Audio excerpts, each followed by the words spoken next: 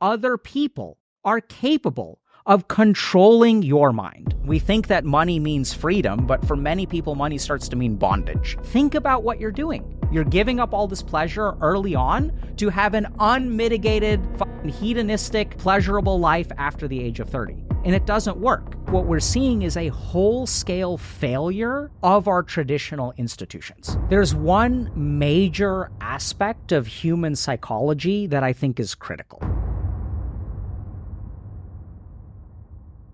Dr. K, healthy gamer, Outlook, thank you so much for coming on the Iced Coffee Hour. We really appreciate it. Yeah, of course. Thank you so much for having me back. I had so much fun last time. Our last episode did so incredibly well that one of the top comments is to have you back. So here you are. So we're doing a deep dive. Yeah. We're going miles deep, everybody. This is going to be a banger episode. Thanks again for coming on.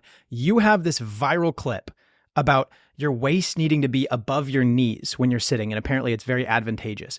If you're sitting and watching this, you better have your waist above your knees. Why is it so important? Usually what happens is our knees are higher than our waist. So we have these kinds of chairs where we kind of lean back, right? So if you lean back, your butt is lower and then your knees kind of go up, and this feels comfortable because you kind of have this curve. But if you kind of look at it, your center of gravity changes, and that's why we hunch over. So I don't know if this kind of makes sense. But then basically what happens is if you elevate your hips, and your hips are higher than your knees, your back will naturally be straight. So everyone thinks that posture is about like training, right? But posture is about physics. If we sort of think a little bit about this table doesn't need to train. The reason that it's stable is because the physics align. And if you look at our spine, the way to maintain a straight spine without any effort is to basically have your knees lower than your hips, because it alters your center of gravity. What's the point of good posture? When you really get down to it, is it just looking better, or is there a feeling that you have when you sit correctly? There's all kinds of reasons why you want a good posture, everything from like biology to spirituality. For example, like on the spiritual end of the spectrum, we have this energy that's seated at the base of our spine that when it rises to the top of our head, we become enlightened. So if that's something you're interested in, you can do that. But from a very physical standpoint, just biological standpoint, if we look at our body, the basic problem is that weight should be supported by bone, not muscle, right? So like really simple. So for example, if I do this and you push down, you can put like 100 pounds of force on my arm and my arm will be fine. But if you put 5 pounds of force like this, my arm will go down. So if you sort of look at it, we want the bones of our body to support our weight. And when we have bad posture, when your spine is curved, now suddenly the weight of your upper torso is over here because your spine is curved. Whereas if you have your spine like this and all of the weight of your body is over here, then your muscles can relax, right? Because they're not carrying the load of your body. So what we tend to see a lot is like tension in the trapezius and around the neck muscles. We'll see problems in our scalene muscles and things like that. Like all these back problems are because we don't sit properly because our spine is designed to support our weight. But not our muscles. Why does it feel so good to slouch? It's true, Jack. It feels comfortable to slouch. I'm so more comfortable like this. I could not agree with you more. I have a problem every time I work. What I do is, especially when I'm reviewing podcasts or researching a guest, I kick up my feet on my desk and I lean all the way back just because it feels so amazing. Yeah, but I feel like I'm ruining my No. So let's understand a couple of things. Okay, so why does something feel good? Because that is what that's where our center of gravity and our weight distribution is. That's why it feels good. So let's talk about you for a second. So when you kick your feet up and you relax back, what you're actually doing is straightening your spine. Does that make sense? Like when you go like this, this is straightening my spine right now. Like if you kind of like, that's what happens with these chairs is we lean back. And then if you want sitting up to feel good, all you need to do is if you grab a pillow and you sit on it right now, I guarantee you will feel much more comfortable with a straight back. I don't know if this makes sense, but if you have to force yourself to sit up, that means that you are using muscles to make your posture erect, which does not feel relaxing because it is actually a muscular contraction. So the way to feel comfortable sitting up is to elevate your hips and keep your knees below them. And then if you sit like that, it will feel natural and relaxed to sit up straight. That's fascinating. Very interesting. So the simplest thing that you can do is literally stick a pillow under your butt and make sure that your knees are lower, and you will feel a very natural straightening of the spine. So one of the most dangerous positions to be in is when you're working on your laptop and you're kind of like leaned over and doing that. That's not a very good one. No, it's not. Yeah. I mean, because what's happening is you're getting, so if you think about it, like if I'm leaning over like this, how is my body being held up? My body is being held up by these muscles, right? And then we also see changes in our neck muscles. So when I lean forward, for example, and I go like this, now what's happening is this is literally what my head is like. This is what I'm doing. I'm craning my neck up, right? So I'm going like this. It's a little bit exaggerated, but that's literally what we do. I could imagine everyone watching right now suddenly adjusting themselves. Yeah. Yeah. So that's where you don't have to do it. And even if you look at some interesting things, I don't know if y'all are familiar with like the lotus posture in meditation, right? So this is the one where you're cross-legged almost. You're cross-legged, but I mean, it's hard to demonstrate. Yeah. But the whole point is that you actually have your foot on your thigh. So I'll give you all an example. Like, did you guys notice a change in my posture just now? So here's non-lotus. Right. What do you see I'm doing? Slouching a little bit. And then I do this, and like this feels easier. You look better too. You look taller. That's you look because taller and more confident. If you guys under the table, I'm adopting half lotus. So what I'm literally, I guess we can't see that, but GG. Okay. We need the foot cam. Just trust him. Yeah, foot cam. Okay. That's you guys got to practice half foot. Yeah. Lotus.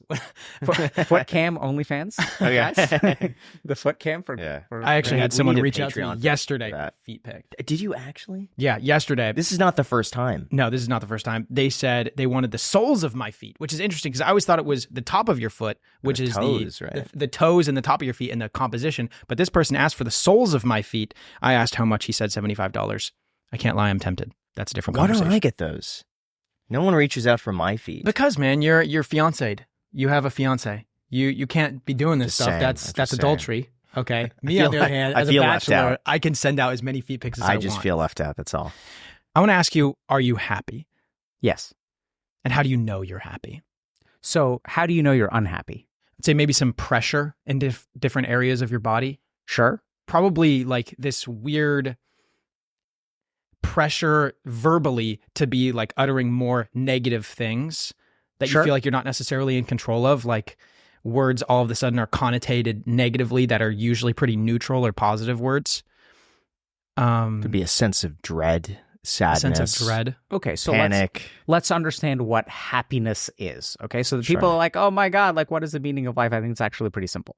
So let's like understand. So first thing is sometimes we have biological or psychological needs. But just because we have those needs and they are not met does not necessarily mean that we're unhappy. So let's say that I am waiting for my food at a restaurant. And I kind of know that, okay, like the food is coming. And there are two states of mind that you can be sort of in that situation where you're hungry in both situations.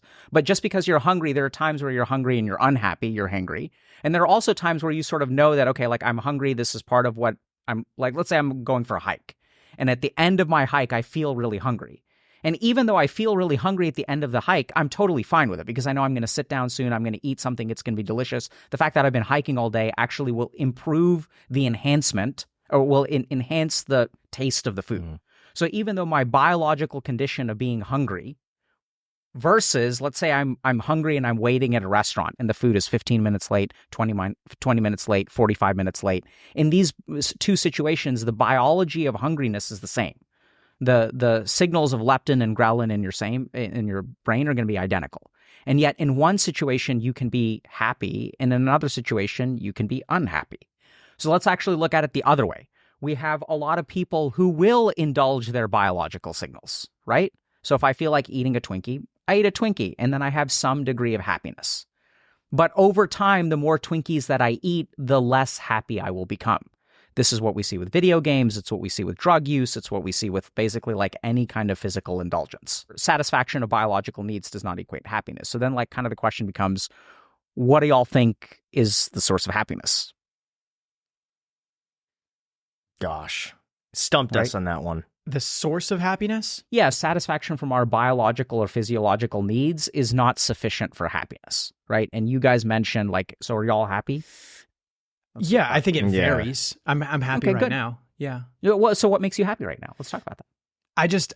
I love talking to you. I feel like you're you have so much information that I just want to absorb. Every time I talk to you, I just learn. Excitement. I'm happy to be here in Austin. We just both took incredible vacations. Graham took his first vacation in years. A proper vacation. A proper vacation, right? Where he wasn't like doing it for work-related purposes and just enjoying his challenges time. Of being Same here, first care. one in years where I felt like I could just like do away with work and not worry about it. And I would say that all has like residual happiness in it. Inner peace. I feel like I'm at peace right now. Okay, so let's understand that, right? So you went on a vacation. And were you happy during your vacation? The happiest I've been in my life. Why? Yeah. So, Graham, while we're on the topic of mental health, I accidentally recently sprained my ankle playing basketball, and I ended up having to book multiple different doctor's appointments just to get it checked out. Going through this, I realized just how hard it is to get a hold of a doctor, let alone finding a doctor that accepts new patients and accepts your insurance. Well, that's where ZocDoc comes in. ZocDoc is a free app and website where you can search and compare highly rated in-network doctors near you and instantly book appointments with them online. All you have to do is download the app, type in the problem that you're experiencing, select a date and time that you want to see a doctor, and then click Find Care. ZocDoc then gives you a long list of suitable doctors in your area and their availability. Every doctor on ZocDoc comes with real patient reviews, which makes them a very reliable source when you're trying to find the right fit. Then once you've found the right doctor, all you got to do is pick the time and date that works best with you, fill in your information, and you're good to go. It's really that easy. Just go to ZocDoc.com/iced and download the ZocDoc app for free. Then you can find and book a top-rated doctor today. That's ZocDoc.com/iced, ZocDoc.com/iced. Thank you so much, ZocDoc, for sponsoring this episode, and back to the podcast. And were you happy during your vacation? The happiest I've been in my life. Why? I thought there was so much like pent up stress and work-related, just like, not negativity, but just like, got to do this every single Sunday, got to post, got to do this on this day, this. And then I finally had, it was like the first time in probably 4 or 5 years where I had 2 weeks where I could just like, like it's all being taken care of. I don't have to worry about it. Okay. So let's understand that. So like basically it makes sense, right? You were on vacation and that's why you're happy. And human beings like vacations because, and why do we like vacations? Because vacations make us happy. And yet, are you on vacation now? No. And you said you're happy now. So how does that work? I think it's living in the moment, being in the present. One-pointed consciousness. Yeah. Okay. I'm not thinking right now what I have to do tomorrow. Okay. Or what I have to do a week from now. I'm just here with you in this conversation. Right. So that's sort of the right answer, but let's understand it, right? Because being in the present moment can also lead to all kinds of challenges. So for example, I once worked with a patient who had a boyfriend who was really into being in the present moment. So he was like, oh man, like I'm at this party and there's this other girl who's not you and I want to be in the present moment and I'm going to be in the and I'm vibing with this chick right now. So, I'm going to be unfaithful to you, but this is not really infidelity because this is just my value of being in the present moment, right? So there's like all kinds of impulse gratification that can also lead to unhappiness. I think there's a lot of misunderstanding about what being in the present really is, but I think this is the essence of it. Y'all are right. Right? So if we sort of look at it, and I ask you, what is the problem with work? The problem with the work is the stress related to work. So it is the absence of stress that leads to happiness, we can say. And the reason that a lot of people think that vacations are the source of happiness is because vacations are a circumstance that has the odds of being less stressful, right? Does that make sense? But I don't know who you went on vacation with. But you can go on vacation with certain people and it's not going to be stress-free, and that'll destroy your happiness. So then the question kind of becomes, okay, so it's not biology. It's not necessarily biological needs being met. It's not necessarily the absence of work or the presence of work because like this is fun. Like I'm happy in this moment. Right. So then the question is like when we say stress, what is the actual nuts and bolts experience of stress? I think I've noticed a stark shift in my general happiness when I felt like I was, okay, let's go shoot this podcast. I want to go do this. I want to go do this. And I feel like I'm like the engine. And now I feel like I've become the oil in the machine where the engine is going to keep running. And I have to because I got the golden handcuffs with like an incredible job. And I feel like you feel similarly where with the main channel, especially where, okay, I have to post 3 times a week because it pays well. I'm helping out a bunch of people and I'm not necessarily the engine anymore. I kind of just have to give my input rather than being the spearhead of the main channel, like always excited to put out this new piece of content. Yeah. So we can kind of unpack that in a couple of different ways. One is that See, when you feel excited about something, you're usually focused on the task as opposed to the outcome. So like now Graham's problem is that he has a thing. And unless he continues to act, he will lose the thing. Does that make sense? Mm-hmm. So the moment that we have a thing in life and we are afraid of losing it, even though you put in all this work, it's about like avoiding a loss. That's unhappy. Right. Whereas if we look at, okay, before we started a thing, so we have no idea where like this could be a terrible podcast, this could be a great podcast. We have no fucking idea, right? And yet we show up here and we say, hey, let's create this thing. We don't know if this is going to be good. We don't know if this is going to be bad. The more that the three of us stress about topping the last podcast, the worse it's going to be, the more unhappy it's going to be. So instead, what we're going to do is we're going to sit here, we're going to have a conversation. It could be good. It could be bad. Who the hell knows, right? Because none of us can predict the future. So when we talk about happiness, I think one of the biggest things that we sort of trip up in, which confuses a lot of people, because we think, okay, if I make more money, if I get a promotion, if I have a beautiful job as a podcaster or content creator, right, which are golden handcuffs, how does that work? Everyone strives for this. And even at the beginning, it's fun. So what changes? It changes the moment that you have a thing. See, it's so free when y'all are starting a podcast because you've got nothing to lose. We're going to create something, right? I have nothing that I can lose. Mm-hmm. And then the moment that you have something, now you're afraid of losing it. So now we become attached to the world. And we think that money means freedom, but for many people, money starts to mean bondage. Because now it's like, I'm afraid that someone's going to take my money. Am I going to lose my money? I can't do this. I can't do that. Like, it's all kinds of stuff, right? And it's kind of weird. So I think it really comes down to a couple things. Living in the present is one. We'll talk about what that means if y'all want. I think another thing is basically attachment. So this is, in Sanskrit, they call this vairagya. And what we sort of discover is that you can be detached from positive and negative things. And in both cases, it'll be good. So if I sort of like accept that, okay, I have to get, let's say, like a vaccine or I have to have surgery or something like that, there's some amount of physical pain that comes with that. But the moment that I accept that, okay, like this is going to happen, I can't avoid this physical pain, then I'll be fine with it. But if I keep stressing, oh my God, this is going to hurt so much and I won't be able to do this and I won't be able to do this, I won't be able to, ergo, I have an attachment to something that I will not be able to get. I'm losing something. Does that make sense? It does. So everyone sort of thinks about, even if you look at something like a breakup, right? So why are people hesitant to break up? Because I will lose this relationship. And so in that loss aversion, they end up staying in a relationship and then they end up being like unhappy because they're trying to run away from unhappiness, which is one of the fastest ways to become unhappy. Is attachment ever good? Is it ever healthy to be attached to something? It depends on what your goal is. So when you say healthy, if the goal is happiness, the answer is no. If the goal is worldly success, the answer can be yes. So it depends on what your goal is. So, when I decided to have kids, I was really struggling because I was like, oh my God, like, do I want to be detached from my kids? I had kids and then I realized, okay, like I'm supposed to be attached to this. The moment that I start loving my kids is the moment that I like open myself to a world of hurt.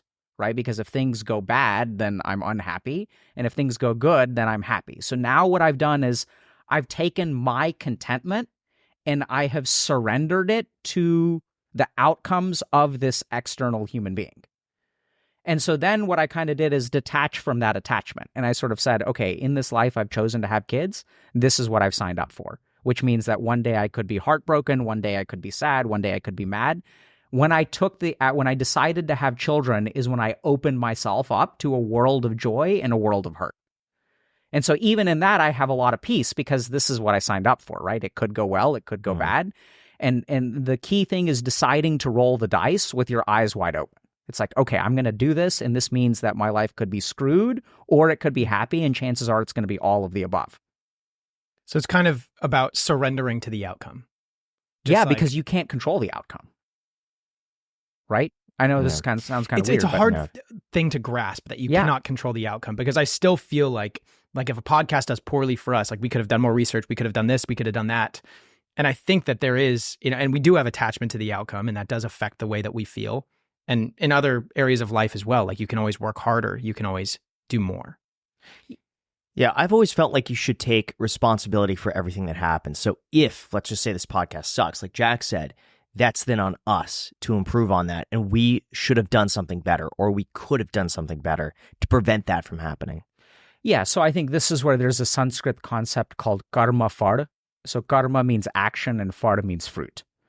And what this sort of means is that as human beings, all we control is our actions. We don't control the outcomes of our actions. So, and this is kind of like there's a nuance to this, because let's say I plant a seed and I water it every day. Does it turn into a plant? Depends on the seed. Depends on some circumstances. And the conditions, right? Sure. If you water it properly, sure. It's not just the watering, but it's also if you're giving it soil. sunlight. Yeah. Absolutely, right? So there's a lot of factors that are outside of my control. The other thing is that I could take a handful of seeds, I could throw them out into the wilderness, and I could walk away. Yeah. And will those seeds grow? Possibly. Absolutely. Yeah. Right? So this is the main thing that we don't understand in life, is that we control a lot. So we're entitled to our actions. And so you should take the right action. But I mean, I've seen this so many times where, couples going through marriage counseling, and like one partner in the relationship can basically do everything right. It doesn't save the marriage, right? So you need both partners trying to do everything right. And as a human being, you can't control how invested your partner is in the relationship. That's a choice that they make. So this is what's kind of subtle. I'm not saying that as human beings, we can't do something. But even then, if we sort of look at it, there are a lot of human beings, let's say money, right? So there are some human beings on the planet who work very hard and therefore we think get a lot of money. But there are a lot of human beings on the planet who don't work very hard, who end up with a lot of money. So how do you reconcile that, right? How does that work? So I think kind of the TLDR, which you're right, it's hard to understand, and we can get into more details if y'all want. But, basically, if you really look at it, all you can control are your actions. Like, y'all worked really hard to set up this podcast, but what if I showed up hungover?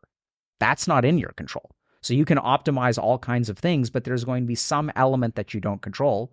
And in my experience, it turns out that element that you don't control is probably 99%, which a lot of people don't understand, which is fair enough. That's a really hard pill to swallow. I feel like in today's culture where everyone says that you will be happy when you get the Lambo, when you end up running a business, when you have the hot wife or whatever, when you're in a non-monogamous relationship, you have 10 wives, everyone says that that's what's going to make you happy, but that's all completely outcome oriented.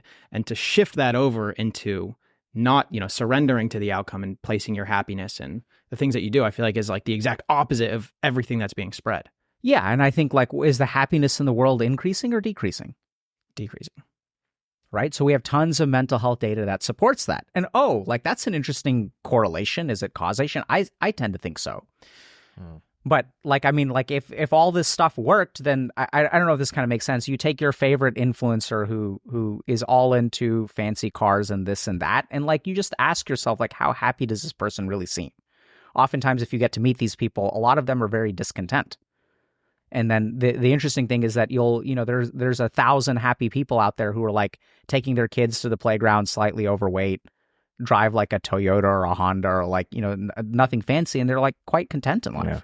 So guys, as Dr. K knows, as we know, and probably some of you guys know this too, that running a business can be incredibly tough, and trying to stay organized amongst a bunch of different softwares and spreadsheets can oftentimes be a lot more energy and time than what it's worth. But with today's sponsor, NetSuite, all you have to do is remember these three numbers: 37,000, 25, and 1. 37,000 because that's how many companies have switched to NetSuite and stopped doing things like searching through scattered information and typing in data entry manually. 25 because NetSuite has spent 25 years helping businesses drive down their costs. And 1 because NetSuite is the all-in-one solution that allows you to manage all of your KPIs or key performance indicators with one efficient system. NetSuite is able to help reduce all the mistakes that come with manual data entry and will prevent the busy work from scaling up with your business. So go ahead and get a full picture of your business to be able to make better decisions faster. That's why right now you can download NetSuite's popular KPIs checklist for free at netsuite.com/iced. Once again, that's netsuite.com/iced to get your own KPI checklist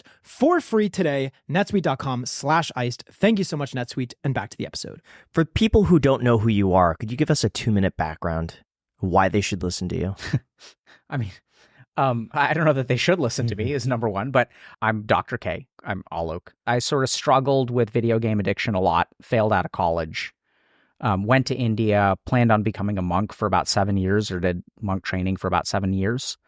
And then that didn't really work out. Met my wife, so decided to go to medical school. went to med school, became a psychiatrist, trained at Harvard. I was faculty there for a couple of years. And then a lot of what my area of interest is integrating some of these Eastern monk concepts, Buddhist, Hindu concepts about spirituality and stuff into psychiatric practice. So now the kind of work that I do is really about like understanding the mind from both like a neuroscience clinical perspective and from like a spiritual perspective. And what I found is that like, and we see this actually in the field of psychiatry. So right now in psychiatry, we have something called the third wave of psychotherapy. So the first wave of psychotherapy was psychoanalysis, which was like Freud and Jung and these kinds of people. And then we had these behaviorists that came along. And so you have people like Aaron Beck who developed cognitive behavioral therapy, which is like in the first wave, it was like, oh, you have all this stuff going on in the unconscious. If we fix the unconscious, then we'll fix you. And the behaviorists were like, we don't know if any of that stuff is actually real. It's all like theoretical. We have no data behind it. Instead, what we should focus on is behavior. So if you can get an alcoholic to literally stop drinking alcohol every day, you've won. Mm-hmm. Now we have something called the third wave, which is the injection of minor Eastern concepts into psychotherapy. So dialectical behavioral therapy, acceptance and commitment therapy, these are basically therapists usually who study the Eastern stuff in some way and then realize that there is something missing in therapy. And when they add this Eastern component, the outcomes from the therapies that they develop start to improve quite a bit. So what are those? You just mentioned 2 Eastern therapies. Can we break those down a little bit? So let's say someone is struggling with some sort of mental illness. Yeah. Okay. Let's say like an eating disorder or something like that. How can you impose Eastern-based therapy into somebody like that? So let's take the example of dialectical behavioral therapy. So dialectical behavioral therapy is something that is designed to look at something called the dialectic. So a lot of people struggle with like opposite things being true. So for example, like if I'm angry at you, it's very hard for some people to believe that I love you at the same time. So to hold 2 opposite things to be true at the same time is very difficult, right? Is this person good or is this person bad? And generally speaking, the challenge is that we fluctuate between the two. So if you have an unhealthy relationship, the reason that you stay in it is because sometimes the relationship is really good and sometimes the relationship is really bad. And then people really struggle. They're like, should I stay in this relationship? Should I break up? Like, should I stay or should I go? And the problem is that when the relationship is good, you want to stay. And when the relationship is bad, you want to go. And so what we naturally do as human beings is we try to like put all of that data into an equation. And then there's an equal sign. And then there's a decision on the right side. So we try to integrate all of this stuff and try to like make a decision, have some kind of final conclusion. But that's not what life is. So dialectical behavioral therapy trains people to understand that 2 opposite things can be true, that a relationship can be both healthy and unhealthy at the same time. This is actually rooted in an Eastern concept called Advaita Vedanta, which is non-duality. So if I were to say, like, is this cup a good cup or a bad cup? It's a cup. It's a good cup. Right? So yeah, the Advaita Vedanta says that there's no such thing as good or bad. If you really think about it, like if you walk outside and you see nature, there's no good nature or bad nature. There's no good rain or bad rain. When does rain become good or bad? Well, if there's a drought, we interpret that rain as good. If I am not expecting rain and I'm walking outside and then rain starts, I view that rain as bad. So if you really look at it, good or bad is created by the human mind. It is not an intrinsic quality of reality. And the more that you realize that good and bad is created by your mind, suddenly you have the power to create good or get rid of bad because it's created in here. The action is just, the world is just the world. It's the way that we receive the world, the way that we interpret the world that makes it good or bad. So I know that too is like something that's wild, but just to give you all an example. So when I graduated from college, I had a 2.5 GPA. And at the time, there was no circumstance in which I thought that a 2.5 is superior to a 4.0, right? There's no way, except when I wind up at Harvard. And so suddenly my story is different because if I was a 4.0 kid, I would have been like the other 5,000 kids who were there. But I'm a 2.5 kid. So suddenly, even in terms of like personal brand building and like my experience, like that 2.5 is actually more valuable than a 4.0 because I figured out how to do this stuff with a 2.5, right? I'm not one of these kids who like always was good at studying and super smart and like dedicated and hardworking and all this kind of stuff. So one of the things I've learned in my life is there is no such thing as good or bad. There's just what happens. And it's the way that we interpret this, which there's good data about, that ultimately determines our happiness, whether things are successful or not, all kinds of things. So going back to DBT, DBT basically introduces this concept in a pretty watered down way. And even if you look at the practices in DBT, which are very like meditative practices that are grounding, literally like the practices are something like, holding an ice cube.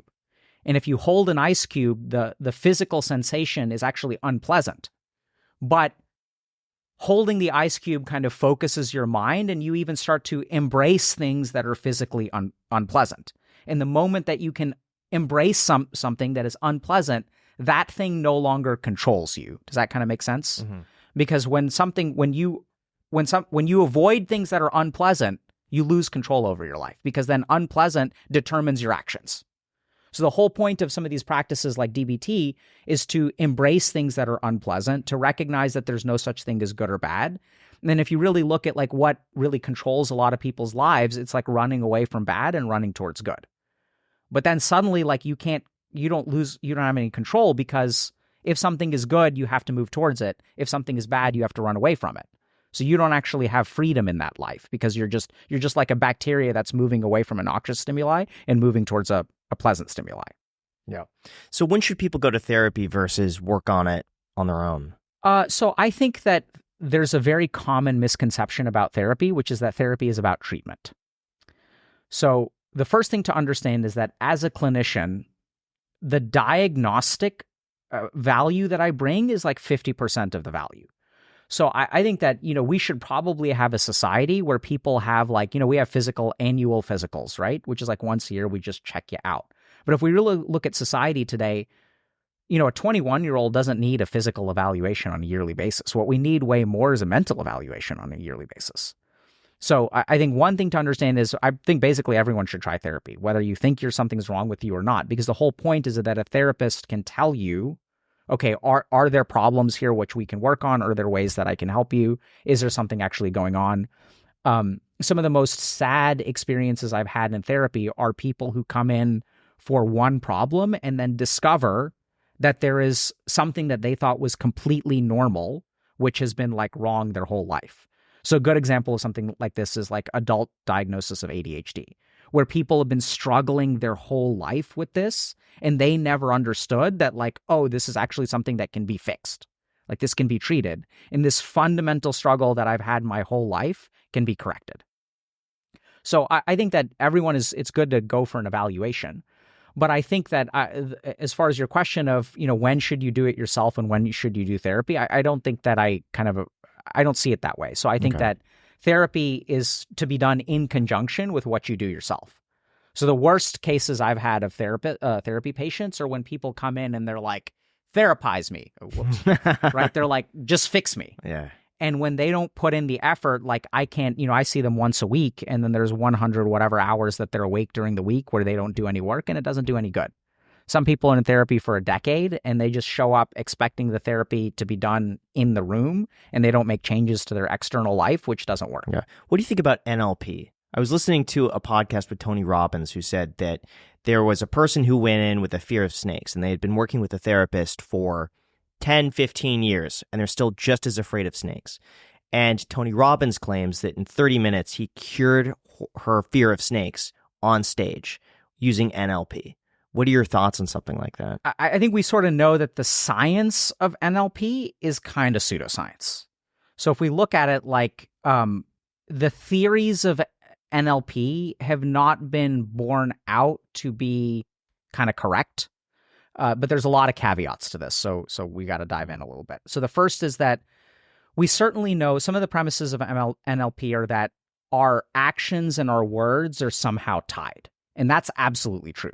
So if you look at like just basic psychotherapy techniques, like if you pay attention to someone's words, it will give you an idea of what is going on in their mind, even predict certain kinds of behaviors. So there's definitely like, you can use language diagnostically for sure to sort of get a sense of where someone is.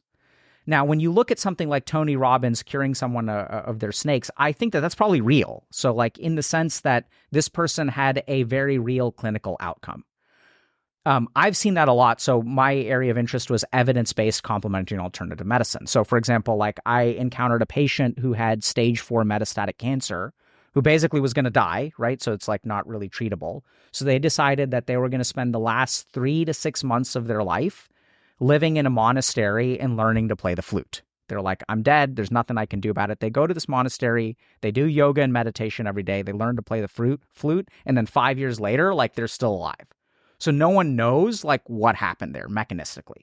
So one thing that I've learned about all these stories about complementary and alternative medicine is that there are absolutely success stories that defy scientific understanding in the moment.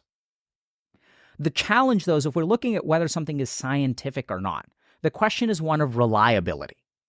So now the question becomes, if Tony Robbins takes 1,000 people who have 1,000 different phobias, can he reliably cure them of their phobia? And then the next question becomes, if this is really NLP, then theoretically we should be able to teach it to 1,000 other people who should have the same success rate as Tony Robbins does. And I think when you do that, it doesn't work, right? So we have not reliably been able to teach, let's say, a large group of people NLP who can reliably get the outcomes that maybe Tony Robbins achieves. I haven't looked at his data. I have no idea like what his sample size is, what his success rate is. We have no idea what the duration of the cure of the phobia is, right? So like even in that moment, if they then bring out a snake and that person is fine, what happens a year later? What happens 5 years later? What happens 10 years later? So a lot of times like these people who are very like, and I'm not trying to dog on Tony Robbins here, but I'm just pointing out that their outcomes are not filtered through a traditional scientific lens. And so the mechanisms don't seem to be 100% correct from what the NLP theorists do. I think that people who do NLP will frequently get good outcomes with certain people. But the question is, what is really the mechanism of that? And we don't really know.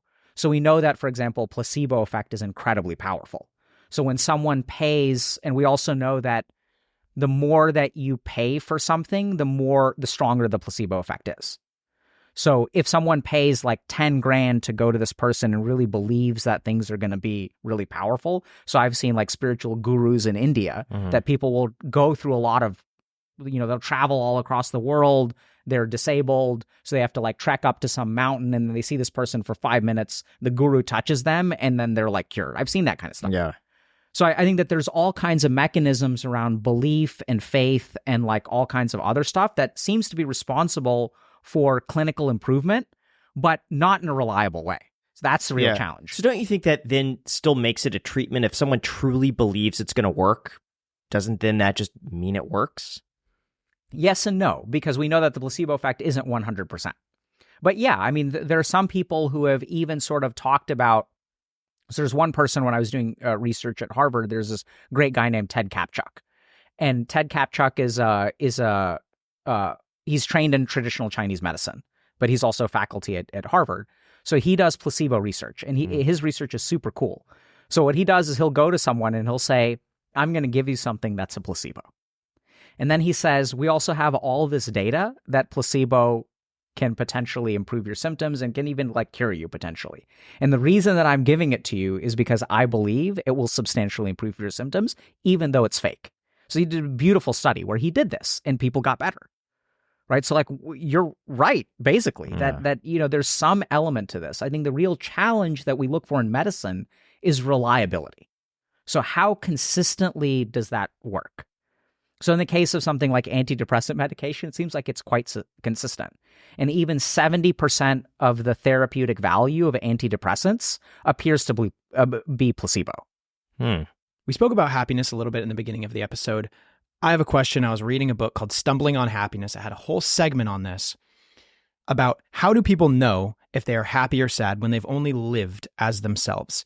What if they think they're truly happy, but in terms of the universe, they're only a 6 out of 10 in terms of reality? Why do you assume that happiness is objective?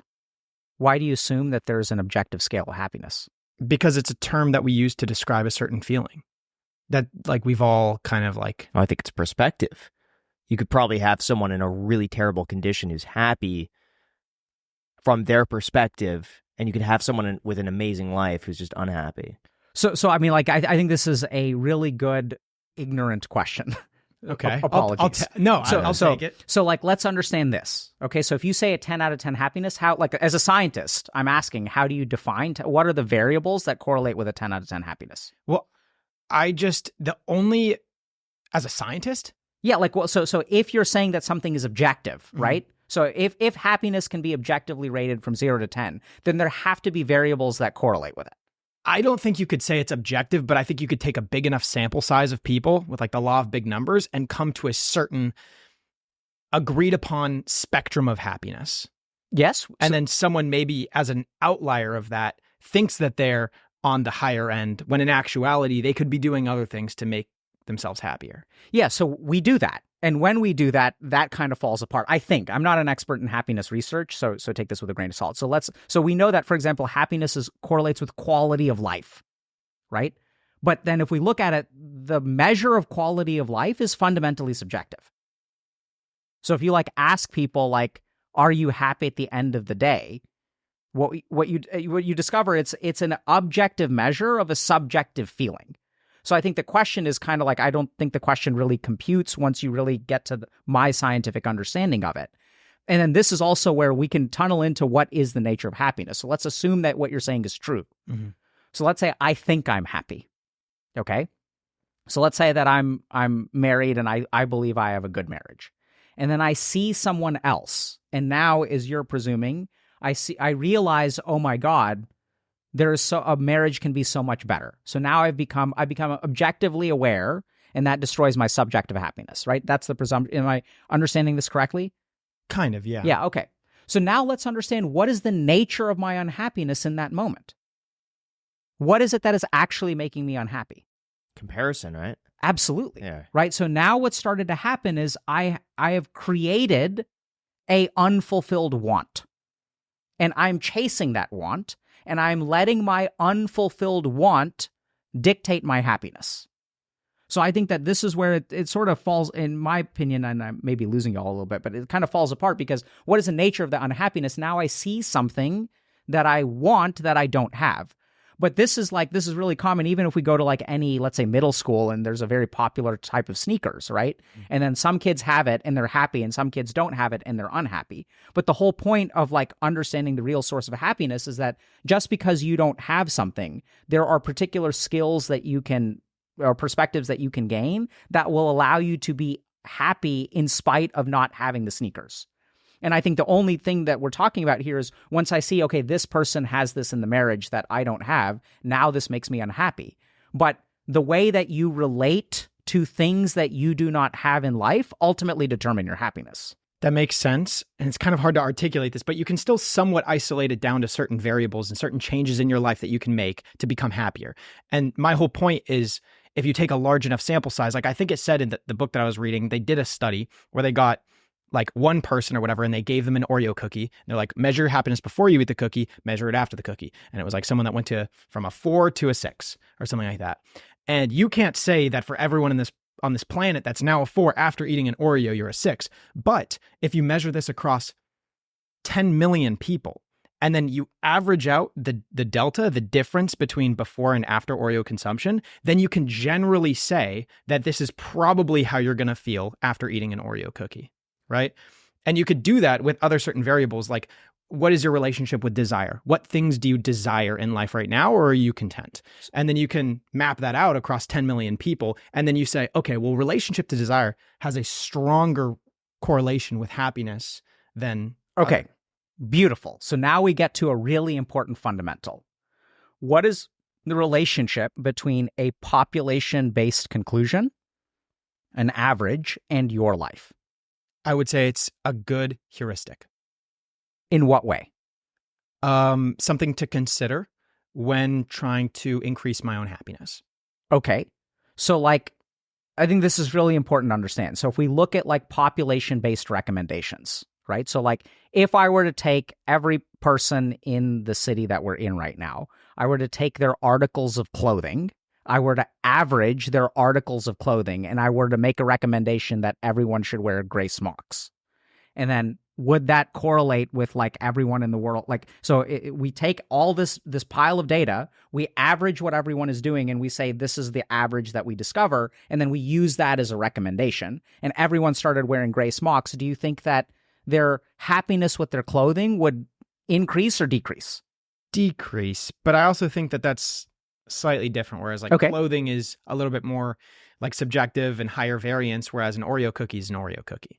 Fair enough, right? So you can make the argument that an Oreo cookie has a stronger dopamine, a more consistent dopaminergic release than a gray smock or clothing or things like that. So that's a fair point. But I think my big learning as a clinician is that population-based medicine cannot be applied to an individual. There's this whole kind of concept of something called external validity, which is kind of this concept of we can do a study and we can learn something about a population, but just because it's true of a population, in fact, we sort of know that it's not necessarily true for an individual. And you're kind of spot on where you can say, okay, what's true for a population should be used as a compass for exploration, right? That's what kind of you said. Yeah. So that I agree with completely. But the whole point is when we're doing a compass for exploration, there still has to be a translation to the individual. That makes sense. Okay, so I was saying it shouldn't be really used as like dogma, like, you know, the population-based medicine, but it's a fantastic tool to use to challenge your own beliefs and maybe to guide you, like you said, like a compass in the right direction. And then this is where like I'm going to kind of support your point 100% and tank what I was saying earlier, because even if we look at this yogic perspective, what the yogic perspective says is that there is a uniform to look inside? To look inside, and that there is a consistent subjective path that will lead to happiness, right? So which makes it kind of objective because they believe that detachment, living in the present. I mean, we just sort of torpedoed what I was saying earlier, right? It's slightly different because one is like an Oreo cookie, whereas the other one is, like you said, it's subjective to the individual, but you can objectify that by saying it's for everybody, but it's sort of. So I think the other problem with the example of the Oreo cookie is that it is not happiness, it is pleasure. Yeah, okay. That's right. So dopamine doesn't correlate with contentment.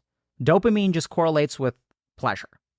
And so this is where I think that why I asked the first question of like, okay, when you say that there is an objective scale of happiness, what are the variables of that? And what we know from happiness research is a lot of that is subjective.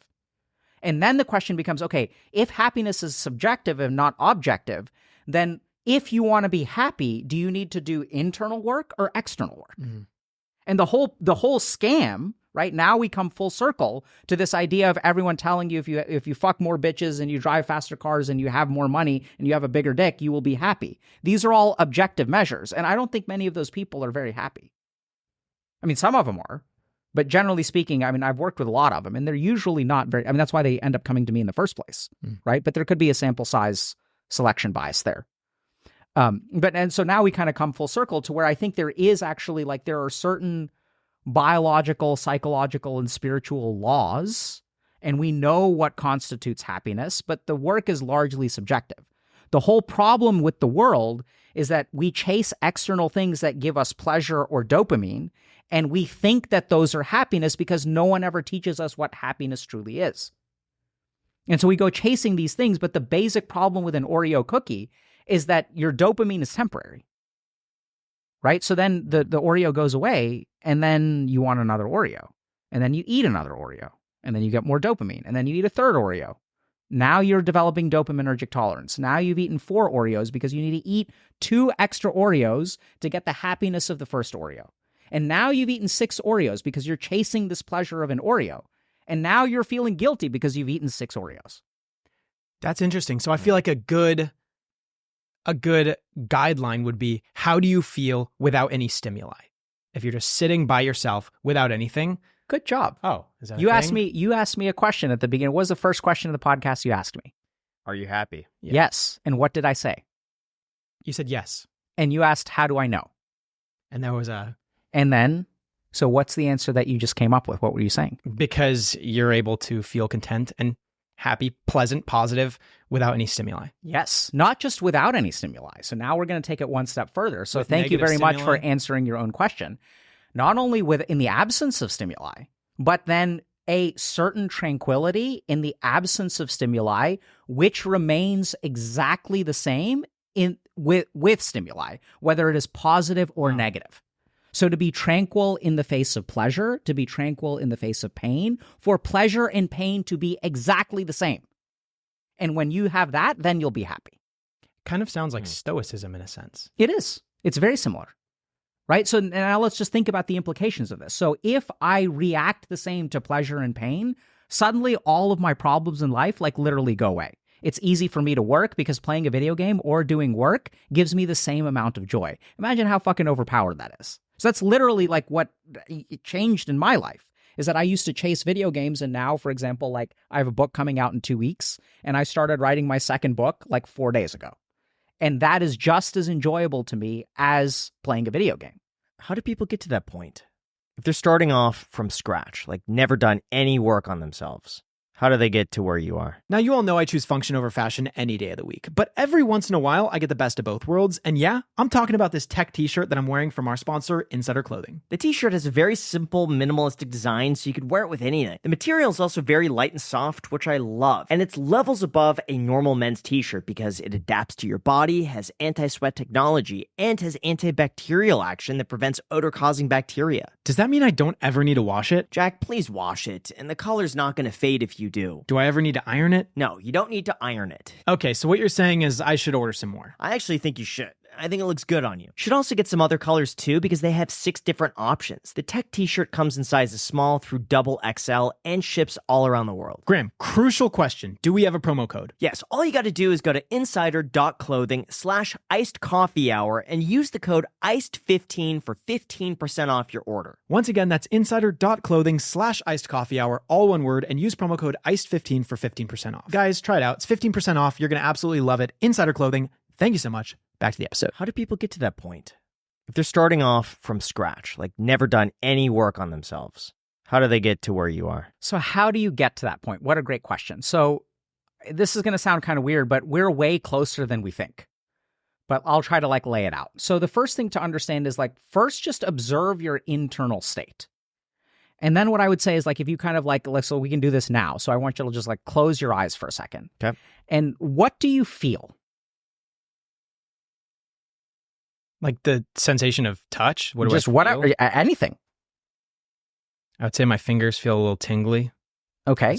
Just a physical sensation, or we're talking about like everything? Like a mind? Everything. I feel pretty happy. Where does that happiness originate from? I would say it's my chest. Okay, right? So now what I'm going to do, can I have your hand? Mm-hmm. Okay, so now what I'm going to do is I'm going to pinch you, Jack. Okay. Now this is going to cause pain. Okay. So does this hurt? No. Okay, I'm going to pinch you harder. harder. Not pinching very hard. Okay. Does that hurt? I mean, it's not really comfortable. What's happening to the sensation in your chest? I would say I'm not really focusing so much on it. Okay. Focusing more on the pinching. Okay, very good. Right? So now this is important. So the sensation in your chest doesn't go away. You can open your eyes, Graham. Okay. So sensation in your chest doesn't go away. But what happens now, you've basically stumbled upon the source of all meditative traditions, which is that we get distracted from our tranquility. That's the problem in life. It's just distraction.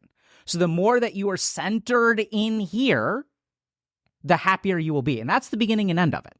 So I'll give you all an example, right? So let's say that you're having a good day. And then what makes a good day a bad day? Is that you get pulled outside of yourself. Now I have to think about this upload over here. Now I'm going on vacation with this person, and this person is waking up late. You are not sitting within yourself. You start to think about the outside world. Is this podcast going to be good? Is it not going to be good? Are we sitting here just having a conversation? As long as we're sitting here just having a conversation, we're going to be happy. We are grounded. We are centered. We are in the present. Call it whatever you want. And the moment that our mind starts to go to other places, this is when unhappiness will set in. Because now I have to fix this or not fix this. Even as we go towards positive things, we will be unhappy. You know, it's so funny you said that, because when you had me close my eyes and you're asking me like what you feel in the moment, it was for me a bit of anxiety, because I checked as you were adjusting the levels, I checked all my notifications. And I saw like, it's market's closed today. But I saw like 5 text messages. I'm like, oh, I should respond to this, and I got to And you're right. It just took me out of the moment by seeing like the to-do list that's waiting for me. Yeah. So breaking the fourth wall. Yeah. So it's crazy, right? So like this is the essence of it, is that what we need to do is we need to understand that the more that you are grounded within yourself, and if we literally, like, even we can look at extreme cases of psychosis, like hallucinations. So what is happening? So I really enjoy working with patients who are actively psychotic. It's kind of scary for a lot of people, but I love that, like, my meditative training helps me a lot, right? So with all these people, what's literally happening is they have such powerful external stimuli. They have sounds, they have visions, they have all this kind of stuff that pulls them away from themselves. And they get literally caught up because they think that the devil is chasing them. So I had a patient who thought the devil was chasing them, and they were so focused on the devil that they ran down the hallway and jumped out of a third-floor window and, like, broke both of their legs, right? So they are so caught up in this external stimulus. And this is what happens with us. Oh my God, did this person text me back? You're thinking about it. I'm thinking about this. I'm thinking about this, thinking about this. My mind is not in here. My mind is all in the outside world. Am I going to do okay on the test? Am I not going to do okay on the test? Now, when you sit down and you take a test, if you were just simply absorbed with the question at hand, even then you're a little bit externalized, but there's less externalization. If I'm thinking about this question and the next question and the next question and my grade and my GPA and my desires to be a doctor and my desires to do this and then making all this money, the more external I become, does that make sense? The more my stress increases, the more my anxiety increases. So what we want to do is just come back to you. And even if we look at the things that we enjoy, like orgasm. So orgasm is a moment where we are with us, right? Don't look at me when hold on. This is orgasm. All right. Let's talk about that. Take from the team. Take my hand. The other one. And then you guys, let's talk about, you guys need to hold hands too. Ring of. Now we're going to talk about how orgasm is us. We're going to do this together. Okay. Gosh. Jack just stares at me. Right? So now let's think about that, right? So when you say you're uncomfortable, where did your mind go? I thought of Jack looking at me when you were talking about that. Okay, right. So but once again, so now let's try again. Take my hand. All right, gosh. Take my hand. Okay. You guys. Okay. Now. Okay. So notice the discomfort. Where's the discomfort? Jack's hands are sweaty. Okay. So that's just a sensation, right? That's just a sensation. It's not good or bad. Yeah. Right. So now close your eyes. Okay. Take a deep breath. And breathe out. So notice that nervous energy going out. Right. So this is deeply uncomfortable. And just notice that discomfort. Where is the discomfort? My hands. Okay. So that's okay. So, like, just notice that your hands are discomfort. They're going to be uncomfortable because you fucking invited me back and, like, GG, right? So this is nothing you can do about it now. Okay. You guys opened this. And so now okay. So what's happening to the discomfort in your hands? I want to pull my hands away. Okay. So now you're thinking about trying to change something. So I want you to focus on your chest, Graham. Focus on your chest. And now breathe in and out of it. Right? So you want to pull the hand away. You want to avoid this stimulus. Maybe this won't work. Who knows? But just accept it, right? So we're just holding hands. That's all we're doing. There's nothing weird about it. Like, it's sure, it's fucking weird. But this is just a physical sensation in your hands, right? So you can put your hand, you can grab a wet towel, you can grab all kinds of stuff. And, like, what's slowly happening? Are things getting worse? Are things getting better? Slightly better. But I don't think they're going to get 100% good. Okay, so that's totally fine. So now let's open our eyes. We can let go. Okay. Y'all are free. Okay, so now notice the relief flooding in. Yes. Okay, so there's so much relief, right? So this is actually how we start. So the first thing is that this was uncomfortable for you. It seems like Jack got better than you did faster, which is fine. So everyone starts somewhere. But now what you've been able to do is, even if it doesn't get better, you have tolerated discomfort. I feel like it was forced. I think it wasn't like a... Is the next voluntary step. Sure, right? Yeah. But you were still tolerating it, right? Sure. So I forced you into it because GG. And so you're asking, how do you do this? You start by not responding to these external things that shape your behavior. So even if there's discomfort on the inside, you can learn to tolerate it is the first step. And once I can learn to tolerate discomfort, then a lot has changed. So I had a problem with this where basically I thought all this fell apart when I got nauseous. So I got food poisoning a couple of years ago, and then, like, I became nauseous, and I was like, there's no fucking tolerating this. Like, accepting it doesn't work when you're feeling physically bad. And then a year ago, I got food poisoning again, and I actually found that it actually works pretty well. You can just tolerate the discomfort. There's nothing you can do about it. You're kind of grounded with it. You're tranquil with it. Like, this is going to hurt, It's going to feel uncomfortable, but I don't know if this kind of makes sense.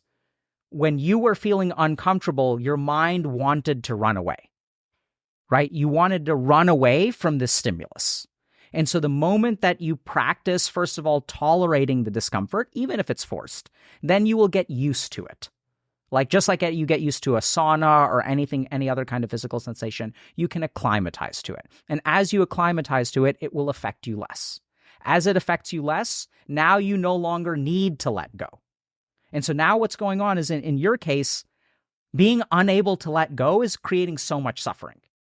And so how do we conquer that suffering? By being okay with not letting go, which is practiced in a very simple way like this. Yeah. A couple of really simple things in case that sounded weird for everyone. So one is, so I think meditative practice and practicing literally training your mind to be in the present and tolerate discomfort is like really, really good. So part of the reason that we meditate for, let's say, 30 minutes in lotus posture is that as you meditate 15 minutes, 20 minutes, your body starts crying out. I want to move. I want to do this. And there's a beautiful meditation practice for this that we can do here if y'all want called Kaya Sthiram. It's going to take a little while, like maybe about 3 or 4 minutes if y'all want to give it a shot. But how do we do this? So I think meditative practice is good. I think a certain amount of introspection is good to also understand, okay, what is it that really makes me unhappy? And it's not the object. It is notice the pattern or process of unhappiness. So as a simple example, when your mind is moving fast versus when your mind is moving slow, which one is more likely to be unhappy? Fast. Really? I think fast to be happier. How so? Moving fast. More to do. Okay. More going on. Right. So this is I'd great. be more occupied. Yeah. Okay. Yeah. So if we sort of look at it, right? So generally speaking, the speed of the mind will lead to an absence of tranquility, but excitement absolutely has fast mind.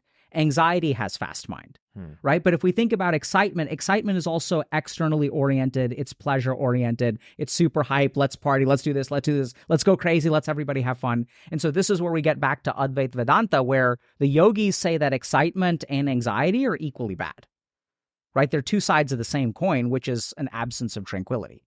So as we start to understand that excitement leads to a fast mind, anxiety leads to a fast mind. So how do we become happy? We actually slow down the rate of our mind. And what we sort of know this psychiatrically too, that as you kind of calm down, right? As you're calm and your mind is calmer, then you will be more content, but you won't necessarily engage in more pleasure. So I think a lot of it is internal observation.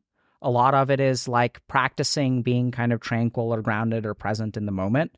There's some amount of tolerance of discomfort. There are all kinds of like complex meditative traditions that there's a stepwise process of, asanas and breathing exercises and all kinds of different stuff.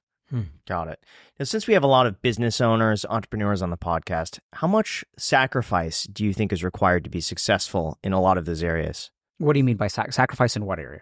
You hear the general mindset, and I think almost everyone who's really ultra successful has said this, that you need to give something up to focus on the one thing if you want to succeed at it. So there's always going to be someone out there who's going to outwork you, do a little bit more. Maybe that means you can't have the social life that you want to. Sleep, maybe it means a lot of the time is a pretty big sacrifice. You could sacrifice sleep. I mean, there's a lot of things that you could give up in favor of pursuing an outcome that is greater than the average. What's the point of pursuing an outcome? Desire of that outcome. Okay, so I mean, I think if your goal is desire of an outcome, then by all means make sacrifice. But what I have found in my life is that the fewer sacrifices that I make, the more successful I become. So I think relentlessly pursuing a desire can absolutely come with a lot of sacrifice. But what I found is, but I don't think that's the only way to reach success. So like, I don't make many sacrifices now. In a sense, I make a lot, but they don't feel like sacrifices. I just make choices. That's all it is. And then I decide to myself, so sacrifice, see, you can't make a sacrifice unless you're attached to something. Does that make sense? Mm-hmm.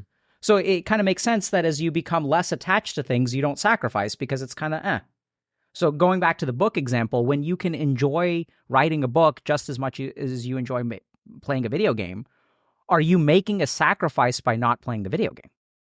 No. Right? So there are times where, so speaking of the book, right? So I had a couple of full-time jobs and I work really hard, but I don't suffer, right? There's a big difference. So there are times where, my editor sent me like a draft of the manuscript and like I had a full like work schedule. I was working like 70 hours a week, but they need this draft of the manuscript within like 1 week. So, I spent a couple of nights not sleeping. And that's a choice that I made. And I dealt with the fatigue the next day. So you can work really hard, but it's kind of like, that's just a choice that you make. I don't have to, you can argue that that's a sacrifice, but I don't have to make the sacrifice, right? I just have to choose. Would I rather have sleep or would I rather work? What is more important to me in this moment? And being tranquil in the face of both of those decisions makes it not a sacrifice. I don't know if that makes sense or if this is so foreign. Kind of. So you're basically saying that you should enjoy what you're doing so much or have the outcome be such a big part of your objective that it's not really a sacrifice because you're getting what you want. And that just comes with the territory. Yeah, but I'm not focused on an outcome. Okay. So someone asked me recently, like, you have this book coming out, are you nervous? And I said, no. And they were like really confused by that. And they're like, why? How aren't you nervous? Like, what if the book does well? Or what if it doesn't do well? I was just thinking about it, right? So like, the book is written. Whether it does well or doesn't do well is completely out of my control. If I wrote a shitty book, the book is shitty. That's just it, right? Does that make sense? Mm-hmm. So like, what's the point in stressing over whether the book is good or bad? Like I applied the effort that I was willing to apply to write it. And so this is my karma. I've decided to write this book and it's either good or bad. Now that's done. So I think this is where I kind of have a different perspective where people say you have to make all these sacrifices to achieve this outcome. And it's like, yeah, if you want to achieve the outcome, you have to make some of those sacrifices, agreed. But the question is, why do you want the outcome in the first place? Are you looking for happiness? Because then it's silly because you don't have to get that outcome to get the happiness. And this is the crazy thing is when I work with people like this, right? So what happens? They have a problem of, and I'm sure you all understand this, moving goalposts. Oh my God, 1 million subscribers on YouTube. Are we done? Time to retire? No, just now we need started. 2. Yeah. And once you get 2 million, are you happy? No. Yeah, you're very happy because it took you 2.5 years. So in my case, it took us like 2.5 years to get our first 1 million. It took 1 year, a little of 15 months to get our second 1 million. So we're improving the rate at which we're acquiring subscribers. But now what happens is even though I've improved 2.5 years for 1 million, 1 year for 2 million. Now what happens next? How much time do I give myself for the third 1 million? 1 year. Less. So think about what's happening. The more successful I become, the more I'm making my life difficult and the more unhappiness that I'm buying for myself. It's stupid, right? But this is what we all do. And now they say, oh, I have to make sacrifices. You're damn right. If it takes you 2.5 years to get 1 million, 1 year to get 2 million, and 6 months to get 3 million, you're right that the more successful you become, the more sacrifices you have to make. And then they say, in order to get 3 million subscribers, I had to sacrifice this, and I had to sacrifice this, and I had to sacrifice this. And they're right. But why? Why do you? Well, sometimes I feel like the benefit outweighs the sacrifice in the long term. In what dimension of benefit?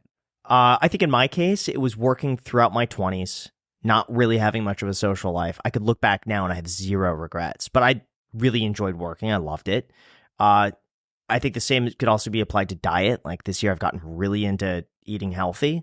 And like last night, I chose the low-calorie chicken thing, even though the higher-calorie one would have tasted better. Okay, so like little things like this. But so now you're sort of, I think you're in a sense proving my point, but let's understand this, okay? So first thing is I was a degenerate in my 20s. And like I don't regret that. Because if I really think about it, so I had friends who I used to feel intimidated by because they were in these accelerated med school programs where they start med school at 18, they fully finish residency training by like 32 or something like that. And so then like they get the advantage of retiring early, right? So it's like I'm going to work really hard in my 20s and 30s so I can retire in my 50s. And it's like, just think about this for a second. Would you rather work in the decade of your 20s and take the 50s off, or would you rather have fun in your 20s and work in your 50s? Which time is actually more valuable? To me, I would say my 50s, but that's because I could look forward to it. And that's something that I know will be like, I feel I take a lot of comfort in knowing that the future is secure. He also gets a lot of his enjoyment in relaxation and stuff. Like, for example, for me, I love going out and playing sports and competing and like doing crazier things. Whereas he likes things that can be done like in the 50s through 80s. Whereas I love leisure. You know what I mean? Like, but so this is kind of what I'm saying, and that makes perfect sense, right? But if we really look at like, so even if we pay attention to some of your statements, you said, I really got into diet. Yeah. And so if you really pay attention to that, what that means is that you are deriving enjoyment from something that is unenjoyable, right? You are getting some... Overall, yes. Overall, absolutely. And that's how you can choose to eat the low-calorie thing, because that your tranquility is not determined by the high-calorie thing. You got into this. And even when you say, I enjoyed working in my 20s, I enjoyed making the sacrifices, well, then it's not a sacrifice. Like, sure, objectively, it's a sacrifice because you're not working. But this is exactly my point, is that whether you are happy or unhappy depends on the attitude towards the action, not the action itself. So can people force themselves to think a certain way? Like, let's just say they want to be CEO of this company and they know that they have to work 15 years. Can they trick their mind into... Yes and no. You can't force yourself to think a certain way. You can't trick your mind, but you can absolutely consistently change the way that you think. So let's pay attention to the language as well. And this says so much about you because you force yourself to do all kinds of shit, don't you, Graham? Yeah. Because your mind has a natural tendency and you have to rein in that tendency. You have to control it. There's conflict in the mind. That's not peace. This is exactly what all these people do. They force themselves to work really hard, but the mind doesn't want to work hard. So you force yourself. That's bad because it's not tranquil. The whole point is imagine if you could love it. Then you're not forcing yourself at all. And how do you get to the point of loving work? You pay attention to your internal experience of work and what the fuck you're looking for. You pay attention and you will realize something crazy, that chasing an outcome is never good. If you really pay attention. Because this is where we get to the problem of once you achieve it, what's next? More. So I've done a lot of work with imposter syndrome, right? So I went to medical school at Tufts and I trained for residency at Harvard. So I was at 4 years at Tufts and 4 years at Harvard. There's way more imposter syndrome at Harvard than there is at Tufts. There's way more. I've never seen a homeless person with imposter syndrome. I've never seen a degenerate, unemployed 25-year-old with imposter syndrome. There are all kinds of challenges. In order to have imposter syndrome, you have to be successful and not feel like a success on the inside. That's literally what imposter syndrome is. I've achieved all of these things, but internally I don't feel achievement. I feel like everything is going to come crashing apart. They have no security about the future because they're imposters. They don't realize objectively that you can't trick everyone into getting to where you are. People just aren't that stupid. You actually deserve to be here because, unless you're like straight up cheating all the time or something like that. And so what people don't understand is that like a lot of your happiness in life comes from your internal state. And we sort of figure this out in certain ways, right? At the very beginning, after a breakup, you feel devastated. And then over time, you begin to realize, that the relationship was just over. It was like time for it to end. I'm okay with it now. I'm in a better place. The objectivity of the relationship ending is the same in both situations. It's the way that you see the relationship that determines whether you are happy or unhappy. And then everyone thinks, if I find a better person, I will find a better relationship. And that's true to a certain degree. But I've seen plenty of people who carry the problems with them from one relationship into the next. So kind of coming back to like what we're talking about here, like I think it's fine. I mean, a lot of people will say you have to make sacrifices to achieve certain things. That makes sense, right? If I want to like have 10 tomato plants, I need to plant 10 tomatoes or 10 tomato seeds. Yeah. So there's a certain amount of work that correlates with outcome. I think the real tragedy is that when we're stressed about sacrifices, it doesn't actually improve our performance. In fact, it negatively impacts our performance. The more stressed you are, the more imposter syndrome you have, the more worried you are. On some level, it improves performance, but it makes things like the flow state harder. So for example, like I used to stress in med school, and the more stressed I became, the harder it became to study. And then I let go, and I said, I'm going to just study 2 hours a day. And I'm just going to optimize my studying of like 2 hours a day in med school. And I studied for 2 hours at the end of the day. I ended up getting an award for academic achievement at the end of med school.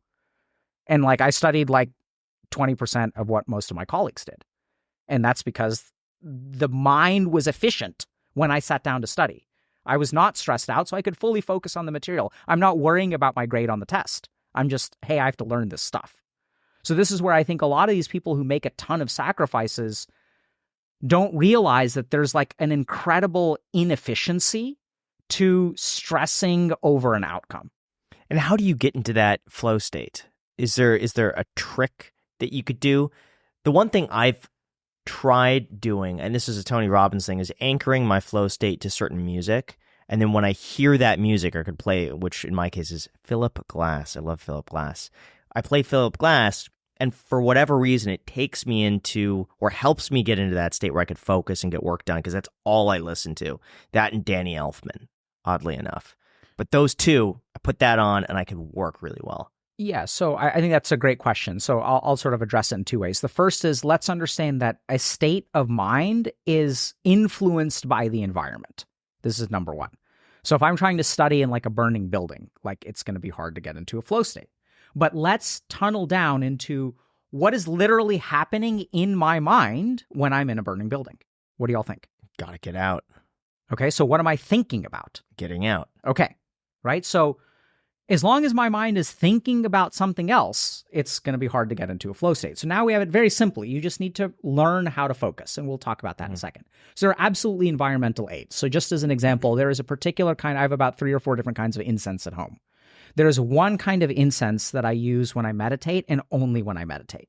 So we know from the biology of things that certain environmental anchors will facilitate a focused mind. So that's absolutely true. So whether it's music, I have a writing beats, like playlist that I listen to when I'm like in a writing mode. So there, you can absolutely use environmental triggers to facilitate a flow state. But I think the biggest thing to facilitate a flow state is to practice concentration. So concentration is a mental skill, just like dribbling in basketball. We just don't practice it.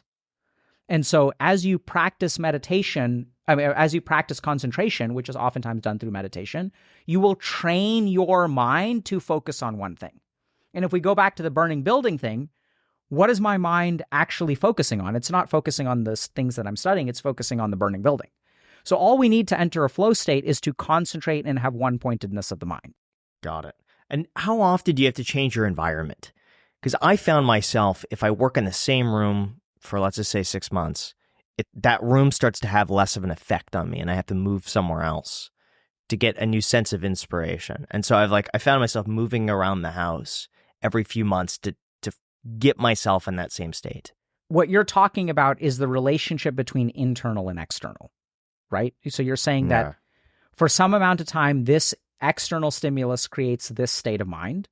And then once my mind acclimatizes to this external stimulus, then I require a new external stimulus to freshen things up. Correct. Okay.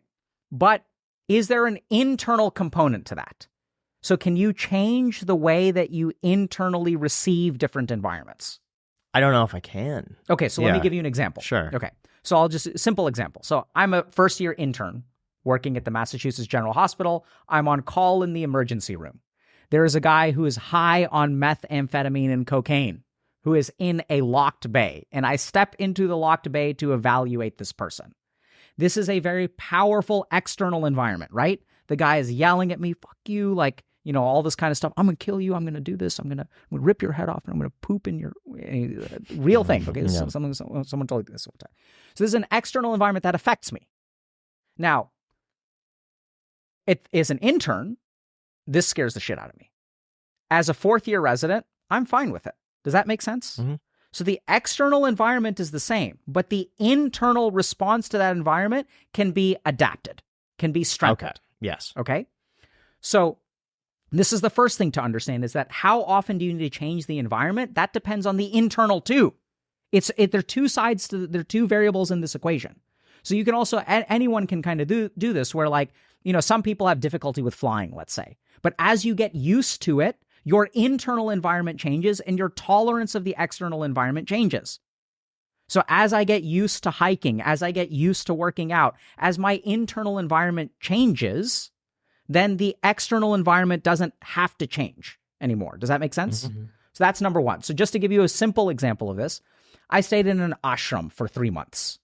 Ashram is the same environment, literally the same food every single day for 3 months. For the first week, I hated the food. For the next, then I tolerated the food. Then I got incredibly bored of the food. And by the third month, I loved the food.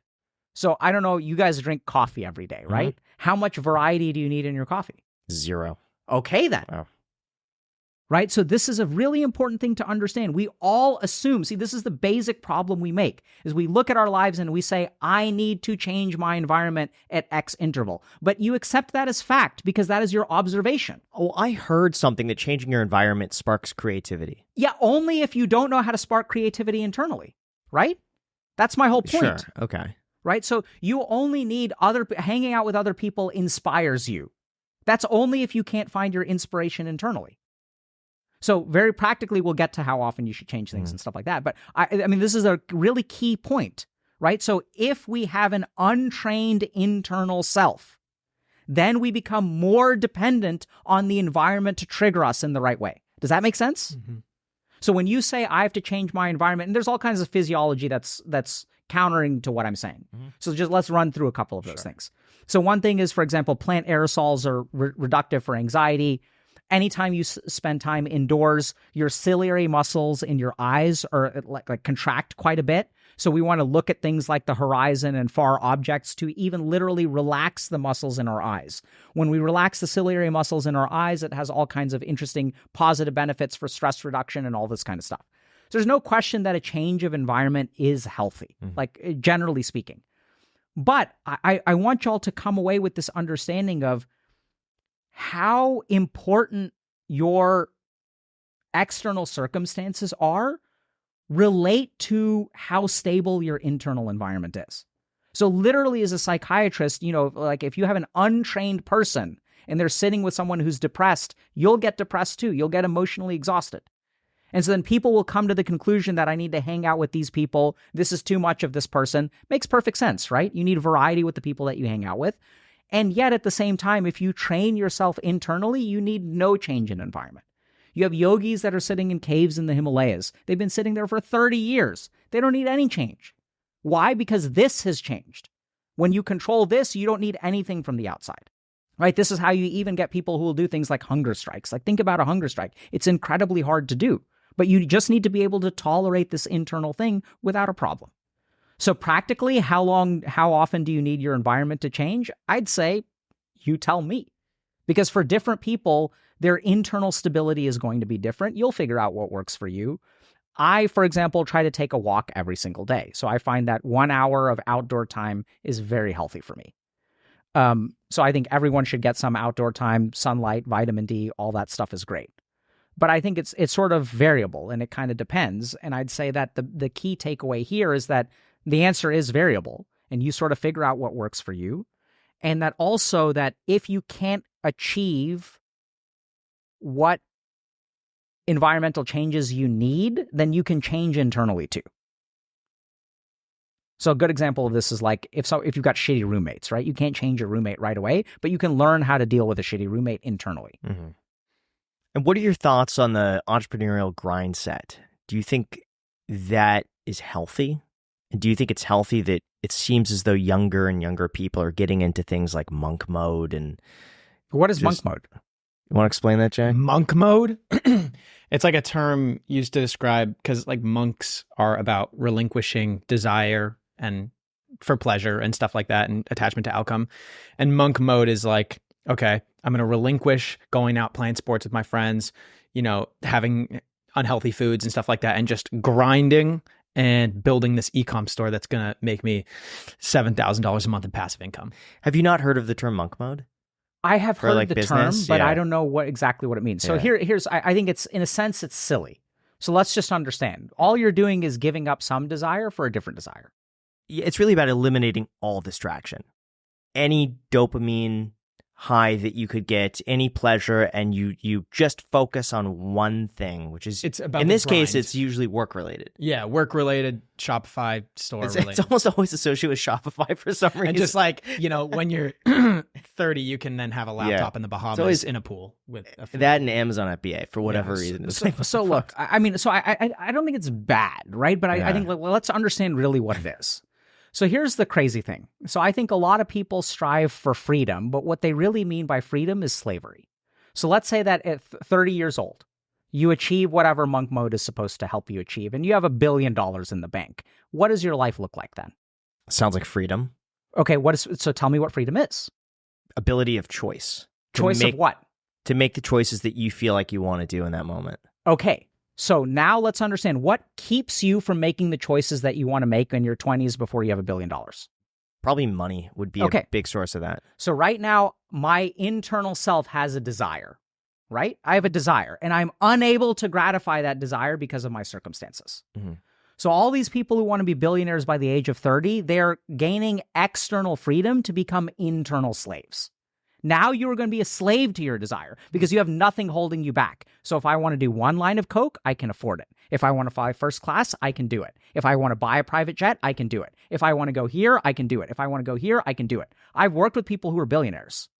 The worst thing is you will become a slave to your internal desire. You're giving up all this pleasure early on to have an unmitigated, fucking hedonistic, pleasurable life after the age of 30. And it doesn't work. So they're, okay, I want to go to the Bahamas now. I'm going to go to Japan. I'm going to stay in this suite. Think about what you're doing. You're just becoming a slave to your internal self. Now the mind wants this. Now the mind gets upset because the presidential suite is not available. And why the fuck did I make $1 billion if I can't get the presidential suite? Then you're on the phone with your personal assistant. Hey, fuck you. You didn't book this thing long enough. That's not happiness. And I've seen this. Right? I've seen this with like princes from the MENA region. I've seen this with billionaires who retire. And this is where like a lot of times what happens is sometimes billionaires will realize that this doesn't work. Mm. And then they try to adopt some kind of broader, like now I'm going to make the world a better place. So that's how they kind of make a substitute for it. But this is really crazy. And I really want y'all to think about this, that the only reason we want external freedom is to indulge our internal self. Then I can do whatever I want to and no one can tell me no. But that's indulgence too. A kid who is 18 years old, who has the desire to play a video game instead of going to class, they're internally indulging. That's what they're doing. An opiate addict is internally indulging. And so everyone is looking for this external freedom only to bind themselves completely to internal slavery. Does that make sense? It does. But then how do you win? Because I feel like if you don't do that, then you're at the whims of, let's just say, a boss, a job that you have to be at, maybe circumstances that you just don't enjoy, that you would want to change. Now we're coming full circle because the way that you win, and I've had bosses that I really dislike, right? And so then what happens is like, why do we get stuck with a boss that we really dislike? The reason we get stuck is because we're a slave to this. Oh my God, I have to stay in this job. Why? Because I'm afraid that if I leave this job, I don't have security, I don't have this, I don't have this. Or there's some weird psychological thing where like I need approval from my boss so that I don't like them, but then I need their approval. It's all kind of crap. It's all being a slave to this internal thing. So the more that you master your internal environment, I recognize I have a boss that I have to deal with for 1 year. But already from 1 month in, I'm planning my exit. And then I just recognize, okay, I've got 11 months of this that I have to deal with. So be it. And so once you sort of recognize that, then you'll be impervious to your boss. So I know that, I mean, this happened for me like very specifically. There was a moment in medical school where I was in the operating room and I was doing vascular surgery and there was an attending. So attending is like your boss, who was an absolute asshole. And this guy, I was doing something called retracting. So we're doing a surgery on the carotid artery. And so the attending nicks something and there starts to be blood. And so this patient is like, the artery that feeds their brain with blood is now leaking, which means that their brain is not receiving blood. The attending starts panicking, is sort of in control. And then I'm sitting across the table, right? So the table is over there or standing across the table and I'm holding something back. Mm-hmm. I see the source of the bleed. I know exactly where it is. And then I make the mistake of a third-year medical student, which is I open my mouth. And I say, excuse me, doctor, whatever, and then they cut me off. And they say, medical student, when I want your opinion, I will ask for it. And I'm like, all right, bro, I see where the bleed is. I know you're looking for the bleed. If you don't want my help in finding it, that's on you.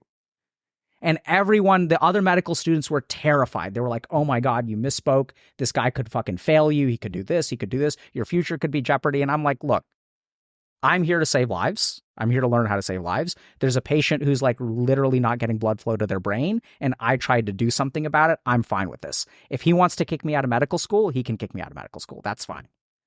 So what I mean by this is like we have all of these like asshole people around us. And how do we be okay with that? You have to be internally okay with it. And this person could have absolutely ruined my medical career. Turns out that they didn't. Right? So they kind of, I think I got enough of the sentence out where they were kind of panicked and stressed, but they like, I said, I can see. And then he was like, when I want your opinion, I'll ask for it. And then he immediately, like within 60 seconds, he like looked at where my perspective was and he found it and he fixed the bleed. But this is what I mean is we have these asshole bosses. The more internally tranquil you are, the better off you're going to be. And just because you're internally tranquil doesn't mean that you have to tolerate the circumstance. So then you make moves, you make changes. It's easy. Right? But it's easy to make a change when you're not like caught up emotionally with your boss being an asshole. Couldn't you say it's easier though to make that change if you have $5 million? Absolutely. So doesn't that seem like a worthwhile pursuit to have a financial cushion to be able to make those changes without the fear of financial security? Absolutely. So I think striving for security is good. I mean, don't get me wrong. But I mean, y'all are asking me, but this is kind of what I found is that you don't have to be mentally suffering or sacrifice to get that financial security. That's the whole point. Right? Like your internal, like, so getting financial security is about external actions. It's not about how you feel on the inside. Does that make sense? If you do the work, you will get the money, hopefully, right? Right? We can't really control it. No. And so all I'm advocating for is that you do all the right things, but the whole point is that if your internal motivation is a desire, is this kind of thing, is a fear even, right? So like if I'm afraid and that's what drives me to save a lot of money, even when I have a lot of money, do you think my fear will go away? To some degree, it might. And then to some degree, it'll still be there because what if I lose it? Yeah. Right? And so that's where, like, ultimately, I think being internally tranquil allows you to free your mind and then be objective and with the way that you live your life. And it makes your decisions actually better. And where would you say that fits with burnout? People who are pursuing something and then all of a sudden they just feel tired of it. Yeah. So burnout, it completely counters burnout. So I'm probably like at this point a specialist in burnout. So we worked with 500 content creators. And content creators get burnt out, and we're really good at reducing their burnout. So here's the thing to understand. Burnout is caused by one thing: extreme effort with a lack of reward. So what causes physicians? So I, as a doctor, so I'll work a 30-hour shift in a hospital, and I'll be fine with it. Like, that's like 30 hours. Just think about that. I'll go to a hospital on Friday at 6 p.m., and I leave like Sunday morning or something like that. So this is almost a week's worth of a normal human being's work that I'm doing in a little, I mean, I can't do it in 24 hours and basically a day and 6 additional hours. And this is normal for us as doctors, and we don't burn out. What burns me out? When I have to talk to an insurance company to try to get approval for a medication for my patient. This burns, like a 30-minute, 45-minute call where I'm sitting on hold with an insurance company creates more burnout than 30 hours of work. And so if you look at the science of burnout, what causes burnout is when someone tries something really hard, is invested in something, and then they don't get it. So if you look at like content creators, why are they so burnt out? Despite all the success that you have, y'all know this, that there's always this voice in the back of your mind that you're never content. And then you do all this stuff, and then these people are fucking, they're stalking you, and they're like, you know, like I'm sure you guys get like internet hate. People are sending you requests for pictures of your feet, you know. And you like that kind of thing, but like, hey.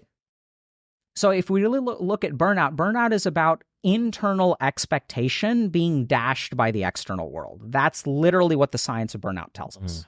So what burns out employees is when they try really hard and then their boss doesn't see their value.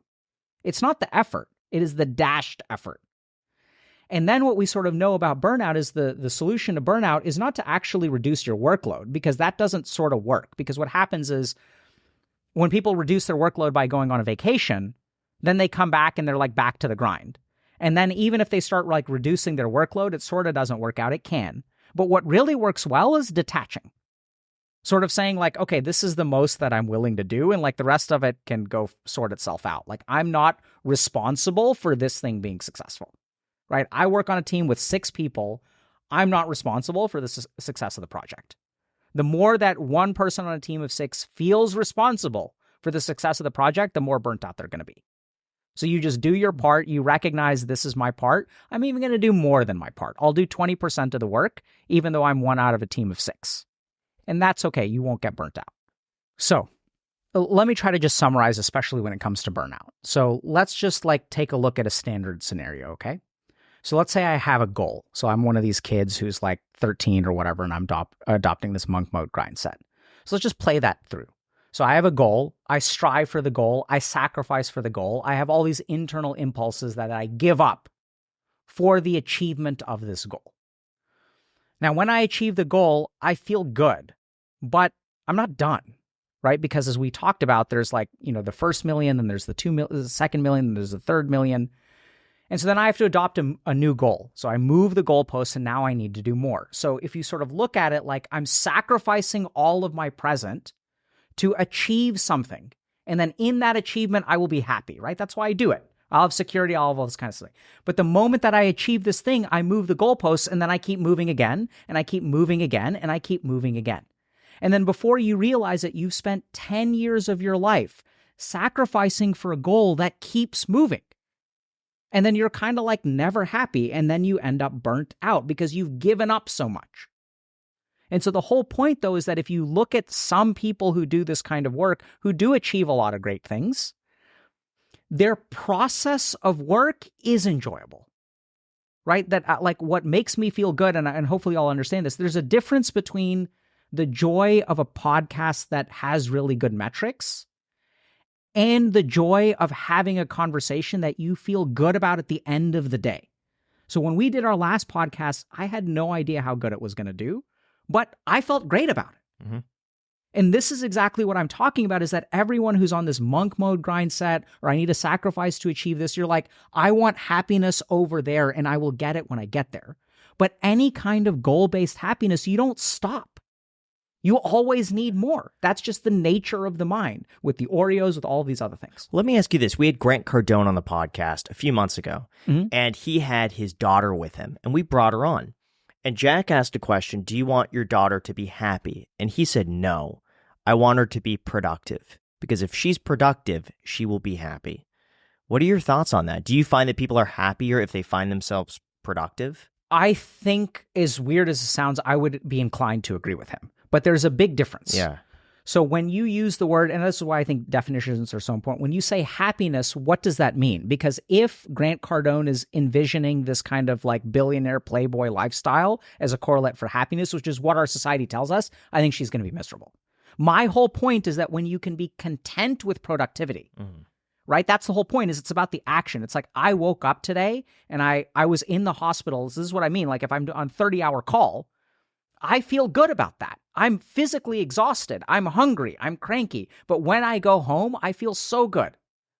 I came here to try to help human beings. And for the last 30 hours, I've done this. All of the sweat and the toil of the last 5 years, 6 years, 8 years that I've spent studying and going to the library and doing all this kind of stuff, all of this has come to fruition because I get to exist in this moment and apply everything that I've learned. That's where contentment comes from. And this is where, even now, I'm quite happy. I'm not even striving for more success. Honestly, I'm not. And yet I'm very productive. And the reason is because, it's, I derive my enjoyment from the process of work. And the moment that you start deriving your enjoyment from the process of work, first of all, you become impervious to outcomes. You also get rid of this crap like comparison, because you can't make a comparison without outcomes. Does that make sense? So all these things, and when they say comparison is the thief of joy, so yeah, because, and how do you get past all that is you focus on the action itself. And you also realize you can't control the outcome. Yeah. And then you get to all this present stuff and stuff like that. Whereas, what I would kind of say for my daughters is that I want them to understand that joy can come from productivity, not the product of productivity. And the moment that you understand that, you will be incredibly productive and you'll be incredibly happy. And this is why I have a problem with the people who say you have to sacrifice, because there's this idea that you can't have both. And in my experience, the two are actually very highly correlated. When you see people who are spiritually developed, right? So you have a lot of these entrepreneurs and stuff who will like meditate and they'll say, I'm way more productive and I'm way happier. We know from studies on meditation that you don't sacrifice happiness for productivity. In fact, the two go hand in hand. That's what the flow state is. It's a state of contentment and a state of high productivity. So our optimal performance actually comes from a lack of sacrifice. It's crazy. So why is it then that we're more afraid of losing what we have than gaining something or winning? So this is great. There's a super cool neuroscientific mechanism. So loss aversion is a very powerful evolutionary, like, psychological feature. So if you look at your brain, this is absolutely insane. So let's say you're anticipating a task. Like, let's say, like, I don't know, just pick something. What are we doing? What's something I'm trying to achieve? 1 million subscribers. Okay, so let's say I'm trying to achieve 1 million subscribers. So this is what's really wild about the brain. So do y'all know when I achieve 1 million subscribers, do you know which part of my brain activates? I don't know how. No idea. Dopamine, nucleus accumbens, okay? So the pleasure that we get from, let's say, an achievement, like 1 million subscribers, that's the nucleus accumbens and dopamine. Do y'all know which part of the brain activates if we screw up? Amygdala, limbic system, fear, anxiety, stress. Okay, these are two parts of the brain. There's the part of our brain that gives us pleasure, and there's the part of our brain that gives us pain. So here's what's crazy. In a hypothetical example, before you achieve 1 million subscribers, you can actually experience pain. Like, so the circuits of your brain, your amygdala, will light up, even with a hypothetical danger. Does that kind of make sense?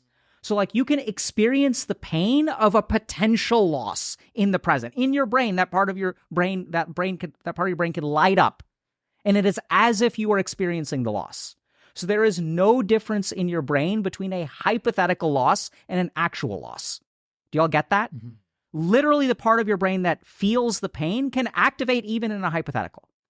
But you cannot activate the nucleus accumbens with a hypothetical. The nucleus accumbens and dopamine, you can't imagine playing a game and get a dopamine rush. But you can absolutely imagine getting dumped and feel the pain of that. So if we look at our brain, it's lopsided.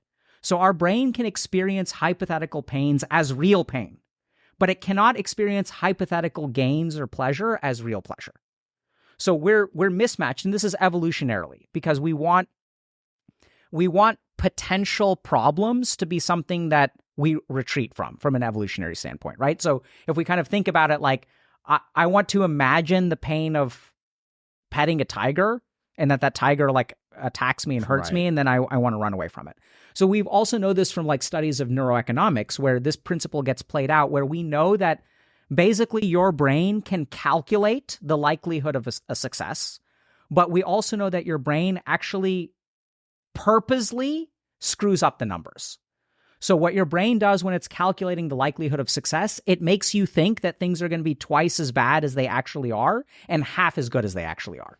And people have literally done experiments on neuroeconomics where they'll do these kinds of things where if I ask y'all, I'm sure y'all are kind of familiar with this, Graham, would you rather have $1 million guaranteed or coin flip? And if it's heads, you get 5 million. And if it's tails, you get 0 million. Which one would you pick? In my case, the heads or tails. Okay. Yeah. Well, you're rare, right? Most people will pick the guaranteed win over the chance of even a probabilistically higher reward. Right. And that's just all neuroeconomics. So this is kind of like, that's the problem, is that the potential losses, our brain does not function. I mean, it functions properly, but it's actually like is not tied to reality. Yeah. Does that answer your question?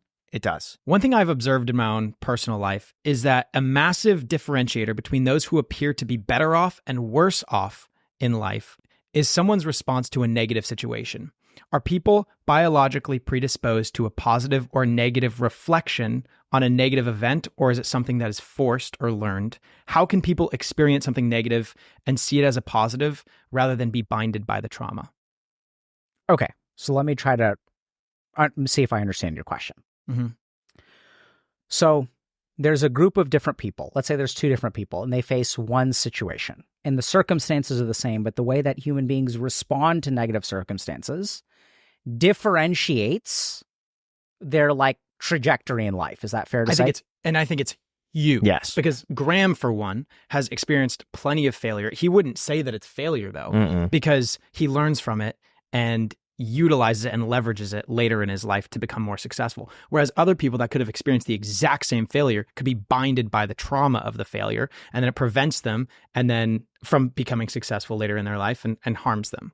And I don't know, like, if it's just arbitrarily assigned at birth, we're like, okay, you're going to be a positive reflector on negative experiences. You're going to be a negative reflector on negative experiences. But I've just noticed two people can go through the exact same thing and reflect on it differently in the future, and it makes wild impacts on their life. Okay, so I'm going to divide this because there's a lot of questions in here. The first is how do people end up different, right? So we can acknowledge that when someone is faced with a setback or a failure, even that, right? So we use two words, but some human beings will refer to it as setback. Some human beings will refer to it as failure, which is exactly what you're talking about.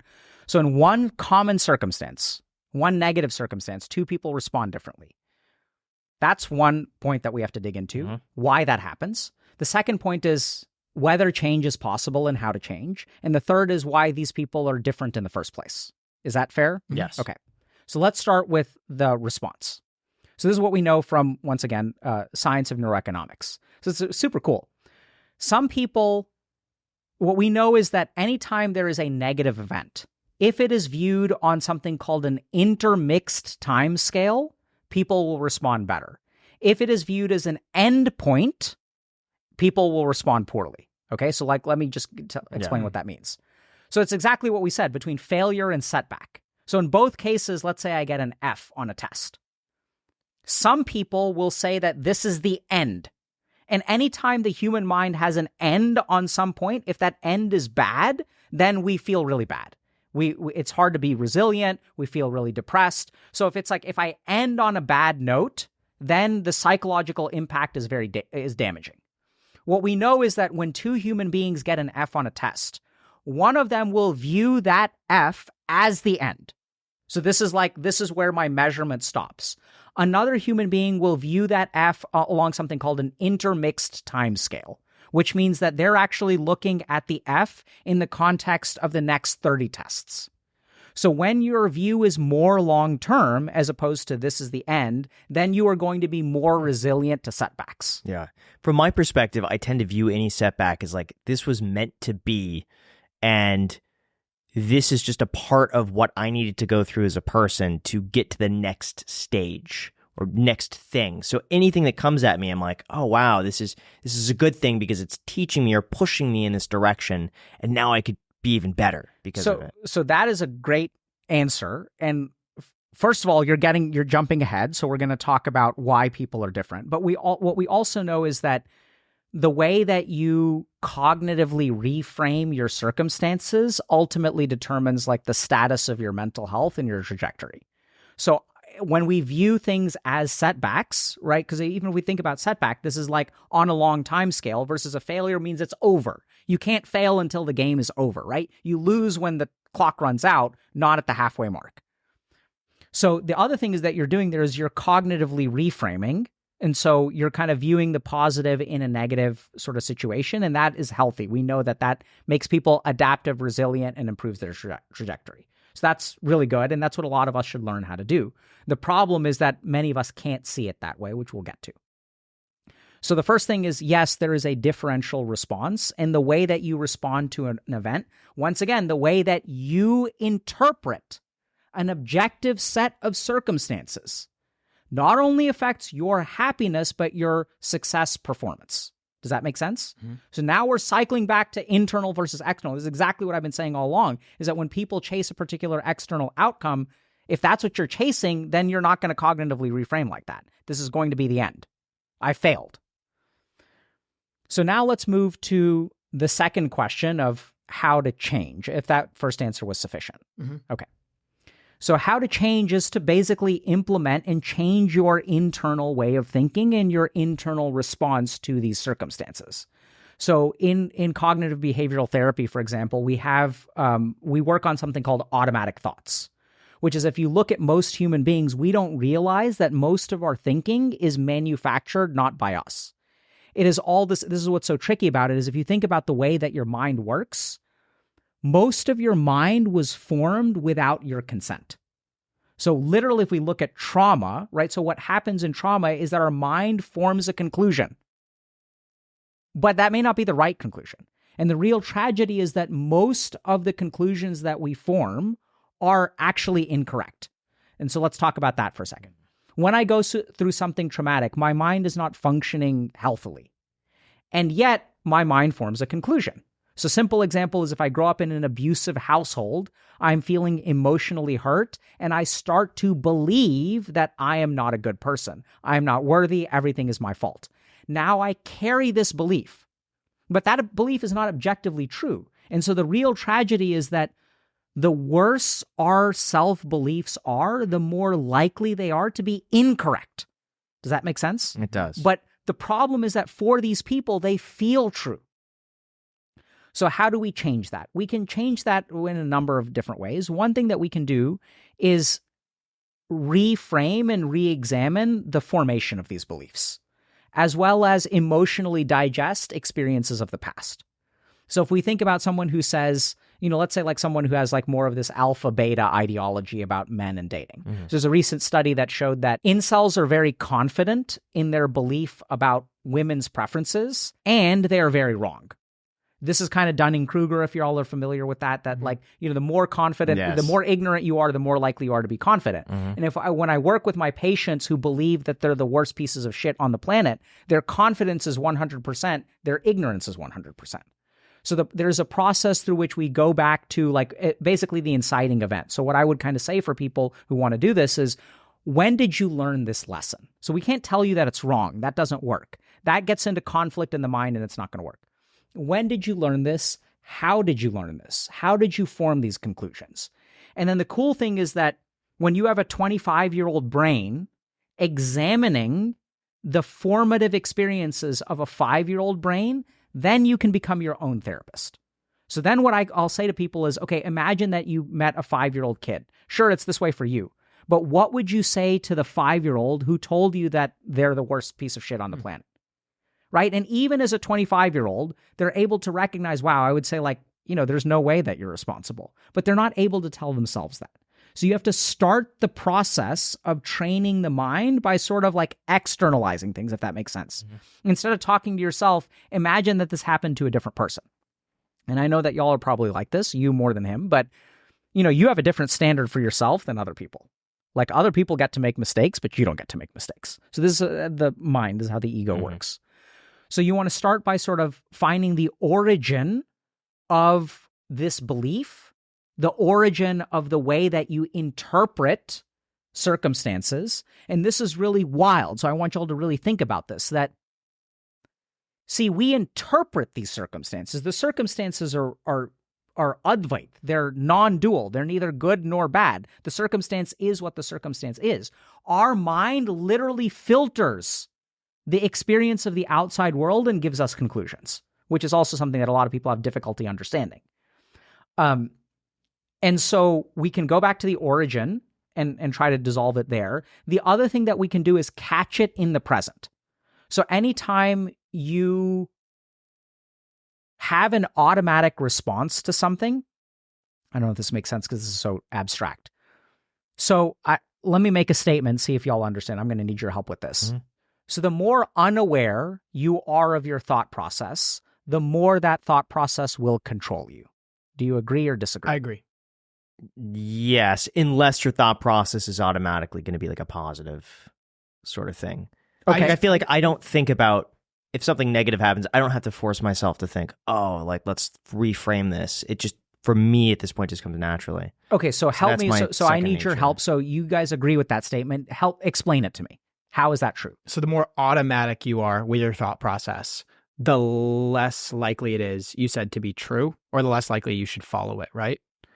The more the more it will screw you up in life. The more it will screw you up. Right. So it's just lack of intention. And I think if you're being intentional about your thoughts and your decisions, you're going to make the right decision. Whereas all the other stuff, if it's automatic, it's usually deterministic. So it's all of the things impressing upon your brain as you're getting older to help you make a certain decision based off of past subjective experience in an objective, universal reality? Okay, so the more unaware you are of your thoughts, the more those thoughts will shape your reality. Okay? So let me give you just a simple example of this. So there's like in the alpha beta world, right? There are these people, and I've worked with a lot of people who are like alphas or whatever, and like red pillars or whatnot. And then are you looking at me, Jack? Come on. So in these situations, you know, they'll say that, okay, like women are like, you can't trust women, like women can't be like counted on. So 100% of people like this that I've worked with, by the way, have a traumatic experience with a woman, like 100%, not 99%, 100%. Which is where they form this belief. Now, so here's the tricky thing is that once they start to believe this, they become, they protect themselves from emotionally connecting. They protect themselves from emotional vulnerability. They learn to not trust. Does that make sense? Because if I trust a woman, I can get taken advantage of. And so then what happens is they start to form transactional relationships with women because I can't form an emotional bond. So now everything becomes transactional. And the moment that I start behaving in a transactional way towards women, it becomes a self-fulfilling prophecy. Does that make sense? So they don't realize that they're falling into this pattern where they are adding transactionality. They're actually bringing it to the table. And if I'm unwilling to ever trust a woman and I'm trying to get something out of them and I'll trade you X amount of money for so amount of sex, right? Not in terms of prostitution, but in terms of I'll buy you this, I'll take you out this, and I want to get laid. If I'm going to take you to an expensive dinner, I better get laid. They'll have all these kinds of attitudes. But what they don't realize is that this is creating self-fulfilling prophecy because any woman who wants an emotional connection will run away from you. And the ones who are willing to play the transactional game are totally fine with it. And then what happens? Now I've had relationships with 10 women, all of who are fine with transactionality.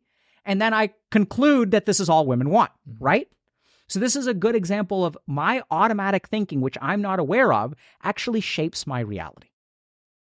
So in terms of what to do with it, all you have to do is be aware of the thought process. You don't even need to change it or fix it.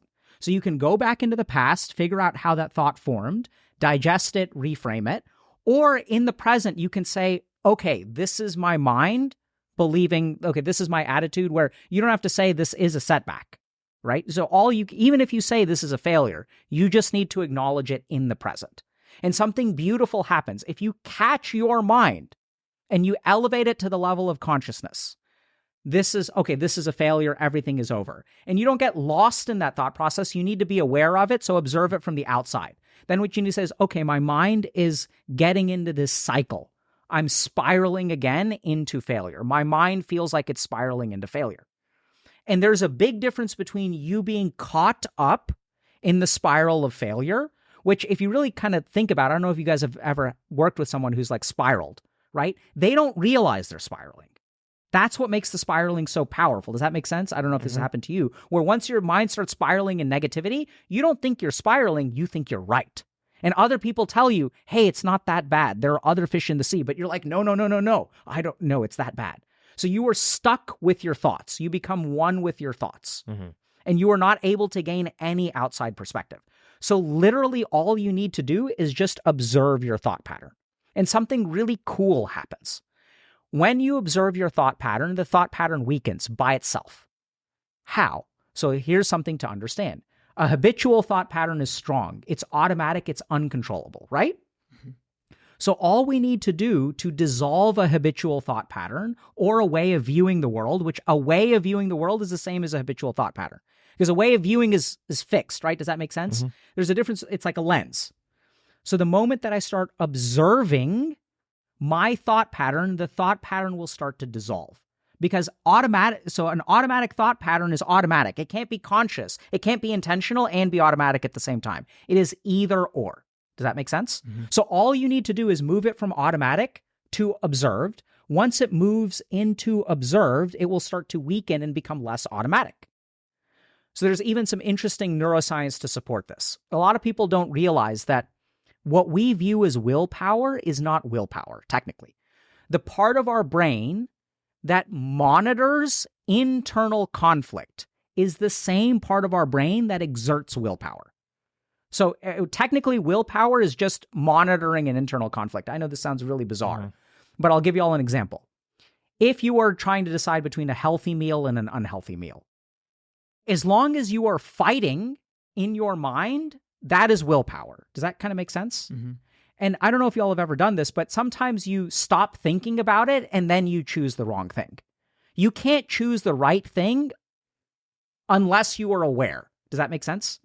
And so it turns out that awareness and willpower are actually technically the same part of the brain. It is the same thing. Subjectively, we experience it as willpower, but objectively, it's the part of our brain that monitors internal conflict. So this is what's really interesting is if you look at people who are addicted, you don't have to get them to win against the alcohol. All they need to do is not stop fighting. And it turns out that not giving up the fight and winning is one and the same. So when it comes to changing our reactions, all we need to do is notice our reaction. As we notice our reaction, the strength of the reaction will weaken. And then it'll be easier to cognitively reframe. Then you can also do like specific cognitive reframing exercises where you catch your automatic thinking, that gets weaker. And as that gets weaker, then you can start behaving more intentionally. And really quick, for all of you guys out there, sometimes I get it, we're too busy to look after our health. With so much going on, we don't want to spend our time waiting in lines, going to doctor's offices, or going to the pharmacy. But our sponsor, Hims, can help. Hims is a 100% online platform that's changing the game when it comes to men's healthcare by providing simple and convenient access to science-backed treatments for erectile dysfunction, hair loss, weight loss, and more. Hims offers an array of high-quality options, including pills or chewable options for ED, and serums, sprays, or oral options for hair loss. And if prescribed, your medication will be shipped directly to you for free and in discreet packaging. No insurance is needed, and you'll pay one low price for all of your treatments, online visits, ongoing shipments, and provider messaging. You could even manage your plan, track progress, and learn more about your conditions and how to treat them from leading medical experts on the Hims app. So don't put off your health problems and start your completely free online visit today at hims.com/ICH. Once again, that's HIMS.com/ICH for your personalized treatment options, or click the link in the description, hims.com/ICH. Prescriptions require an online consultation with a healthcare provider who will determine if appropriate. Restrictions apply. See hims.com/ICH for details and important safety information. Subscription required. Prices vary based on product and subscription plan. And with that said, let's get back to the episode. What are your thoughts on the anti-work movement? So I think the anti-work movement is a product of its environment. So like the anti-work movement is manifesting in different ways culturally, like all over the world. So I think there's something going on. So in South America, for example, or Latin America, it's called NINI. So ni trabajo ni estudiar. So these are people who are like NEETs, not in education, employment, or training. In China, it's called laying flat, and it's like a huge problem. So there's definitely something going on where people are like checking out of this like concept of like a job and the grind and whatever. And I think the reason is because there used to be something that worked and then people basically got taken advantage of. So I think that there used to be a formula for success in the world. And this formula for success was maybe you go to college, maybe you don't even, and then at some point you get a good job, and then getting a good job was some amount of security. That if you went to a good job, they would recognize your value and reward you for it. And then I think what basically happened is we had this unprecedented level of economic success and growth. So I kind of think about this as like, if you were in college in the 60s, first of all, you get to do a lot of like psychedelics in school before everything gets criminalized. You kind of slide into a booming economy through like the 70s and 80s, and then you retire before the 2007, 2008 stock market crash. So you can kind of like, jobs are easy, there's booming economic growth, you've got a nice fat portfolio, and then like, the stock market crash happens. There are all these like once in a lifetime events that we've experienced in the last 5 years. So there was this formula for success, and a whole generation of people could follow that formula and they could end up okay. But I think what started to happen is that people have taken advantage of this. So just like any biological system, when you've got like a nice juicy thing, like there will be predators who will take advantage of it. So I think a good example is that many years ago, the federal government in the United States started guaranteeing federal loans. So if you sort of think about it, if I have an 18-year-old kid and the federal government is like, we'll give you as much money as you need for a federal loan, so you can get loans for college. You don't have to pay for college, right? I mean, you have to pay for it, but with a loan. And then what happens is you look at universities, they're like, well, shit, these guys have a blank check. So what you've seen, I think, over the last 20, 30 years, y'all may know these statistics better than I do, is a huge increase in administrative costs in university. And then you have no like free market. I'm not an expert in this stuff, but you have no free market stuff. So you've got textbooks that are $500 because the kid can pay for it. It's not like the kid can't afford it because you're guaranteeing a loan. And so textbooks become $100, $200, $300, $400, $500. So someone is making a shit ton of money, but it's not the student. And now we have a bunch of people who are in debt. And then people are talking about loan forgiveness, which is fine. Like, it's not my place to comment on whether that's good or bad. The one question that I have is, even if we start forgiving a bunch of loans, what are we doing to control costs? Right? So like, even if you forgive everyone who's in debt now, are you still guaranteeing loans? And are people taking out, is this next generation of 18-year-olds taking out gigantic loans to pay for college? So I think this is just one example of, like people used to, you could trust your employer and your employer would like look out for you. And there was somewhat of like, I think, a collegial relationship. And now what started to happen is everyone is trying to, not everyone, and this is what I think is really sad. So as someone who, we have employees at Healthy Gamer, I don't think that we're like evil corporate overlords. We're not having people like, piss in their bottles and not being able to work. We're like, I think we try to be relatively nice. Mm-hmm. But I think the challenge is that right now, like so many people are taking advantage of these like traditional work environments. And as more people take advantage of it, we have a generation of people who are just checking out. They're like, this doesn't work for me. Like, this is not worth it. If you look at things like, wages, like, for example, teacher wages. So teacher wages have not kept up with inflation at all. And then on top of that, we have this like growing technological crisis where kids are becoming more dysregulated than they've ever been. We also have all kinds of like fear of lawsuits. So teachers cannot discipline kids. And so we're seeing an absolute collapse. I don't know if like people are seeing it like economically, but I'm seeing it on the level of like teachers who are burnt out and like students who are really struggling. Like parents come to me, no one knows what to do. And like the school systems in the United States are getting absolutely screwed. So I think what we're seeing is a whole-scale failure of our traditional institutions. We're seeing this in medicine as well, where like we have all of these like medicine progresses pretty slowly. So if you look at, for example, the average therapist gets 0 hours of training in technology, pornography addiction, social media addiction, video game addiction. But these problems are huge. Like 5% of the population was addicted to video games in 2010, and that's like 9% now in 2020. And the rate is probably increasing. So something is going on where there used to be a formula that worked, which is now no longer working. And so I think the only choice that people have, like it's almost like a trauma response of becoming calloused, right? So anytime you get hurt, like if you literally look at a callus, it is repeated injury that then you lose nerve sensation and you kind of wall yourself off. I think that's what's going on in anti-work, where people have been fucked so many times that they're just like, I'm done with this crap. Where do you feel like the overlap is between that and quiet quitting? Do you feel like they're the same, or do you feel like anti-work is just completely given up and quiet quitting is just doing the bare minimum? I think it's heterogeneous. So I think what a lot of people do in quiet quitting is they recognize that additional effort is not rewarded. So it used to be that like additional effort, and I'd like to think that there are many places left where additional effort is rewarded. Mm-hmm. And so what's happening with it, and now what started to happen is, so what used to happen is, okay, like there are 4 employees, and if you work hard, you will get promoted. And so then the default became everyone is working hard, but you still only get one person who's promoted. And so over time, what that sort of means is there's this interesting pressure where it creates like almost like a game theory kind of situation where I have to work harder than all of my colleagues in order to get promoted. But the harder my colleagues work, the harder I have to work to outpace them. Mm-hmm. So this system was happening. And then employers realized, holy shit, everyone is working way harder than they are paid for. Then what started happening is I think employees started taking this for granted.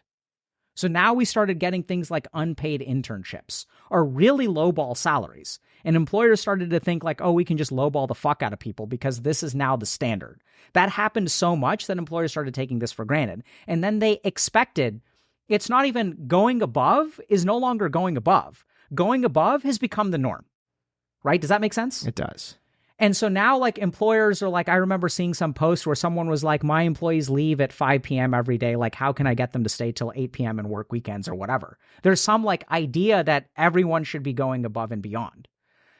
And so then what happens is like, what's the balancing force, right? So then you have employers who are taking advantage of this. And then the only choice that people sort of figure out is, oh, by the way, even if all of us work 50% extra, only one of us is getting promoted. That's not a good mathematical equation. So we balance that by quiet quitting.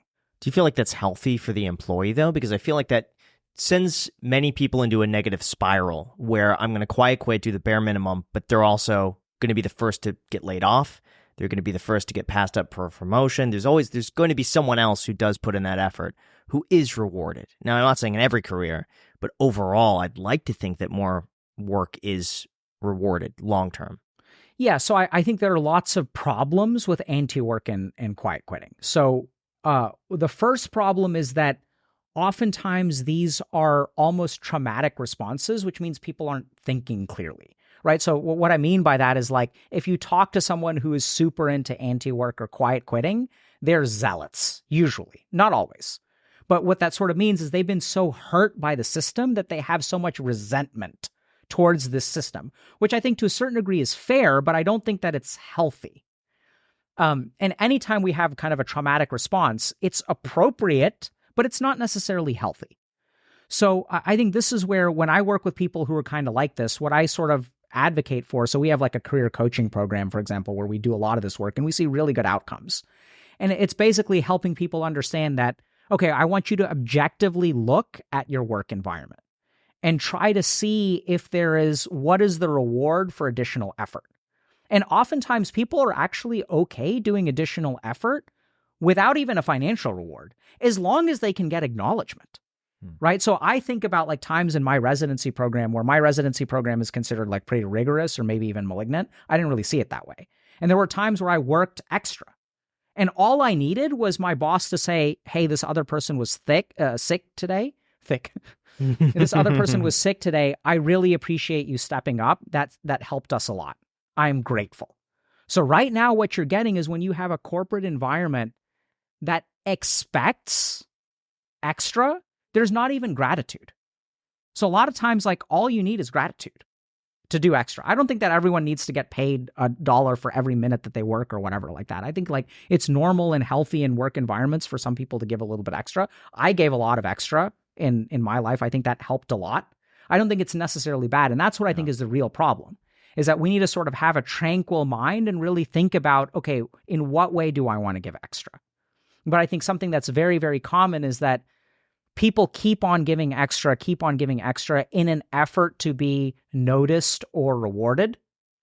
And then as long as you're doing that and you're not like operating from like a clear state of like a clear frame of mind, then I think it becomes problematic. Sure. So I think the other problem with doing extra and not getting rewarded is we are all narcissistic. So if you look at like roommates, for example, so this is where I think the other problem with like anti-work and stuff happens, or quiet quitting, is that everyone thinks that they are working harder than they are, right? So if we're both roommates and there are dishes in the sink, both roommates believe that they're doing 60 to 75% of dishes in the sink, and they think that the other human beings are slacking. So the other problem that we see with this is that sometimes people who think that they're doing a great job or doing a whole lot extra that's not getting rewarded aren't able to see that they're not actually doing that much more. Or even, this is something that I see very commonly, is that there are some employers that are really, really good, and that gets taken for granted by the employees. So I think it's really hard, but like I kind of see different variants of that. I understand that. What do you think about posting their videos on TikTok or online about them getting fired? I mean, I think that the internet is all about righteous fury.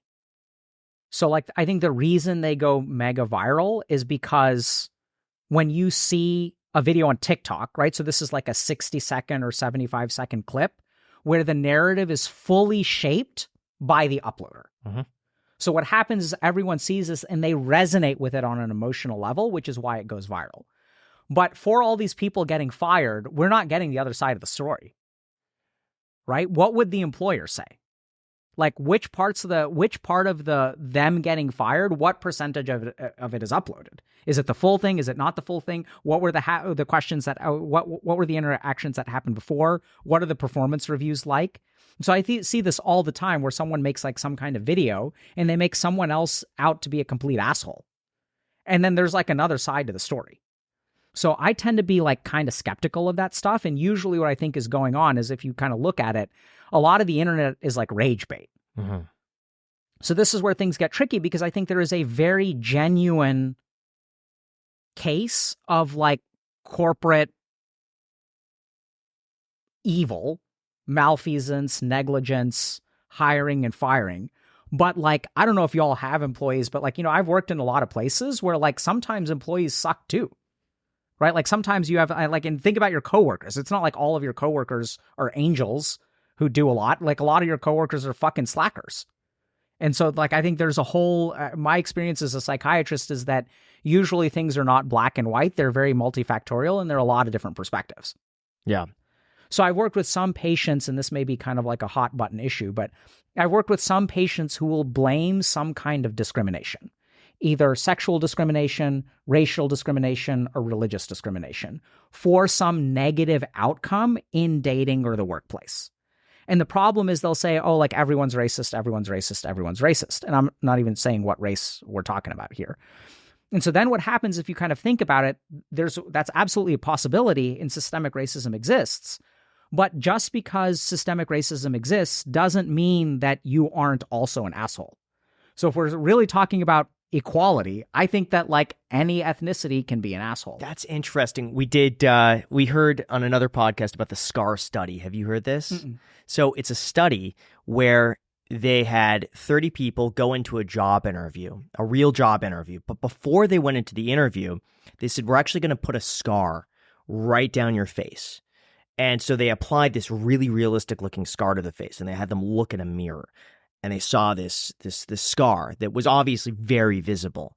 And they were told, you're going to go into this interview with this scar. And then before they went into the interview, they took the mirror away.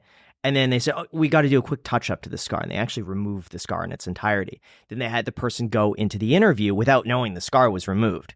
Then after the interview, they said, did the interviewer notice your scar? And almost all of them said, yeah, they did. Do you feel like this held you back? Yeah, it did, actually. Did they make any comments about the scar? And it was like 30% of them, or 40% said they made aggressive comments or insinuated that they were not going to get hired because of the scar. And it was this proof that if you go on thinking something, you're going to find reasons that correlate with that, even though it's not true. Yeah, so this is I think case in point. So I think there's one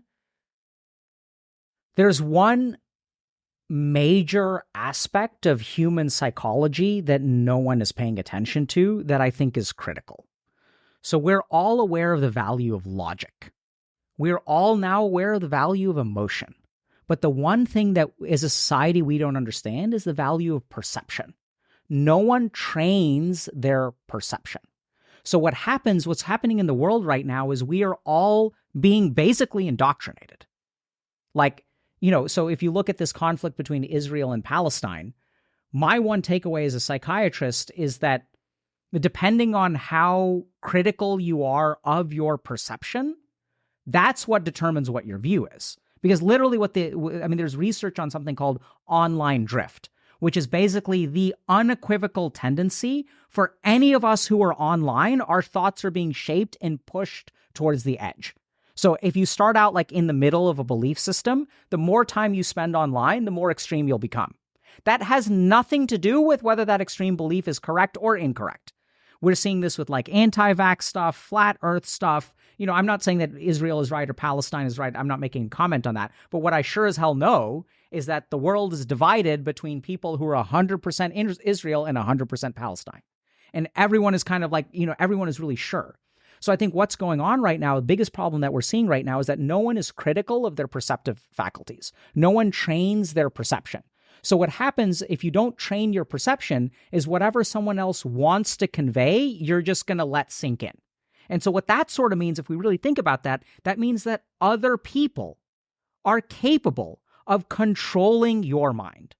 And even though that sounds insane, we've been doing this for years, right? This is what advertising is about. We are going to shape your thinking. We're going to shape the thinking of the customer to try to induce behavior. Advertising, marketing, this is all forms of mind control. And what's happened is that advertising, marketing, neuroscience, behavioral neuroscience, I had a buddy of mine who started this company, a startup, where he had advertisers show ads. This guy is faculty at Harvard Medical School, an expert in empathy research. So he builds a lab where he hooks people up to EEGs, EKGs, skin galvanic conductance. He uses the highest technology that we have available to measure human response. And he hooks people up to all these machines, has them watch ads, has them watch 10 versions of ads, and then goes to the company and says, this is the one that will engage your customers the most. This is the one that you should show. So what we don't realize is that the whole world is getting very good at manipulating our mind. And we don't even realize that it's happening. We think that all of these thoughts are well thought out, right? We'll say like, oh, I did my research. What do you mean you did your research? What is your research? I watched things on TikTok. Like, that's not research. I read things on the internet. Like, were you actually in a laboratory? Like, have you looked at scientific peer-reviewed papers? And not just one. Have you looked at like 200 or 300 peer-reviewed papers on, let's say, like ethnic and religious conflict between Israel and Palestine? Like, because that's really what research is, but no one holds to that standard. So if you look at the yogic system, they say that perception is incredibly important. And so what I sort of find also as a psychiatrist is that altering people's perception is one of the best things that you can do for their trajectory and happiness in life. So I'm told with that SCAR study that the whole point of that was really about a victim mentality, and that if you're told you're a victim, you behave as a victim. And one of the best things that you could do is not call people victims.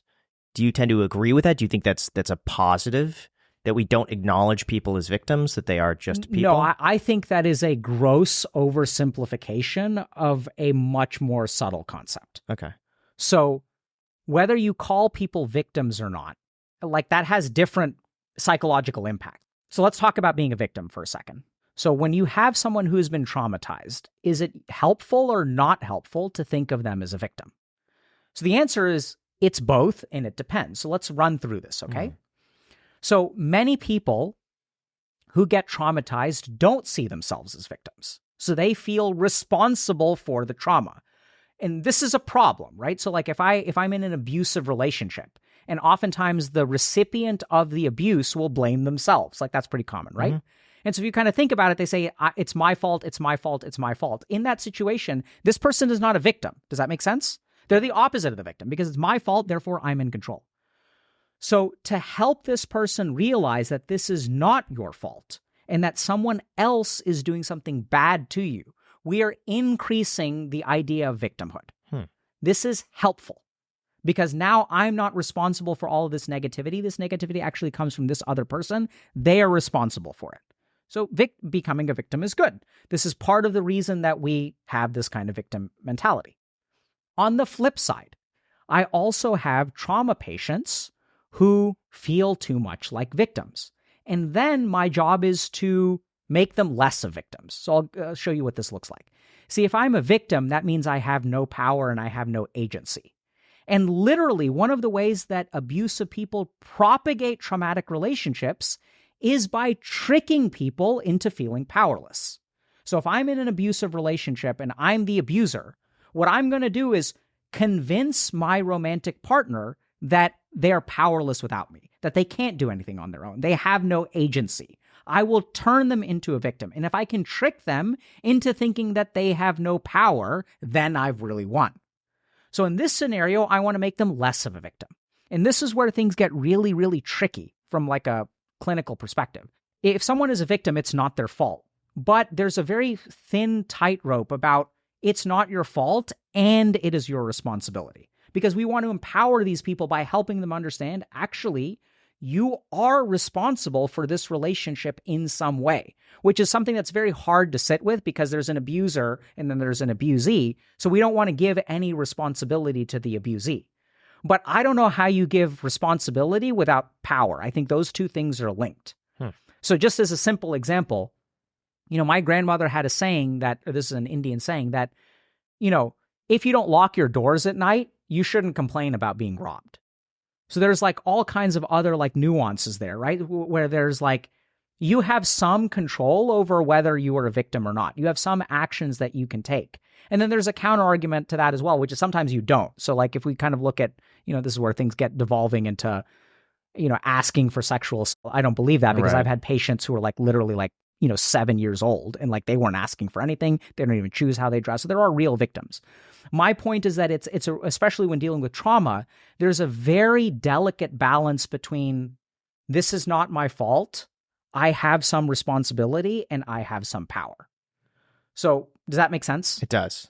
And so that's where when people say, is victimhood mentality good or bad? Like, I think it depends. And it's like a kind of a tricky balance because you can't, in order to no longer be a victim, you need to have power. In my experience as a psychiatrist, is like giving people power is a good thing. So do you feel like people have less power? It seems like victim mentality has increased over the last 10 years. So do you feel like that's because people feel like they have less power over their lives?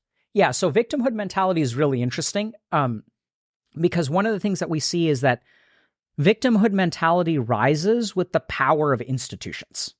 So I'll give you all an example. Mm-hmm.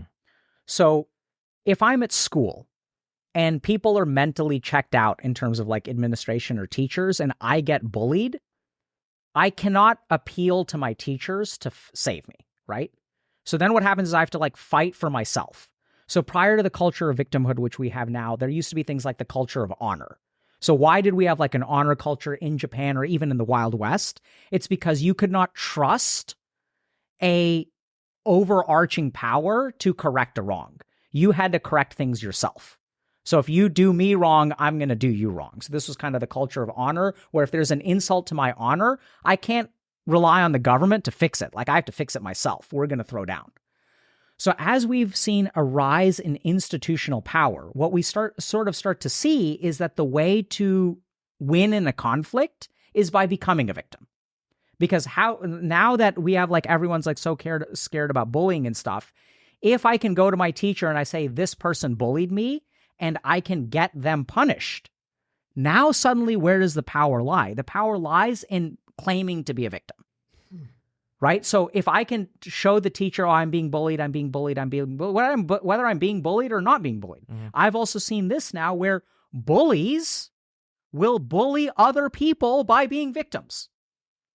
I've seen adolescents who will get their friends to all have a coordinated smear campaign of lying about another person. And they will go to the administration and say, this person has been XYZ towards all four of us. And if they can play the victim card, we protect victims, right? Because victims deserve protection. And then they end up like getting this person expelled or suspended or whatever. And it's actually a form of bullying. So we're seeing that basically one way to gain power with strong central institutions is to play as a victim. That's fascinating. How do you fight that? Or because that seems like a very slippery slope because you want to believe the victim, but if it's abused, then I think it spreads skepticism on all the real victims. Yeah. And then you don't want to go into, every victim and be like, well, are you really a victim? And where do you draw the line on that? So it's really tricky, right? So I think this too is a response to a protracted period of time where we like systematically dismantled victims. So if you look at the Me Too movement, the whole point was that like people were, I remember some celebrity was like on the red carpet or something many years ago. And someone, some entertainment reporter asked this celebrity like a question. She's like, what advice would you have to young girls who are trying to make it in Hollywood? And she was like, don't ever go to like Epstein's parties or something like that. I think it was Harvey, wasn't it? Oh, Weinstein. It was Harvey Weinstein. And so she was like, don't ever, if you ever get invited to a party from Weinstein, like don't go. Yeah. Right. And because he was the one who made a lot of people in Hollywood. So we have this culture for many, many years of suppressing victims or even further victimizing victims. We have this huge power dynamic. So I think we had the Me Too movement, which I think was by and large good, right? Because there was this systematic problem where like we literally had sexual predators in places like religious institutions, entertainment industries that were just running amok. And like no one was doing anything to stop them because they were just so powerful. So that needed to be corrected. And now what's happened is that, so for a long time, victims were not taken seriously. So I think we should take victims seriously. And at the same time, now what's happening, just like any human beings do, is at the moment that you have, once you have like some way to gain power, some people will abuse that power. And one really good example of this is now you have false accusations of sexual assault. And things are so challenging. I've worked with especially so many men who will have false accusations of sexual assault. How do I know they're false? Because they'll even like have recorded conversations or text messages where the person admits that this was false, right? So they'll say like, hey, like, I hope you like it now. Like you dumped me. And I mean, I've seen those text messages from like patients of mine where people they'll essentially have former partners that are gloating. Now, it's very possible that I suppose my patient could have manufactured those to show me and convince me, but we know that there's some false accusations of sexual assault. We don't know how often it is. And so now we're running into a problem where if we're kind of saying like, okay, believe victim, now we have sort of a situation where people are getting judged without any sort of due process. It's like the allegation is enough to destroy a career. And I've worked with people who are simple people like school teachers, like 31-year-old male school teacher punishes a 16-year-old girl for having her cell phone one too many times. And the next thing that she does, she's going to this teacher doesn't understand. He has no power in the relationship. She makes one accusation of sexual assault, his career is over. Right? Like that's what we do. Mm-hmm. And so it's a real challenge because on the flip side, we also have 31-year-old teachers who are sexually abusing their students. So like this is becoming increasingly difficult to navigate. And like I think the problem is that we're kind of like we used to have the pendulum over here. Now the pendulum may be in the middle. I don't know. Maybe it's over there, but it's absolutely a problem. How do you solve that? Is there a solution? Because that seems incredibly dangerous that you could make an allegation like that. It is automatically believed. And even if it's disproven, most people don't care to ever follow up. I think, Jack, you gave that example of Rex Orange County. Yeah, he's my favorite artist, musician. And there were some accusations alleged against him. And I'm in all like the forums and everything in the chat rooms, and everyone's like, I'm never going to listen to him ever again, even though it's just alleged. And they even said, like, even if it comes out false that it didn't even happen, I'm still never going to listen to him because you should like believe all women in this circumstance. And then CCTV footage came out. Turns out it's completely false.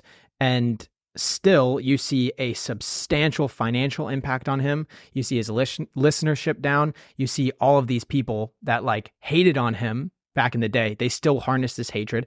And one thing that's really interesting is I was talking to this girl and I told her I listened to Rex Orange County. And this is after the CCTV footage came out, after, I read like the one article that was published absolving him of that wrongdoing. And she was like, well, do you feel weird listening to him? I'm like, no, there's proof that this actually didn't end up happening. But of course, she doesn't know about it because there's millions of articles that are made alleging him of doing this crime, basically making him lose in the court of public opinion. And then when all this stuff comes out refuting that, no one makes any media about that.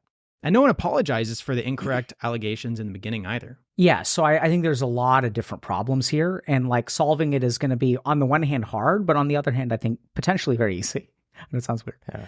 So let's start with a couple things. The first is that there's also a bias on the internet of like corrections don't ever get propagated, but like allegations get propagated. So one of my favorite quotes from Terry Pratchett, if you all know Terry Pratchett, is a lie can get all the way around the world before the truth gets its boots on. That's funny.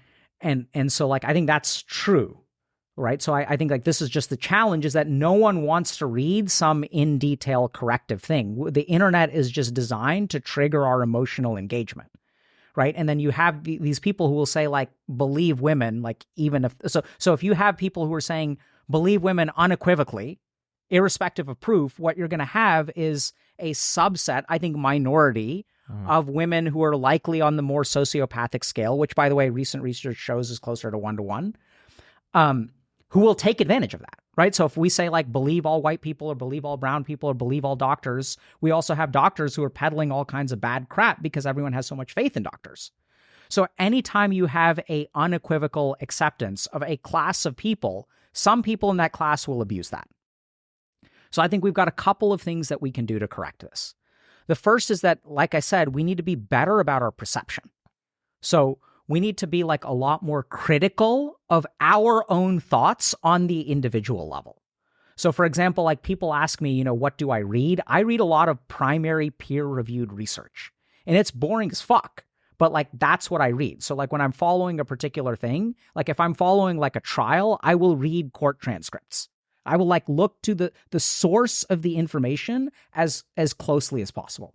The closer you get to the actual source, not some article about it, not some post about it, not some TikTok about it, I think the closer to the truth you will be. But even then, there will be a level of like, because that's just a court transcript and someone could have lied or whatever. So that's one thing. I think the second thing that we need to do is just in general be critical of our thought process. Is that the more sure you are about something, see that this is a problem of sureness. It's a problem of 100% confidence at its root. So the more that human beings question our own beliefs, whether you're anti-work or pro-work or late-stage capitalism or communism or capitalist, whatever, it doesn't matter.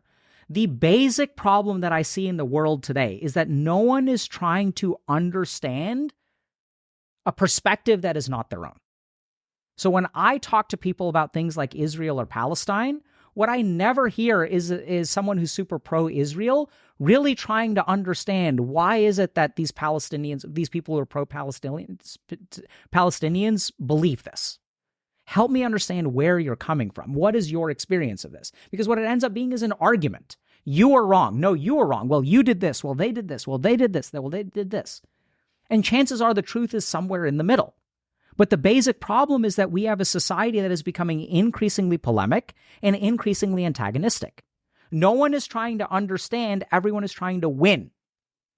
And as long as you are trying to win, everyone's fucked. Because in order for one person to win, one person has to lose. And I've seen this in marriage, like marriage counseling. When one partner wins, the other one loses. It's a loss for the marriage. We all lose. I have a book coming out about video game addiction, and this is where it's get such big pissing contests between parents and child. Kid wants to win, parent wants to win. And man, this gets ugly. When parents and children start fighting, even on levels that they don't know, parent is like, I want you to go to gymnastics and you're going to listen to me because I'm the fucking parent. You're going to do what I say because I know better than you. And kid has no power in the situation, so you know what they do? Psychosomatic illness. Now I have nausea, and it's not fake. They'll start throwing up. If you push that kid, they will end up winning. They become suicidal. It's a power play. I've seen it gets real ugly. So anytime you want to have a relationship, and I think that's what we need, right? Between like liberals and conservatives, like let's understand the other perspective. Instead of just assuming that everyone else is an idiot, like let's acknowledge that on average, this class of people is going to be no smarter or stupider than I am. And let's understand that they're coming from somewhere. So the moment that we start doing that, I think all these problems will go away. Don't you think it's human nature, though? I feel like what you're saying sounds really good, but I think if you try to put it in practice, no one's going to do that. I mean, it might be 1% of people that could actually see a story like that and think critically about it. I feel like even though it's true what you're saying, realistically, people are just not going to do it. People are going to be people. They're going to see the headlines. They're going to feed into the drama. They're going to think, I'm right, they're wrong, and it's going to be a battle. Like, how can we actually make a meaningful change on this? Where does that thought come from? I think that people are just going to be people. I think it takes to have the majority, so if like 51% take what you said and actually apply it, just from everything that I've seen, very few people will actually do anything with it. I think of even our audience, I'd say maybe at this point, probably 40% of people are watching this, probably 35%. So we've already lost. The majority of people who clicked on the episode are still here. And then of those 35, I'd say realistically, 10%. So here's my point, is that I want you to critically examine that belief, which is exactly what I'm saying. Right? Okay. So here you are with a lack of faith in humanity, which is fair enough. You're not wrong. Okay, right, but this is exactly what I mean, right? Is if you pay attention, your instinctive reaction is that's not going to work. But that I guess that's been my experience throughout everything in my entire life has shown me that most people are just going to... Yeah, and you can take someone who's pro-Israel, someone who's pro-Palestine, someone who's conservative, someone who's liberal, someone who's a flat earther, and they will say the same thing that you said. which it has been my overwhelming experience that the earth is flat. They will literally use the same language, right? And here's all the data that I've seen. Yeah. So this is exactly what I'm talking about, is when we have these instinctive reactions, we need to be critical of them. But let me address it. Okay, right? cool. So as a clinician, what I've seen is that I don't trust populations, but I trust individuals. And this is where there's like, if you look at all this data, right? Like, you know, we're looking at, let's say mental health is getting so much worse. There's a crisis, there's all this kind of stuff. And like, even what we've done at Healthy Gamer, we've had a huge, unbelievable positive impact. Right? 5 million people, unique users, watch us every month because they want to be better human beings. The momentum towards this is growing, towards wanting to understand your perception. So we recently launched like memberships, right? And we were like concerned because like this costs extra money, and that too, we didn't realize is so stupid. I didn't realize that the more free stuff is easy to do if you're doing it for a small number of people, but the larger you grow, the more expensive free stuff becomes. And so we started this membership thing, and like we're amazed by how much people are into it because it's really advanced stuff. And so what I'm sort of found is that like don't give up on people. Like don't do it. Like you don't need to change 51% of people. Stop trying to change 51% of people. Change one person. Anytime I do an interview, I'm just talking to one person, and oh, this is pretty cool. Like 1 million people get benefited from this. You and I are having a conversation. I'm not talking to the 35% of people who are still here. I'm talking to you. I only need to convince you. And what we've seen is that if I can convince you, or if we can engage, there can absolutely be a ripple or scaling effect from this conversation, which you absolutely know, right? That's what y'all do. Y'all have scaling effects. You have one conversation with one person and 1 million people benefit from it, literally. So don't give up on people yet, but we'll get to that. Okay. So I think this is what I'm saying is with the internet, we can change one person and we can have a scalable effect at the rate of 1 million. So I think this is also where you're right, because the assumptions that you're making are not utilizing the technology that we've utilized. So when we look at Healthy Gamer, I have faith because I have helped more people in 4 years of doing Healthy Gamer. I've helped literally probably 1,000 times or even 100,000 times more people than I could in a lifetime of clinical practice. Clinical practice, I can help 40 people a week, tops. Right? So like even one YouTube video with 200,000 views is going to help more than that. So I think there's scaling effects that we haven't taken advantage of yet. But let's go back to this. What was your original point, that they're just not going to do it? Yeah, that the overwhelming majority are still going to be people. And that even if we reach 1 million people, it's 0.2% of the U.S. population. And that it's not enough to make... It's part of human nature. Yeah, like you're going against the grain. And what is... Like ascribe their belief system to themselves. They want to identify with a certain set of beliefs and feel attacked when their belief system's attacked because it's a part of their... You're right. So we have one really, really good thing going for us. This would be an unsolvable problem, except for one difference, which is that human beings are probably the best living organism on the planet that has the capability to go against their own nature. So if you look at like my favorite example of this is vegan dogs. So you'll have all these people who raise like vegan dogs, right? And they're like, oh, they don't even like meat anymore. And they'll do some kind of experiment where there's like meat and there's like vegan food. And then the dog, even if they've been eating vegan crap their whole life, they'll go to the meat. So if you look at like what really separates humans from other beings, and this may not be biologically true. I mean, who knows? Like maybe even dolphins can do some of this stuff. We don't really know, right? But one thing that I've seen human beings do time and time and time again is go against our nature.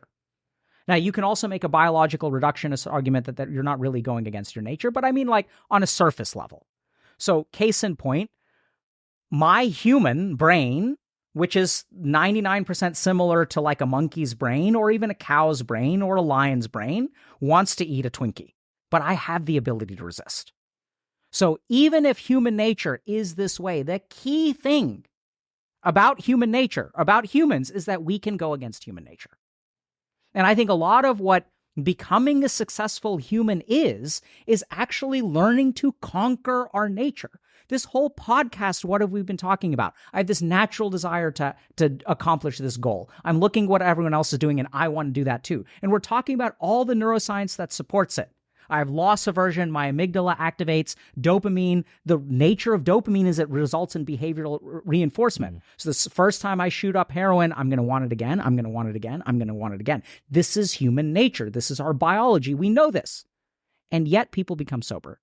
And yet people conquer video game addiction. And yet people conquer porn addiction. And yet people who hate each other and are racist and who've been conditioned to be this way because we are tribal by our evolution, we can fight against that. So I have hope because we have something within us that can conquer our own nature. Now, once again, you can make an argument that that too is a part of our nature, but even if you make that argument, then we can still overcome human nature. So that's the second thing, right? So I have faith that we can do this. Next point that I would make is that y'all are saying even if we affect 1 million people, that's not enough. Yeah, you're right. If the 3 of us affect 1 million people, we haven't transformed the world, but we've definitely we've affected way more than 3 people. But if 3 of us can affect 1 million people, all we need is 0.1% of the population, right? If we can change 0.1% of the population, and this is what I've seen as a clinician, is that if you can take one human being who's been traumatized and has low self-esteem, and you can help them believe in themselves and learn to love themselves, the ripple effects that you will see are astronomical. Right? This person who used to be, I had a patient who was addicted to opiates and started to write dystopian fiction and became a therapist and amazing human being. And transforming this person now has a clinical practice where they see 40 people a week. Mm. And they write fiction through which they're very successfully writing dystopian fiction, which is resonating emotionally with millions of people. And so I made one alteration in one human being. So don't underestimate the power of a single human being. Well said. I appreciate that. Yeah. And that's where if we're not careful, we'll slip into this automatic thinking of it's 0.1%. Well, who the fuck made you responsible for 100% of the population, bro? If you can affect 0.1%, that is an overwhelming victory. So how do you... I feel like we're so caught up in these certain agendas and thought processes and automated thinking. And every single time we bring something up, you're like, well, it's not necessarily that way. And you provide a slam dunk. Graham throws you the alley-oop, you catch it in midair, double-handed 360 slam dunk. Yeah. How do we reframe our mind to be able to be doing the dunking rather than the alley-ooping? So you've already done it. You see what you just did? Now you've risen against meta. I don't know if this makes sense. I don't know if anyone's following. It does. This, it's awareness. Right? Yes. Yeah. You gained awareness. Oh my God. So originally this thought process was automatically accepted and we debunked that. I'm not right, by the way. You guys know that, right? Graham may be right. I could be wrong. I'm not saying I'm right. So we did that once. We did that twice. We did that 3 times. And now we're off to the races because you've said, hold on a second. How do I no longer need Dr. K to do this for me? And the moment that you ask that question, now you've truly boarded the train of change. So now you've started to realize, holy shit, this is a pattern of automatic thinking in my mind. How do I fix this pattern of automatic thinking? And I know it sounds crazy, but that's the most difficult step. Do you think social media is a net positive or negative? In this day and age, probably net negative. I would tend to agree with that. I agree. So I think what's happened with social media is it's kind of back in the day, there was a doctor who discovered that we could put cocaine into cough syrup and opiates into cough syrup. And it's cocaines are great neural stimulants, right? So they'll help you stay sharp. So anytime human beings develop something, it tends to run a little bit wild and we recognize the benefits before we recognize the dangers. But over time, thankfully, so far, the human race has discovered the nuclear bomb or the hydrogen bomb or whatever. And we dropped a couple, right? And then we were okay, this is maybe not a great idea. And maybe we'll still end a nuclear war. But I think we're doing this thing where technology has infected our world like an invasive species and it's grown out of control. And we have not utilized technology for mental health promotion while we've utilized technology for mental health decay. And so as we start really understanding how to harness technology for humanity's benefit, that's when things will start turning around. Do you think we're destroying our minds by doom scrolling? Yes. I tend to believe that when you talk about the nuclear bomb, I can't help but compare that to social media today. Yes. And it seems as though that is our mental nuclear bomb that we're going to realize 20 years from now how detrimental it is, even to put a child in front of... Not 20 years. We already know. Yeah, absolutely. But we're not doing anything about it, it seems. It seems like individuals on a small scale might delete certain apps or limit their scrolling, but it seems on a wide scale, it's so prevalent. It's so prevalent, but we are doing something about it, right? So I think that just to give you a couple of examples. Yeah. So the American Psychiatric Association has an app advisory committee. So the American Psychiatric Association is starting to develop guidelines for like healthy usage of apps, or I think that what they're doing is developing a advisory for people who want to make mental health apps. So there are institutions that have been slow to start, but they're doing good work now. I recently met some of the co-founders of, I think, Moms Against Media Addiction, right? So there are other grassroots movements. There are some policy changes that are starting to happen. So I think right now, like, basically technology like got a head start, and like humanity is like starting to turn the corner, I hope. Or at least we're moving towards turning the corner.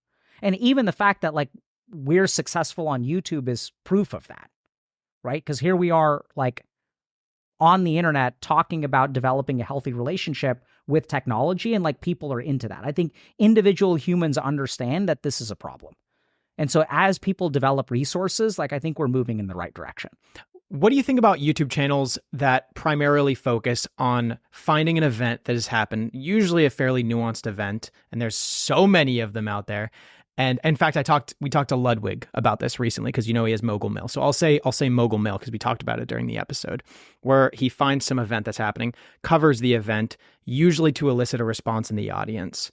That sort of whole niche on YouTube. What are your general thoughts on that? I mean, I think human beings love to know what's going on with other human beings. So like, I mean, would I say that I don't think Mogul Mail is bad. Like by any means. I mean, I think there are worse versions. Like, so I think generally speaking, human beings are looking for commentary on things that are going on. And we as human beings are very social creatures, which means we love to gossip. So, 6,000 years ago, gossip involved like us like sitting around a fire and maybe going for a walk. And I'm like, oh, did you know that Jack did this? And like, Graham, did you know that Jack is selling pictures of his feet and like this kind of stuff? And then what happened is we had things like, I guess, like National Enquirer or whatever. Like we have these gossip magazines, and then we just have the most recent incarnation of drama-oriented channels. And in the same way that we had these magazines, these tabloids, right, that would like pick particular people, offer a completely unnuanced view, crap on them. We literally have paparazzi that will follow people around and try to find the one unflattering picture, which they will sell. There will be an appetite for this stuff, so people will make it. I think that the internet just amplifies. So I think that like, the signal that we get from like the internet is going to be more potent than what we get from a tabloid. So I don't think that they're healthy. And at the same time, like that's kind of like, it's just scratching an evolutionary itch. So I don't think that they're good. And I think oftentimes these people are like quite toxic because they will be, especially some of the ones like, so I've worked with a lot of creators who will have, some of these channels, like actually a couple of them are now banned because they are so insightful of like harassment. So they'll say, oh, this person did this and they're so terrible and they're taking advantage of this and they're doing this. And then like all the angry people on the internet will then go and harass them. So I think that they're bad, but I think they're also like human nature. Here's a good question. Is a creator responsible for their audience? I don't think you can be responsible for another human being, but I think that all human beings are responsible for their actions. And so we should think as creators about the implications of our actions. So I think that you should, as a creator, you should behave with responsibility, but I don't think you can hold a creator accountable for like something that one of their diehard fans does. What you can hold a creator accountable for is what they say, right? So if I tell my audience, hey, this guy is an asshole and I think they suck, like it would be nice if someone did X, Y, Z, right? So like I think what we're responsible for are our actions. And I think that especially with creators, I mean, there's so many strange parasocial relationships. Like I've had people like who are like actively psychotic, like show up at my house because they thought that I was sending them messages over the internet. And I don't think I'm responsible for that person's behavior. So I don't think creators are responsible, but I think every human being, because if you kind of think about it, right? So if we say that the creator is responsible, does that mean that the member of their audience is not responsible? Does that make sense? It does. So I think that we're responsible for what we say, but I don't think you can hold us. And if I tell someone in my audience to go dock someone, then that's a different story, because I should be held responsible for what I do as a creator. Do you see any issue with the violence that's so prevalent now on Instagram Reels? Well, I don't know I don't know. Jack's the only one who gets this algorithm. I'm not the only person. I've never seen it. People watching this podcast know exactly what I'm talking about. I've never seen There's it. going to be, I'm going to say, like, I'm just going to throw out guesses here. 60% of the people have no idea what I'm talking about. 40% know exactly what I'm talking about. There is an algorithm that you get on Instagram that just like every fifth reel is some heinous, disgusting, graphic, gore-filled video of some evil thing happening in the United States. And these have tens of millions of views. And people they like the videos, they engage with the videos, and then you go to the comments and every single one is like day 135 of seeing someone die on my Instagram feed.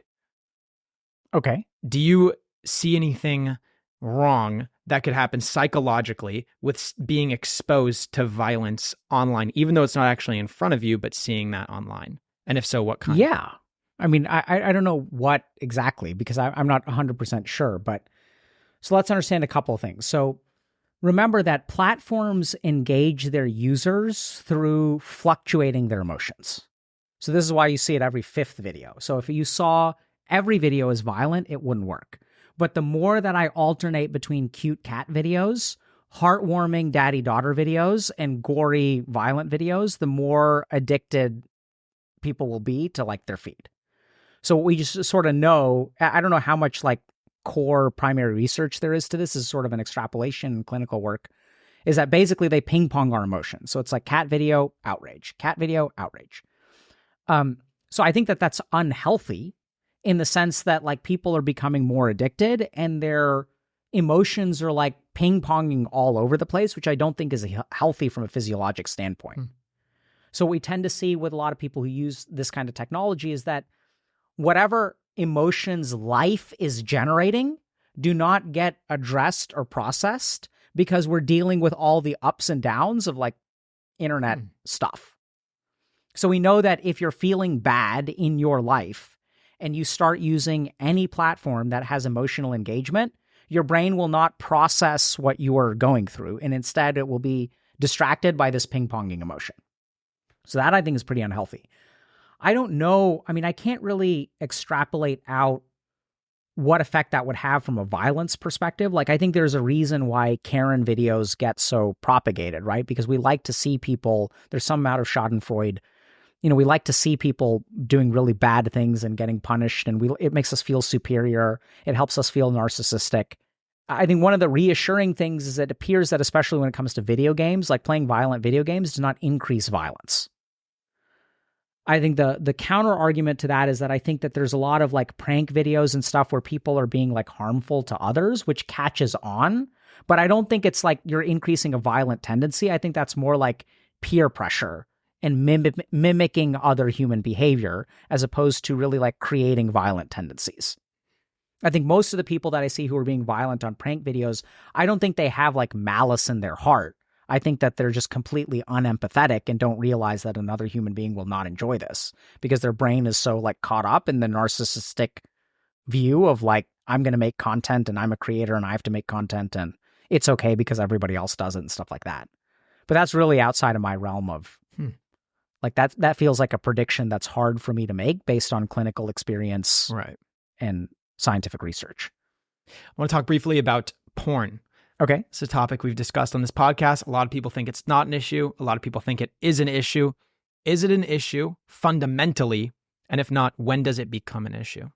What do you mean by fundamentally? Just exposure to porn, period, is just bad for your brain. You're feeding yourself whatever positive hormonal influences or whatever from this thing online that you're seeing, and potentially maybe just even one exposure could have this other effect where you're like, okay, well, maybe I don't need to pursue a romantic relationship, or maybe you're in one and just exposure to one can be dangerous to that relationship that you're in, versus like, you can do it casually and then at a certain point it becomes a problem. So I think the first thing to understand is that just like anything else that can be addictive or harmful, an individual's relationship to it can be highly variable. So I am not of the mind that porn is unequivocally harmful. So I do think in some ways, like from a spiritual perspective, I think it's harmful. But from like a physiologic, neuroscientific, or like hard, like mental health perspective, I don't know that it is unequivocally harmful.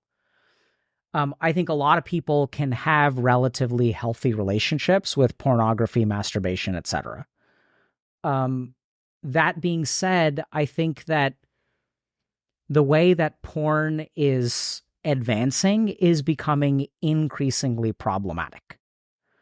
So if we look at some of these like interesting studies, what we see is that the reason pornography is getting worse is because they are tapping into this neuroscientific principle called a supranormal stimulus. So if we look at our brain likes certain things and it dislikes other things. So what human beings have figured out is we can take the natural level of like and we can modify it in some way that hyperactivates our physiology. So a good example of this is something like high fructose corn syrup, or like, saturated fats. So what people will literally do in laboratories is they will like mess with saccharides or sugars, and they'll mess with fats until they can create something that is more delicious than anything you will find in the natural world. This is where Twinkies come from. Now, what's happening is people are doing this with pornography. So if you look at the trend in pornography, it is becoming more. More what? More everything. Like the dicks are getting bigger, the tits are getting bigger, like the colors are getting brighter, the sounds are getting louder. It's becoming virtual reality. It's becoming more immersive. There's more jiggling. There's more like all kinds of stuff is getting like enhanced. The second thing that we're having is we're having a really good way to scratch whatever itch anyone has. So it used to be that we were all protected by the fact that there was not the perfect porn for me. Like we're limited by the amount of pornography production. But now what's happening is that we have so many people making so many different kinds of porn that you can sort of scratch your brain in the 8 or 9 specific places that are genetically and like developmentally just work for you. So I want like feet pics, plus this, minus this, minus this. So we're starting to develop such niche pornography that like it is getting even more engaging. Okay? Right, Jack? Right. Why are you asking me? Right? For me? I'm going to ask right for you. So then the next thing that we're starting to do is, one example of that is if we look at something like OnlyFans. Now we're adding a layer to pornography that we've never had before. Parasocial relationship. So you can have people who've been obsessed with, let's say, celebrities, politicians, musicians, pornographic actors or actresses. So you've always had human beings who are obsessed. But now, so if you look at the slice of human beings that are obsessed with someone that you cannot ever interact with, that slice is pretty small. Enter OnlyFans, enter parasocial relationships. Now I can interact with this person can interact back. So this starts scratching the brain's need for a social connection. Like, in order for us to have a social connection, there has to be, or it doesn't have to be, but the more interaction we have, the stronger the social connection becomes. So with OnlyFans, we're seeing, I've seen, unfortunately, this is like really scary. I've seen a lot of like troubles in marriage with like, it was one thing, I mean, there's a certain amount of insecurity that sometimes partners can have with their partner watching porn. Like, why can't I satisfy all your sexual needs? Sometimes, honestly, the answer is because you're not willing to do the sexual things that I want. And, that's something that we don't really say very often, right? Because you're a pervert for wanting these things and I don't want to indulge you. So that's part of the reason that people watch porn, because partners are not willing to offer what someone wants, so then they get it from somewhere else. But now what we're starting to see is I've seen a lot of like marriages really get rocked by like the social and emotional connection and the financial connection to a particular OnlyFans creator, right? Or other whatever pornography delivery system we use. And so now like you can be unfaithful to your partner by engaging with this person, by paying this person, and things like that. I think there's a lot of like predatory behavior going both ways. So there's a lot of like abuse of people who are pornographic content creators, but then there's also a lot of like taking advantage of people who are like lonely and isolated and have money, and you're sort of like paying for affection. So I think it's getting like super toxic and very predatory as well. And this is what we know is that, see, the more like itches I can scratch in your brain, the more addictive something is going to be. So if we look at video games, there used to be no community element. But as video games have added a community element, now like they're more addictive. So this is what we're seeing with pornography. So things are getting worse. And we're like scratching those itches more profoundly. I think we're ruining more brains more quickly. There's very little regulation around pornography. So the access to pornography is going through the roof.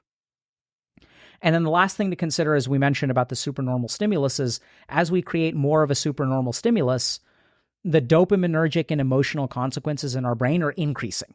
So as I watch pornography that is supranormal, my brain acclimatizes to that, and it becomes difficult for me to engage in a healthy sexual or romantic relationship. I'm guessing your general thoughts on porn in a relationship are not black and white, as far as like you can watch it in a relationship and the relationship's still healthy, as well as you can't watch it in a relationship, the relationship's still fine. It's probably more a case-by-case basis. You would be right. I want to know your thoughts on, and I'm guessing it's probably going to be very similar to open relationships. So you can be with a partner, married, as well as exploring other romantic relationships with other people. I'm guessing your thought process is it's not black and white. Is that true? Yeah, so I don't think it's black and white, but generally speaking, this is what I will say. I think I don't think anti is the right word. I think the general conception of polyamory and things like that being good and okay, I think it probably harms a lot more people than can make it work, is what I would say.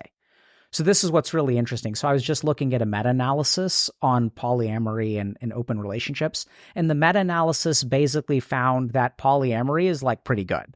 People feel mentally better, people feel physically better, people feel more fulfilled. So like they basically showed that the data suggests that polyamorous relationships are positive. So you can look at that meta-analysis and you can say, wow, polyamory is good. But there is such a catastrophic misstep in the research, which is that these people are studying polyamorous relationships. So can y'all detect what the catastrophic bias in the research is? Yeah. They're only getting the people where it works. Exactly. So this is a nuance which I think will be lost on the internet. No, I've seen very few or no studies of people who tried polyamory for whom it was a disaster. So this is where, from anecdotal evidence and clinical evidence, this is what I see a lot more of, is that one partner has some kind of dissatisfaction in the relationship. So if I'm dissatisfied in my relationship and I say, let's open the relationship, why? So that I can have my desires satisfied. Remember what we said about being a slave to our internal desires? That's a bad thing. And so then what happens is, instead of fixing the problem in my relationship, I bring a third person into the equation. And as someone who's done a fair amount, small amount, honestly, of things like couples counseling, making a relationship work with two fucked up human beings is hard enough. The moment that you add a third person to the equation, it becomes exponentially difficult. And then, like, we don't really have good... I'm not saying that it can't work. And I've worked with some people who have successful polyamorous relationships, and like, I think, I'm not going to comment, but there's some people who used to be poster children for successful polyamorous relationships, which will then sometimes fall apart. So I don't think we really have good data on really what the impact is, but I suspect that there is a very vocal minority of people who are able to succeed in polyamorous relationships. I think succeeding in a polyamorous relationship is probably objectively harder than succeeding in a monogamous relationship, is my guess, just because the emotional bandwidth required is different. But I've seen it done for sure. The challenge is that we don't really have good guidelines. The other challenge is that we will use polyamorous relationships as masks for like other unsavory things. So if I, just as an example, like I said, if I'm unhappy in my relationship and I open up my relationship, I'm not actually solving the problem. So if I decide that I'm not sexually satisfied and I'm just going to start a polyamorous relationship, oftentimes what I see is that one partner is basically forced into it, right? Where like they feel like guilty for not saying no. And especially because now we're making such a value judgment on polyamorous relationships as positive that like if you're anti-polyamorous relationship, you don't want your partner to be fulfilled or whatever. I've seen some really bad examples of this, bad in the sense of like harmful, of like, partners who will come out as even gay. So they're in a heterosexual marriage and they'll like come out as gay. And then, so they want to start having homosexual relationships outside of this heteronormative marriage. And then if the heterosexual partner who's married is not in favor of that, they're viewed as homophobic, right? Which I think there's a different perspective, which is that, hey, we agreed to do this thing. And I recognize that that's not what you wanted, or that's not who you are, which is totally fine. But like, this thing may need to end. Like I think there's a different perspective of like, there's just, it's weird. Right. So I think there's a lot of weird value judgments going on with it. But we'll see. I think what we sort of know, my take is that human beings are probably supposed to be something close to serial monogamists. So it's not that you have to be with one person until the end of life. But we have to remember that, that the for majority of human history, human lifespan is like 35. Like 35, right? So until death do us part used to mean like maybe 20 years on the top end. So I think we're sort of moving beyond our evolutionary constraints in terms of what our lives are, and we're starting to see some changes related to that. Do you think porn is creating incels? Or is contributing to that sort of behavior? Yeah, for sure. Can women be incels? Yes. The original incel was a woman. The person who coined the term incel, the first incel on the planet, was a woman. Could you explain this? Yeah. Tell us the backstory on this. I know nothing about it. So the term incel, the person who invented the concept was a woman. So she said, I'm involuntarily celibate. And then, much like much of society, the men showed up and took it away. Right? So then so the first, and now we have femcells, right? Which are female incels, which is really bad cultural appropriation because the original incel was a woman. It's messed up. So I think there was someone who had some kind of website or something. And so she was talking about being involuntarily celibate, and the original incels were a group of women. And because if you kind of think about it, right, there's also this premise that, women can get laid whenever they want to. So there was a group of women who were like, we can't get laid whenever we want to. We get rejected by men. This is not nice. This is not good. And then some dudes showed up and were like, fuck yeah, let's go. They should have just hung out. I know. Just imagine there was a match there. Got the job done. You can't get laid? Me too. All right, let's... Everyone says that. It doesn't work like that. Everyone is like, why don't the female incels and the male incels get together? And it's because oftentimes, if you look at incels, they have standards that are unrealistic. And this is where the pornography comes in. So I think there's also all kinds of weird shit. Like, I can't really comment from a peer-reviewed literature standpoint because now we're getting into the dark corners of incel psychology that come from clinical experience. And if you look at pornography, there are so many themes of male dominance, abuse. I mean, we even have pornography, which is like visibly abusive, right? And so like when you have someone who has a lot of resentment, and I'm assuming a male incel watching a certain kind of pornography that is usually heterosexual, there's a lot of like weird, it's hard to describe, but there's sometimes like angry sex is like very engaging. And so that it's almost like some people feel this resentment towards a group of people, and watching these people get sexually demeaned is very gratifying. is very validating, is very like resonating, is kind of what I would say. But I don't know that that applies to all incels or even the majority of incels. We're talking about like, you know, asking someone who is an incel when you watch pornography, like, what do you like about it? And some people that I've worked with will say like, you know, it feels righteous to watch, like this is unfair. And then there's also some amount of identification and aspirations of like, I want to be the dude with the big dick that is doing this to women because I'm so angry at women. I want to slap them around. I want to do this and things like that. So like there's a lot of fantasy component too. On the topic of relationships, this is a question I've had for a super long time in my life. Is it ever appropriate or right if you have power over someone else, or maybe you don't have power over them, but you know that you can make a decision for them that you think would be better for them to do that? Or is it just asking them questions and eventually praying that they come to the realization that they need to do a certain something to make themselves better off? So can you make a decision for your partner even if they don't want it? Let's say you're talking to a girl, okay? And you don't think that you're very good for this person, but she's fine for you. Okay. But you think they would genuinely be better off with you out of their life. Okay. You can make that decision to say, hey, I'm cutting this off. I'm not good for you, even though you're getting pleasure from it. And they think they're getting pleasure from that.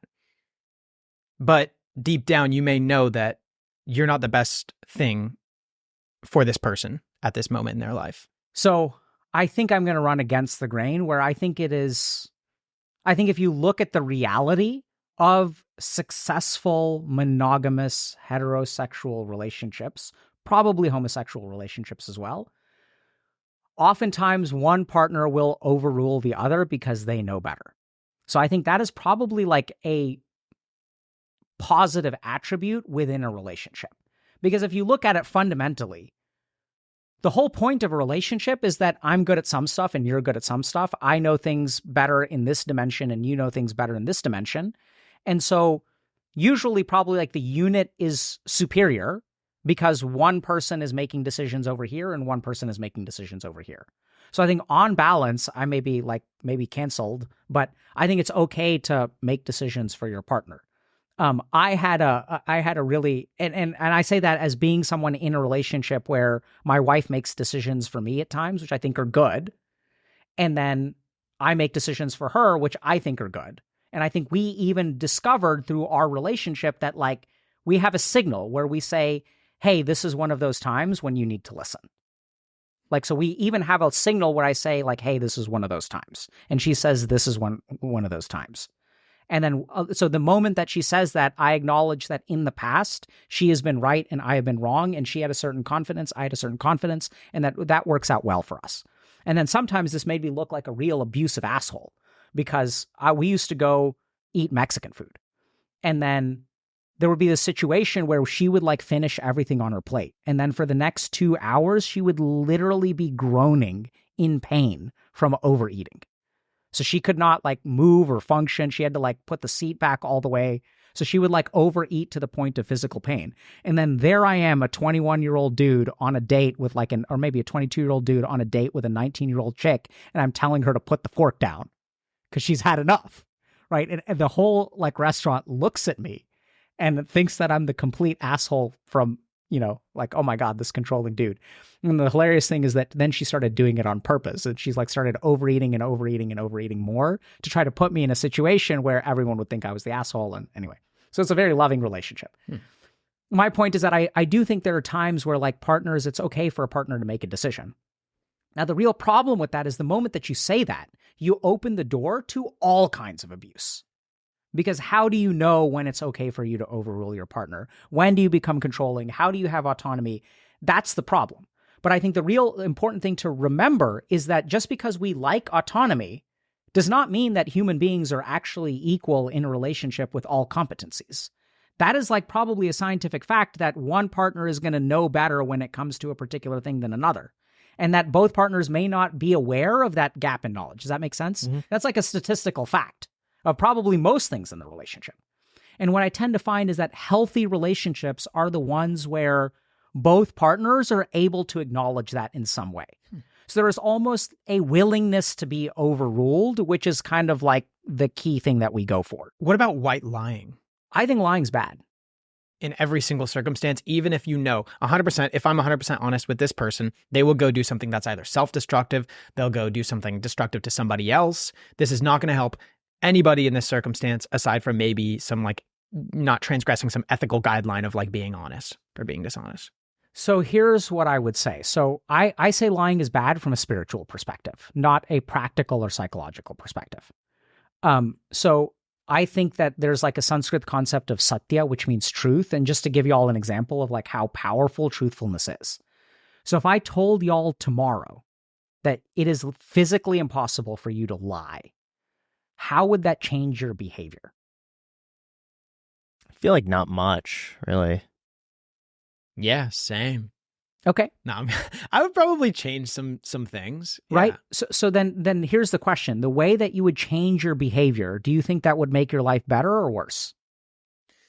I don't know. I feel like worse. I feel like mine would be pretty much the same. Okay. Yeah. So in my experience, see, why do we lie? We lie to try to avoid conflict. Yeah, sure. So even more than that, avoid consequences or literally to control others. Right? So if we look at it, if I tell you the truth, you may behave this way or this way. But if I lie, I narrow the possibilities of your response. So if you really look at it, why do we lie? We lie to control other people. Literally, duh, right? It sounds weird when I say it like that, but anytime you say, okay, like I'm going to lie to my partner about having an affair so that they don't divorce me. Mm-hmm. So I'm taking choice away from another human being every time I lie to them. So what I found, the more truthful I've become, is once you commit to truth, you cannot do any of the things that you have to lie to protect, which is usually a good thing, in my experience. Now, we're going to get to your point, because what about negative consequences and white lies and lying for the protection of others? So I can see why your life may get worse. But in my experience, committing to truth is, generally speaking, a very, very good thing. I agree. Right? So then, like, so I remember, I used to lie about fast food, because I felt embarrassed. And my wife would ask me, she's like, oh, like, what did you eat? And then, because she's like making dinner, but I had fast food at 3 p.m. And I'm like, oh, fuck. And so I was like, yeah. And then, so if I really think about it, but like, if I lie about fast food, it makes it easier. See, we usually lie about things that we shouldn't be doing, bluntly, right? Mm-hmm. And so then if you kind of think about it, if you stop lying about the things that you shouldn't be doing, that means that you stop doing them, if you really commit to truthfulness. And so I tend to find that there is a very positive impact to committing to satya or truth. But this is a spiritual lens. This is about not what you're talking about, right? So your example is a little bit different.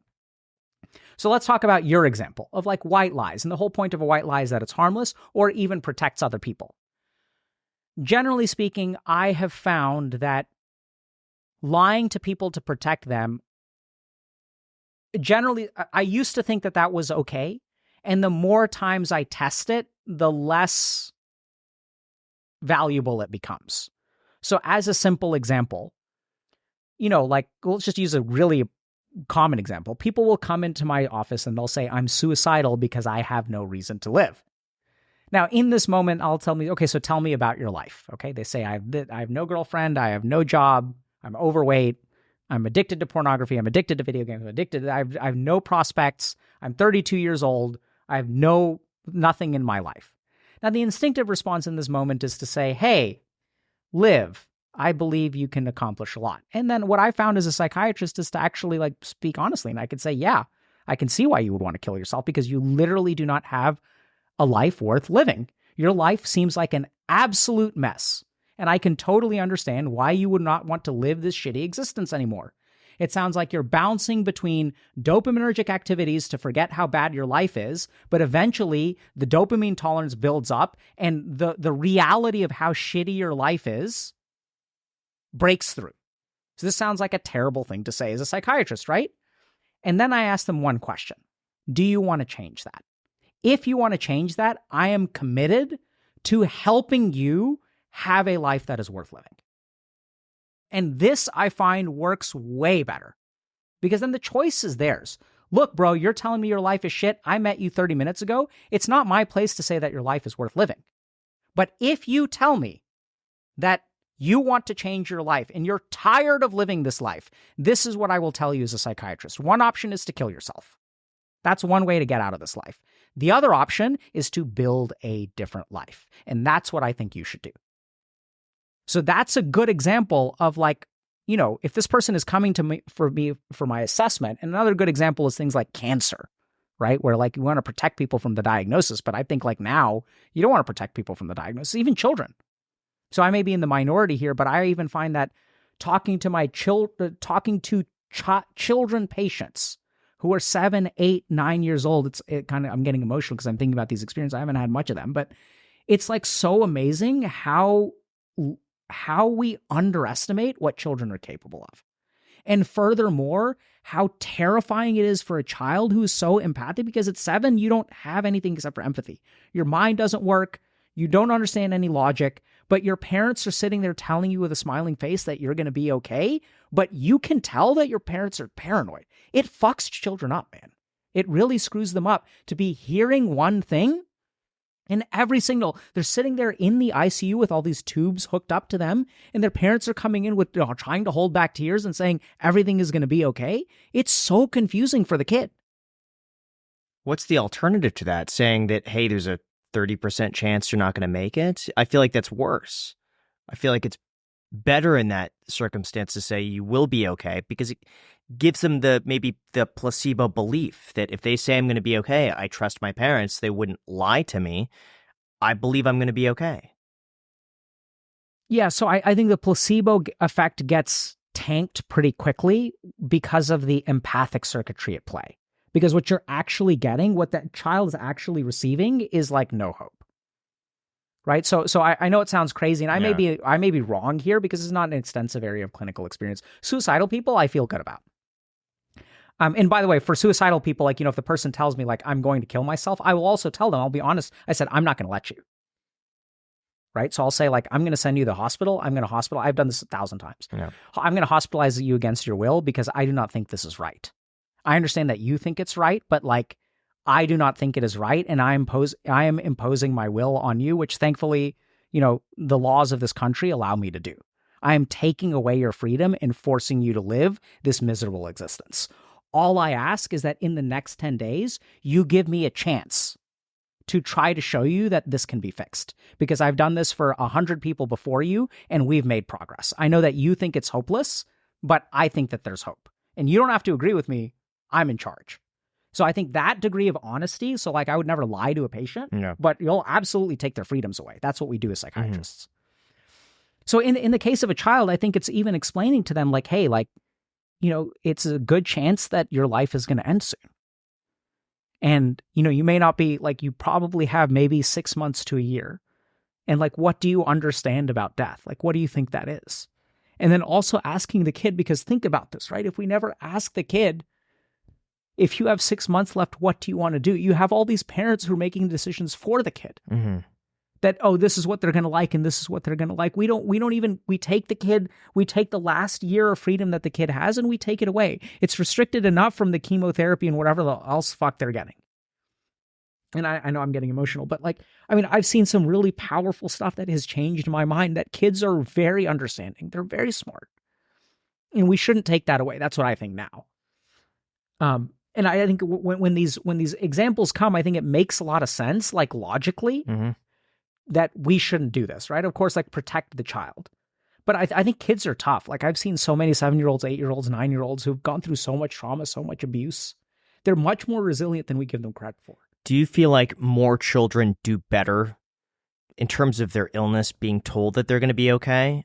Or they do better being told, here are the chances, here's the reality, what do you want to do? So in the case of oncologic patients, I really can't answer that question because I'm not an oncologist, right? So my sample size is incredibly small. Yeah. And also my involvement with these children is as a psychiatric consultant.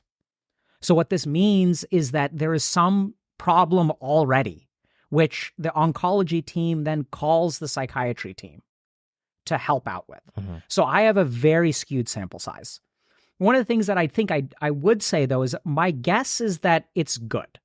So if you look at the field of palliative care, the field of palliative care is a specialty of medicine where these are doctors that help people die.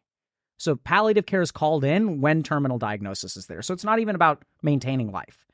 And generally speaking, the vast majority of palliative care physicians that I've worked with I don't think I've ever heard a single one say, like, you should lie to a patient.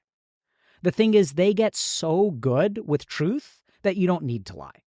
That's another thing that we sort of slip up on, is that we're not good at telling the truth. Like, we don't practice it. We don't know how to do it properly, which is why we lie. And like, kids start lying at such a young age, right? So we get very bad. Think about it this way. If I have a hard truth that I need to say, and I dodge that by lying, I'm never going to get good at telling hard truths.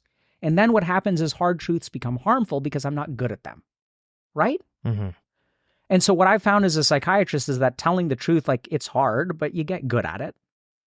And then, like, it works out pretty well. How do people accept that they're going to die in those circumstances, or that they have a high chance of not making it? Like, to me, if I'm told something like that, I don't know how I would be able to cope with that.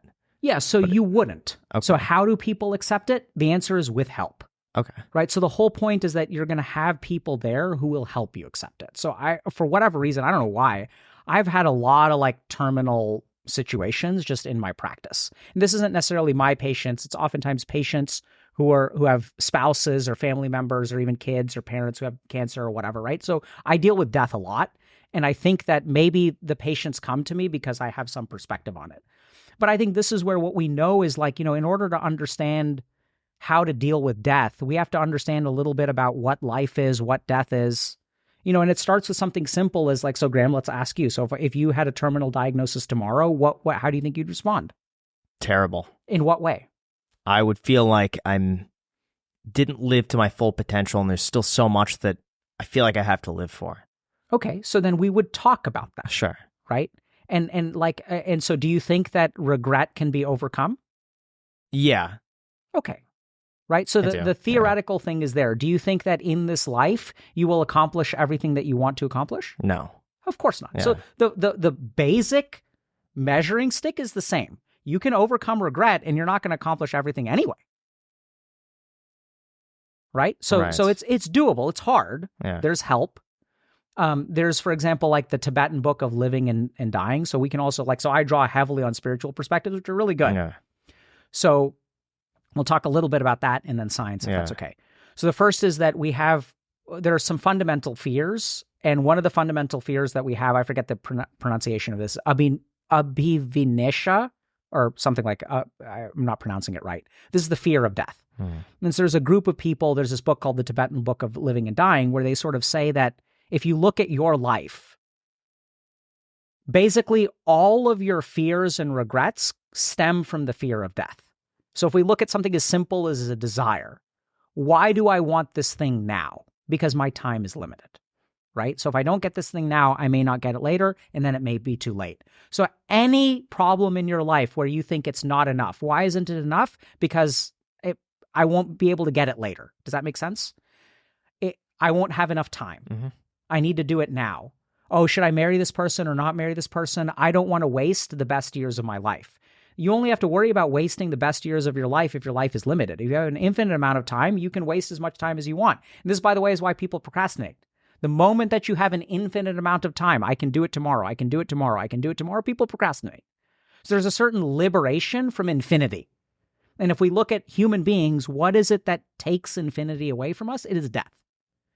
So once you understand and conquer your fear of death, all of your other fears or problems will melt away. This is sort of the theory behind the Tibetan Book of Living and Dying. I think it works pretty well. So then they have a whole process of kind of overcoming that. So I think that works from kind of a spiritual perspective. From a practical or scientific perspective, what we know is that having an internal compass to make sense of life is protective against death. So for some people, this is God. For some people, this is the theory of reincarnation. And even you can be an atheist. It doesn't matter. You just need to have some understanding of life that includes death in some way. And I've worked with people who are biological reductionists or atheists who are very comfortable with death. And they say, this is just what I get, right? So I'm going to accomplish as much as I can. I am stardust. I'm a speck in the universe. In the grand scheme of billion years, I'm completely insignificant. So what does it matter? The whole point is you can believe in God, you can believe in reincarnation, you can believe in biological reductionism, but you as a human being should be centered in that belief. And that you can absolutely get people to. And it starts with something as simple as what I told you, which is that, are you going to get to do everything that you want in life? No. And is there some way to deal with regret? Yes. So since they're theoretically possible, now it just becomes a matter of degrees, right? Does that make sense? It does. And so it's doable. What role do you think religion plays in that? And how important do you think it is to be spiritual or be religious? So, great question. So I think that religion is a easy way for people to get a compass in life. So remember that the scientifically important thing is that you have some kind of comprehensive and internally consistent system. Does that make sense? These are the two requirements that you need. So it has to account for everything that happens, and it needs to be non-contradictory. So that's really all you need. So generally speaking, we used to use religion as a pretty packaged way of getting and receiving that. Also, if we look at different cognitive temperaments, some people are more devotional by nature. They're more faith-oriented. They're less questioning, less logical. It doesn't mean that they're like illogical. It just means that in the value system of what's important to them, they're comfortable with not knowing. They're comfortable with faith. So religion is good in that way. But I don't think you need to be religious. And in fact, we've seen that with like atheism and things like that. It's just an easily packaged set of beliefs. We know that religion is protective in a lot of ways, right? Because it does give us this compass. It gives us resilience. Religion is also associated with a lot of positive mental health benefits that may not be due to the beliefs themselves, but congregations, community, a place to go, someone you can confide in, being able to talk to God. The other scientific advantage of religion is that it's usually speaking the way that we offer meditative practice. So for the majority of human history, meditative and concentration practices were accomplished through religion. So you'll have the Hasidic Jews who will like rock back and forth, which has a whole physiology associated with it. So I think if you look at religion, there's a lot of very concrete benefits to it. I think in the world that we live in today, you don't necessarily need religion. I think spirituality, I don't even know how you define that. So I tend to define spirituality as that the pursuit of that which is non-material and also non-mental. So if we look at like layers of existence, I believe that there is a material layer to existence, there's a psychological layer to existence, and then there is, or energetic layer to existence is a better way to put it, and that there is a consciousness layer to existence. So the exploration of that third dimension is the practice of spirituality. That I think is very helpful. But once again, you don't necessarily need it. You can have religion, you can have spirituality, you can have neither. How does seeing so many people in crisis or so much tragedy throughout your life, because if you look at the concentration of just your world experience versus Graham or my world experience, you have a very strong concentration of so much like negative stuff just due to your profession. How has that affected your own personal life, and how do you keep an abstraction so you don't let that in? Yeah. So first of all, I don't try to keep it out. So I know it's kind of paradoxical, but I think it's had an overwhelmingly positive effect on me. And I think it'll have an overwhelmingly positive effect on most people, assuming they're able to maintain some degree of tranquility. So I remember when I was in med school, I asked my mom, because I had this case of a pediatric patient, pediatric oncology. And so I asked my mom, who's a pediatrician, like, how are you able to do this? Like, because it was so emotionally raw and like so sad. And it's like kids, right? It's like dying kids. And she was like, well, what I like about pediatrics is like they get better. So she was telling me that she had a patient who had basically been run over by like a tractor. Okay. So like not a car, like a tractor. So some part of their body, leg or something like that. And she was like, yeah, he's going to be okay. Because like kids heal. Like they're still, their brains are still plastic. Their brains are still growing. There's like all kinds of like kids will heal. And so I know it sounds weird, but we think that a lot of this negativity, like how do you deal with the negativity? So I actually find that it's some of the best like success stories.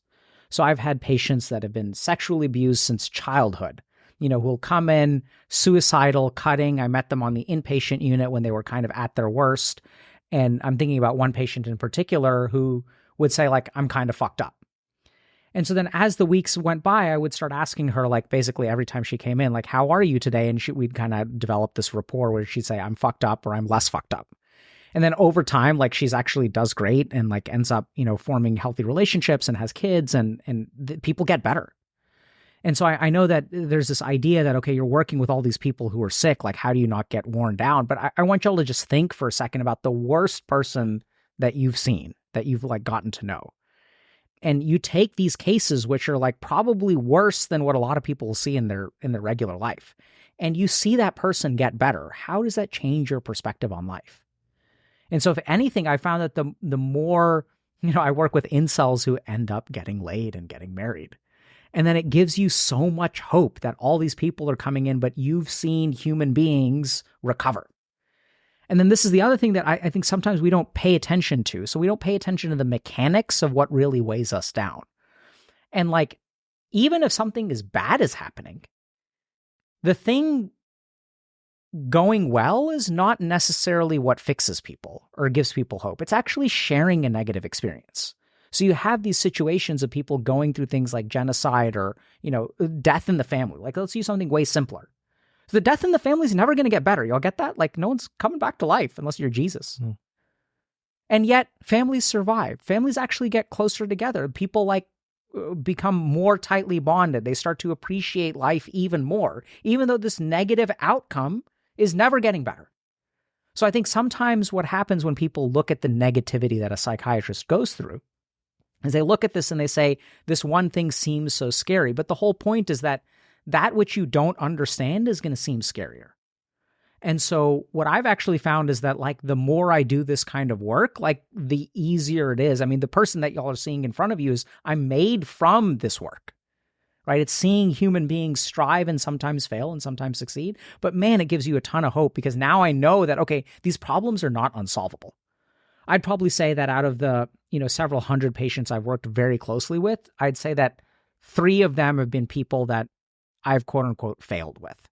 But even then, if you say that that's maybe, let's say 1%, it's not that like, that's my failure, right? It doesn't mean that those people are hopeless. It just means that like, I mean, my error rate's got to be somewhere above 1%. So there's still even hope there. The last thing that I would say is from a very practical perspective, we are very poorly trained at dealing with other people's emotional energy. We don't get trained in this at all. So there are some practical techniques that I tend to engage in that really keep me centered. So it's kind of like, if you have to be like a rock in the ocean. And so the whole reason that crisis dysregulates everyone, including me, is if I feel untethered. So when you get swept up in someone else's crisis, that's when it's going to affect you. But the more that you can kind of stay grounded, which there are very practical techniques that you can kind of engage in to sort of help with that. And then it's completely different. How much of human behavior would you say is genetic versus environment? It seems like some people are genetically dispositioned to feel certain ways, whether that be, sadness, happiness. Their baselines are a little bit higher in terms of where they are. We had Chris Williamson on, and there's apparently a bunch of studies that have actually gotten like direct percentages for, we can map out all of the physical traits like height, eye color, and stuff like that. But for a lot of mental ones or like career ones as well. Yeah. So I think I don't view it as a percentage. So in medicine, the way that we think about it is the genetics gives you your probability, and then the environment gives you the actual result. So let's like just take an example of like something called the BRCA mutation. So the BRCA mutation has a very high risk of breast cancer. So when people have a bad genetic BRCA makeup, they'll even recommend prophylactic mastectomies. So that even before you have cancer, the risk of cancer is so high that the safest thing to do is to remove usually both breasts. So bilateral mastectomies. So in that situation, we have a very strong genetic effect. In other situations, we'll have, I basically think about genes and environment as permissive. So even if we look at some things like, let's say, anxiety, we know that there's a predisposition towards anxiety based on certain things. So there's certain, like, for example, ion transporters that predispose you to depression or can be protective against depression. So we've mapped out a lot of this stuff. But I think what we sort of know is that, the gene plus environment, it's not like what percentage is what, if that kind of makes sense. We need both of them. So if you have a certain kind of gene, but you have a protective environment, you may not manifest with that phenotype. And if you have a high risk, or if you have a low risk gene and you have a very bad environment, you'll still manifest with that phenotype. I think from a clinical perspective, it's not useful to engage in that, for me, at least not yet.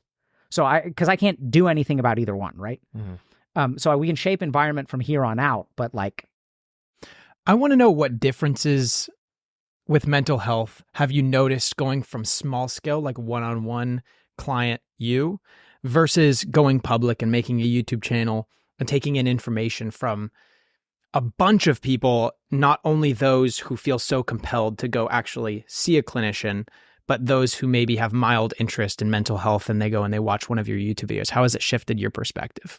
So I would start by saying almost like I don't see much of a difference, but there is. I think that like the two experiences have been quite resonant. So one thing I've learned a lot from doing public work, but I don't think that, so here's an example of what I've learned. I think in psychiatric diagnosis, we have sort of a threshold of diagnosis, right? So if you meet, let's say 5 out of 9 criteria, you get diagnosed with a mood disorder like major depressive disorder. So if you have 4 out of 9, you don't get the diagnosis.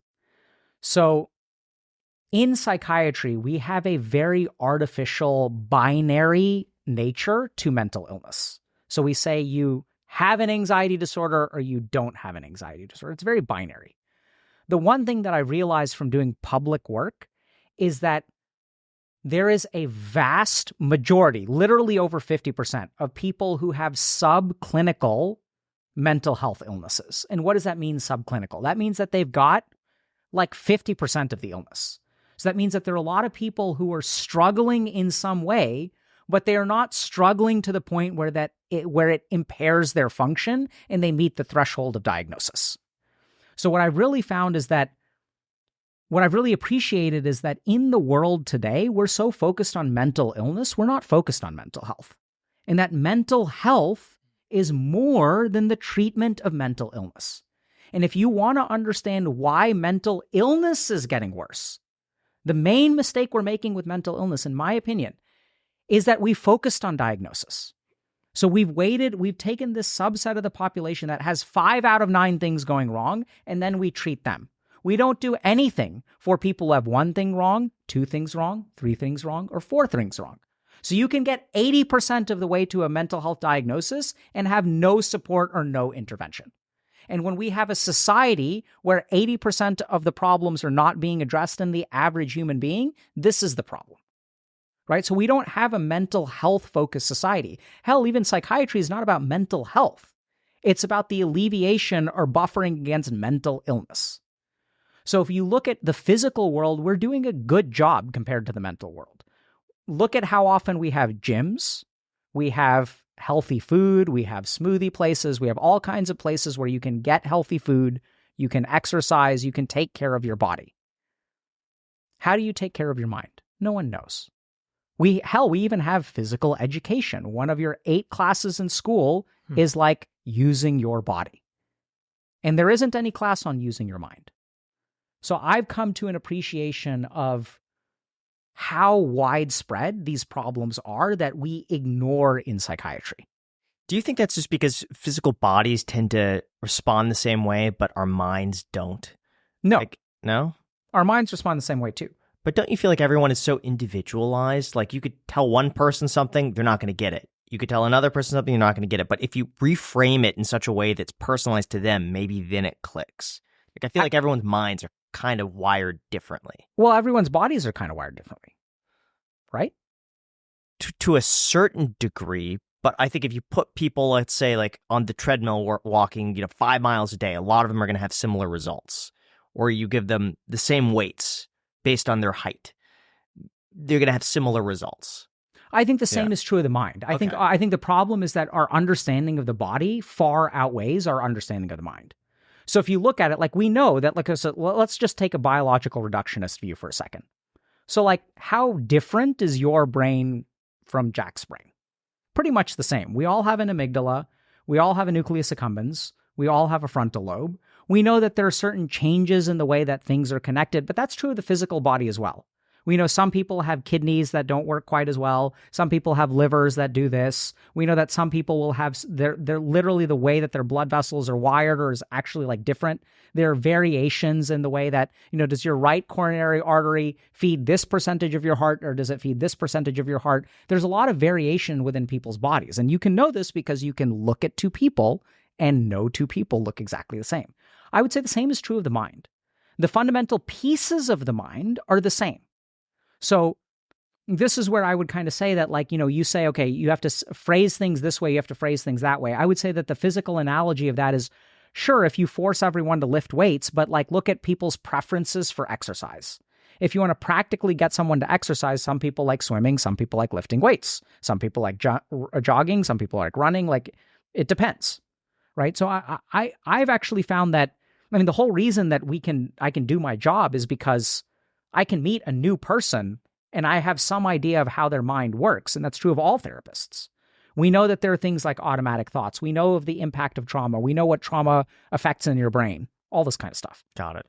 One thing that we talked about last episode, which was probably one of my favorite things, was Ayurvedic medicine or Ayurvedic treatment, and how you essentially, what you do is you determine yourself as a certain kind of constitution.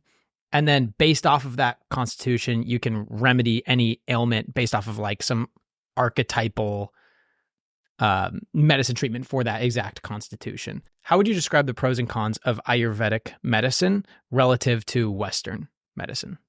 Great question. So con number one of Ayurvedic medicine is that it may be wrong.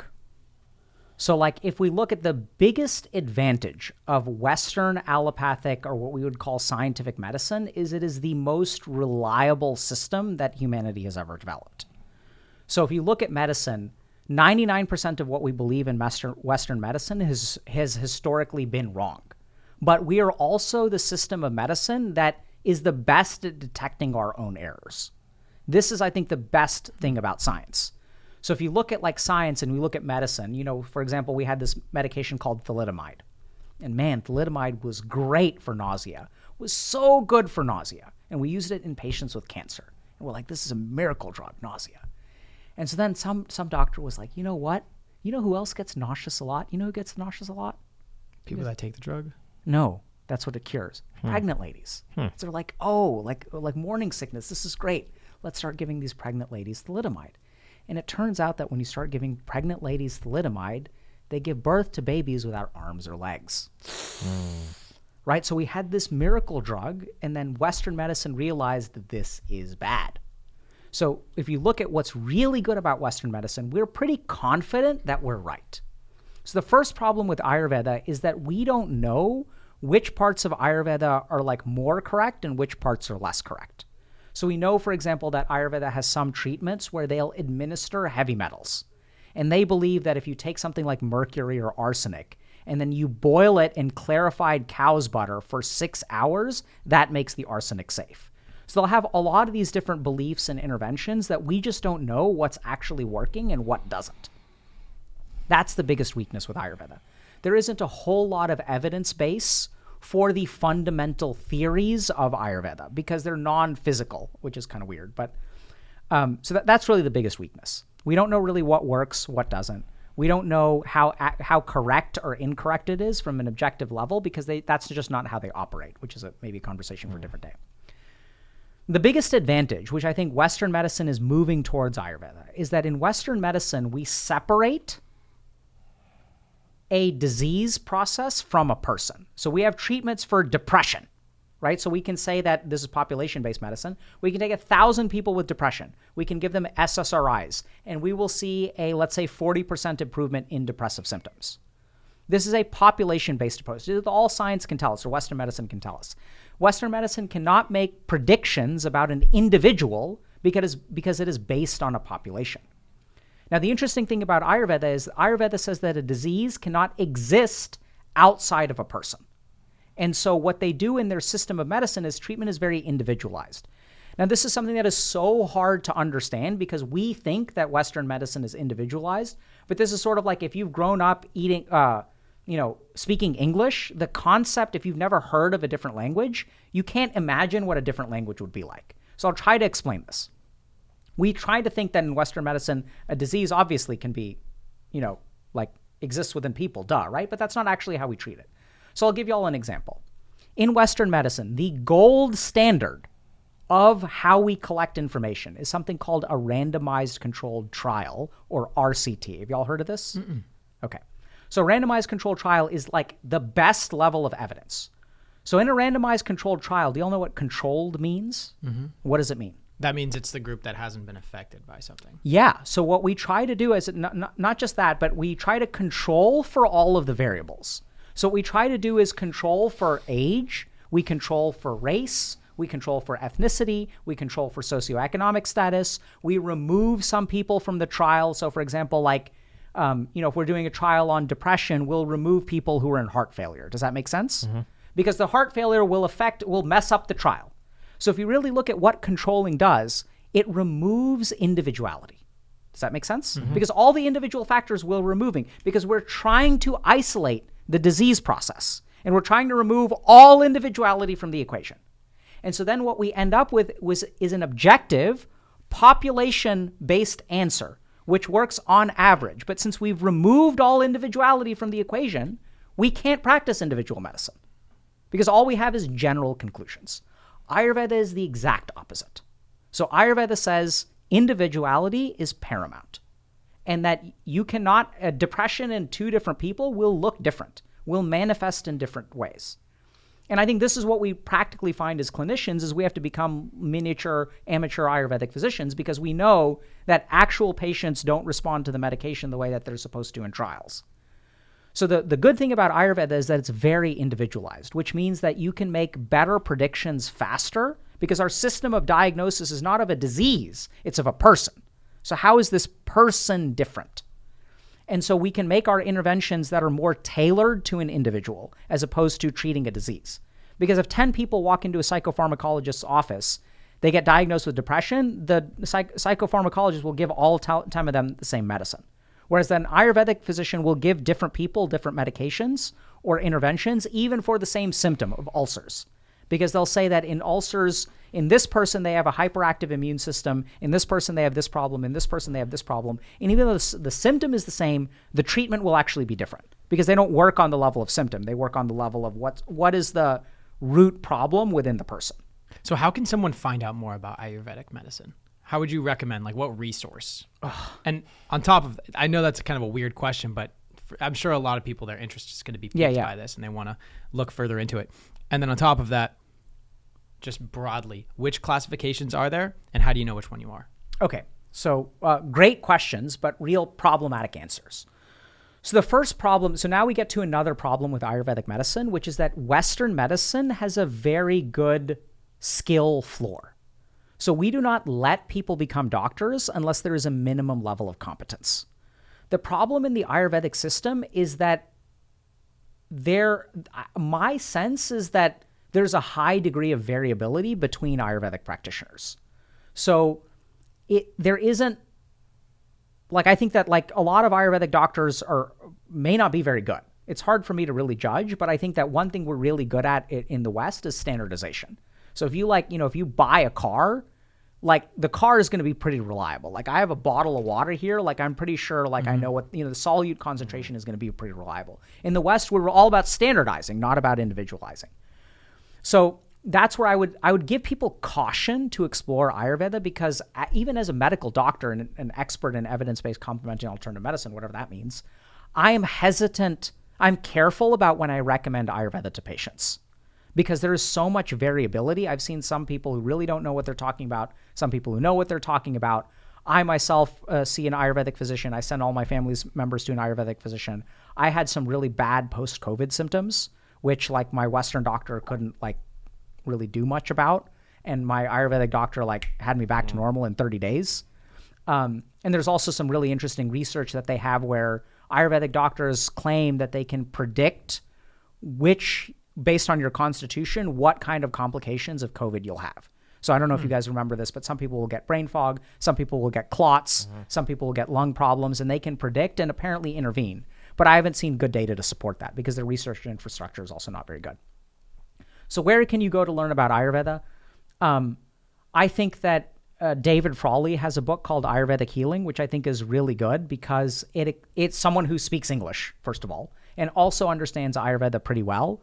But David Frawley, I think, has a fair amount of what I would call fiery bias. So you got to take that with a grain of salt. The short answer is, for the majority of the audiences that I am familiar with, I do not think that they're good resources. That's the honest to God answer. So with the level of complexity, depth, support, logic that we are used to in the West when we consume information, that doesn't exist in Ayurveda. So Ayurveda has texts like Charak Samhita, but there's no justification of anything. There's, in fact, very little explanation. These are all sutras, which means they'll give equations, but they don't extrapolate at all. So for example, like what would be, a 500-page textbook, like if you have let's say a textbook on physics that has F equals ma, E equals mc squared, F equals gmm over r squared, you have all these equations, and then we have all these chapters. But the Ayurvedic text will just have the equations. They'll just list them and they won't explain a damn thing. So they have a lot of the essence of the knowledge, but poor extrapolation. So it's hard to learn because in the East, we didn't learn from books. We learned through a lineage, a parampara, like a guru-disciple tradition. So that's really where the knowledge is. So if you want to learn, you have to find a guru. Ayurvedic Healing, I think, is a good book that introduces the concepts. Let's do Kaya Shtiram. We could try Kaya Shtiram, but it's going to be hard. Yeah. Okay, so let's do Kaya Shtiram. Maybe it'll work, maybe it won't. If people are listening to this at home, I would not recommend doing Kaya Shtiram at the end of listening to something for 3 hours because it's quite intense. So let's start with a quick background. So remember that Dr. K's whole argument is that the external world gives us happiness and unhappiness, which is what we think most of the time, right? So this is why I want to date this particular person, I want to drive this car, I want to get this amount of money, financial security, whatever. So Dr. K's approach is that that's not quite as much as we think. So more of it is internal. What question of it is internal is a question that you all have to answer. So we are going to go through a practice which will do a couple of things. The first is it will train us for a tolerance of discomfort, which once we are able to tolerate discomfort, then we no longer need to give into discomfort, and then we have control over our lives. Because if I say eat a kale salad, and you say, I don't like kale. But if whether you liked or what you liked or didn't like didn't matter to you, like when my kid says, let's play pretend, I want you to be the monster, I want you to be the princess, it makes no difference to me, so I can do both. It's very easy, right? So you gain freedom when you don't have to give in to your likes and dislikes. So part of that is practicing the tolerance of discomfort. The other good advantage is when we do that, we will strengthen our frontal lobes because we will have all these impulses, we will have all these signals, and we're going to restrain them. But hopefully, if we're lucky, we'll learn something else, okay, which we're going to see if we can do. So what I want y'all to do is sit up straight, neck straight, back straight, spine straight. Y'all can do this at home, okay? I want you to close your eyes. You can fold your hands in front of you in your lap, okay? And now what we're going to do is take a moment to work out whatever kinks you have. And now what we're going to do is be still. So shtiram means stillness and kaya means body. So what we're going to do is don't move at all. Okay? So at the very beginning, you may sort of notice that's a little bit difficult. And what I want y'all to do is start to tell me what it feels like to be still. How hard is it? It's pretty hard. I feel like little micro movements. Okay, so now we're at the stage of micro movement. So I'm going to start walking y'all through it, okay? So just notice that either little movements that you're trying to restrain. We've been doing this for about, let's say, 30 seconds. We're going to continue doing it. And then what you'll notice is that your body is sending you more signals. It's becoming a little bit more unpleasant. And then in your mind, you may have a reaction as well, which is, I'm not going to fail. The ego begins to arise. I will succeed. I'm not going to give in to this. I'm going to win. I'm going to learn whatever I need to do. I'm going to learn how to meditate so I can become successful, and I can go monk mode and grind set, and all these things arise. So now your mind begins to try to overcome your physical sensations. You see what it is doing is giving you reasons not to give up. It's telling you all the benefits, because if it didn't tell you that, then you'd stop. Becoming more uncomfortable? I'd say it's about the same. Okay. So we'll wait until it starts to become more uncomfortable.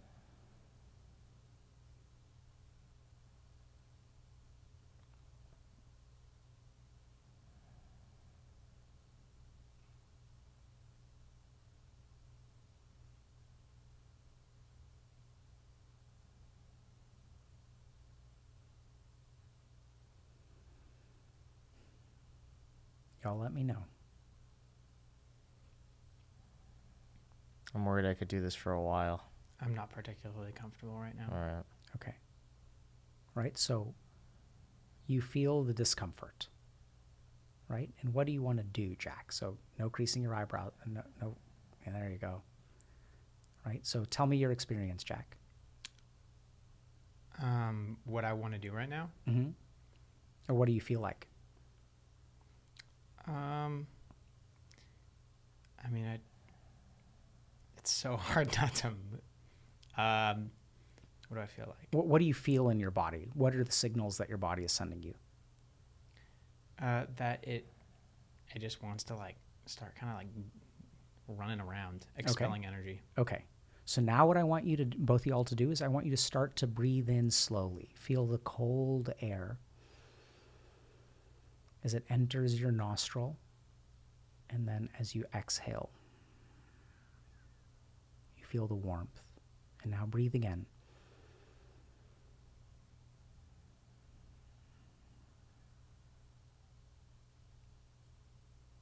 And now notice that as you breathe, in that moment of breath, as it's going in and going out, you have some relief from the bodily signals. Are you all getting that?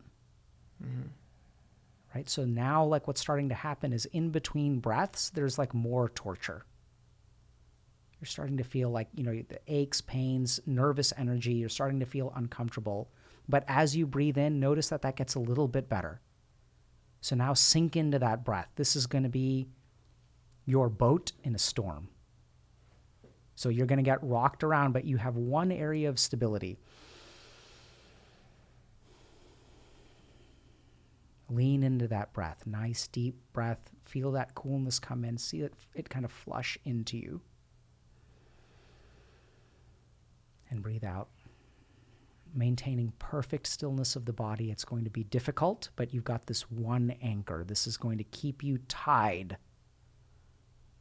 And so the signals around you are increasing. The back is aching. The arms feel strange. You're getting sweaty. You didn't notice that you were holding your body in some way, but now you're locked into it. You feel uncomfortable and lean into the breath. Find solace. Is the breath helping? Mm-hmm.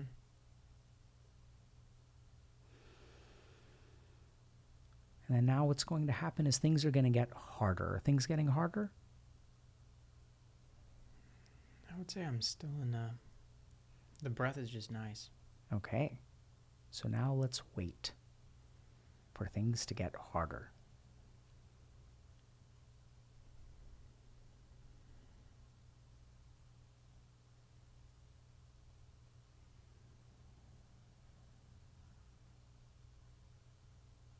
So as you say the breath is getting nice, like just notice how much you're gravitating towards it, if that kind of makes sense. Right? That the worse things get in your body, the more relief breath provides. We've been doing this for longer. So theoretically, things should be worse. Right? The longer that you hold it, the worse that it gets. But what is the breath doing for you? It's like keeping me kind of grounded. right? And so now what we're going to do is 5 minutes, 10 minutes, 15 minutes. And so as your body gets worse, the breath becomes more enjoyable. It becomes more of a refuge, more of a solace. Does that make sense?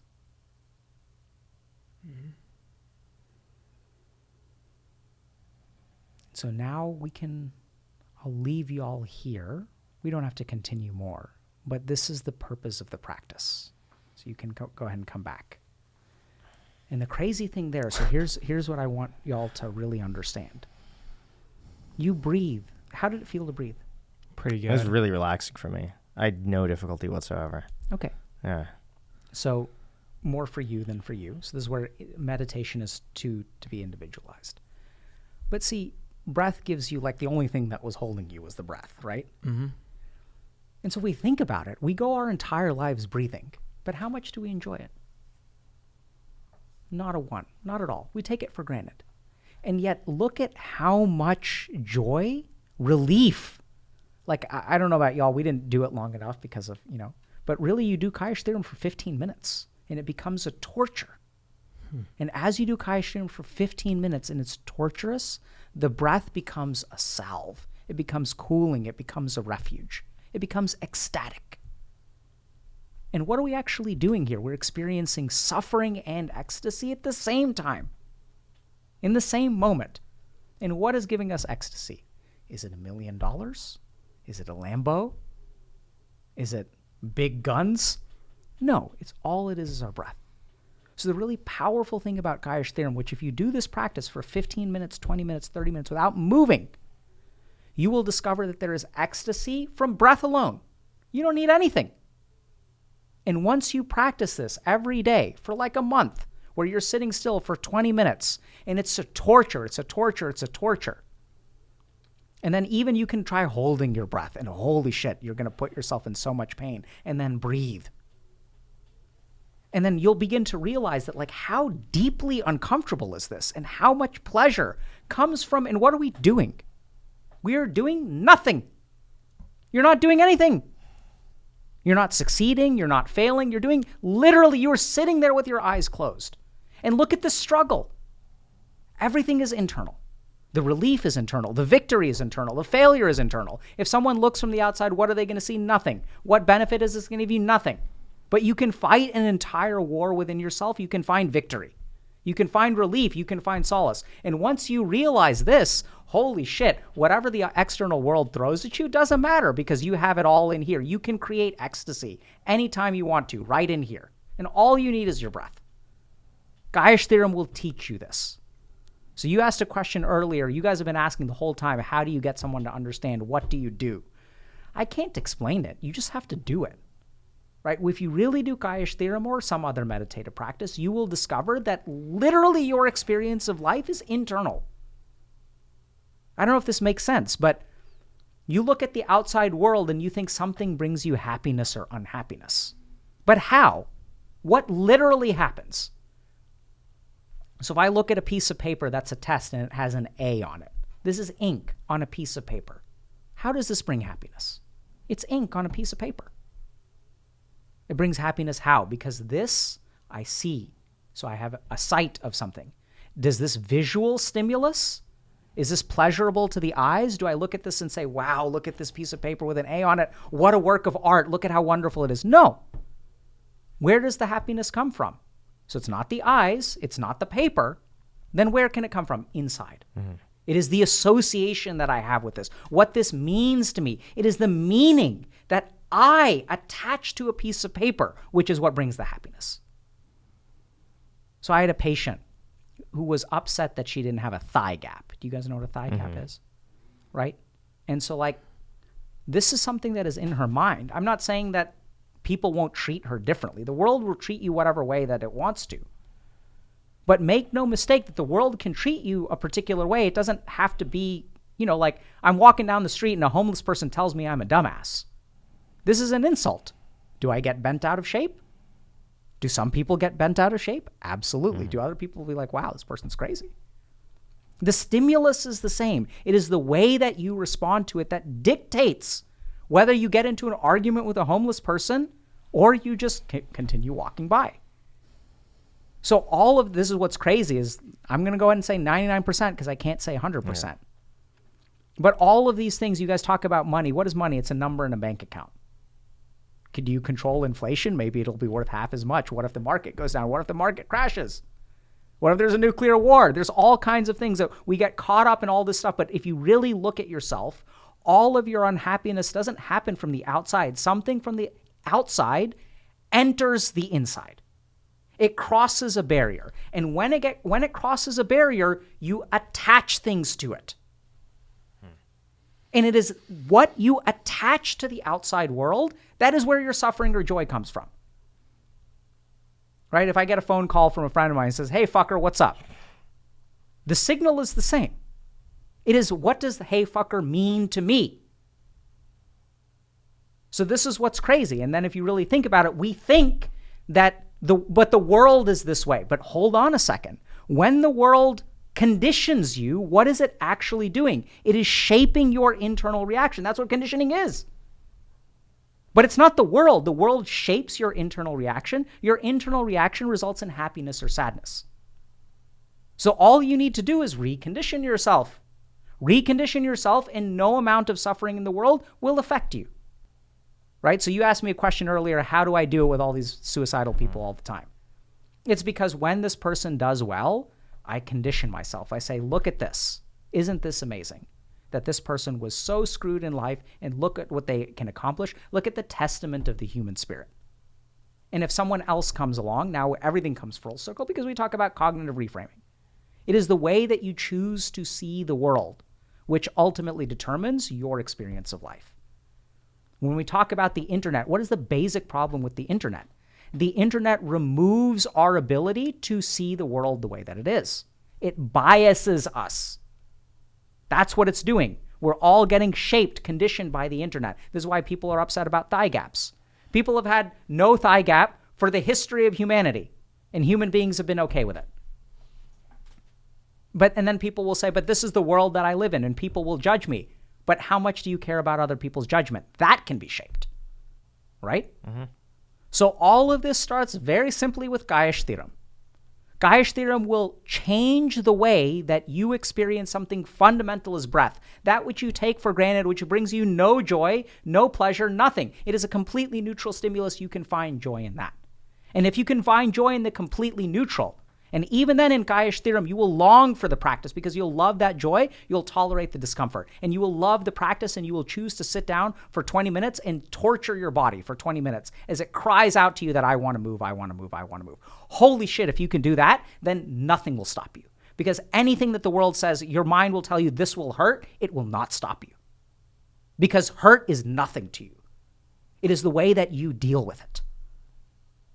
Amazing. That was awesome. Thank you. That was so a much. perfect Holy way to end an crap. episode.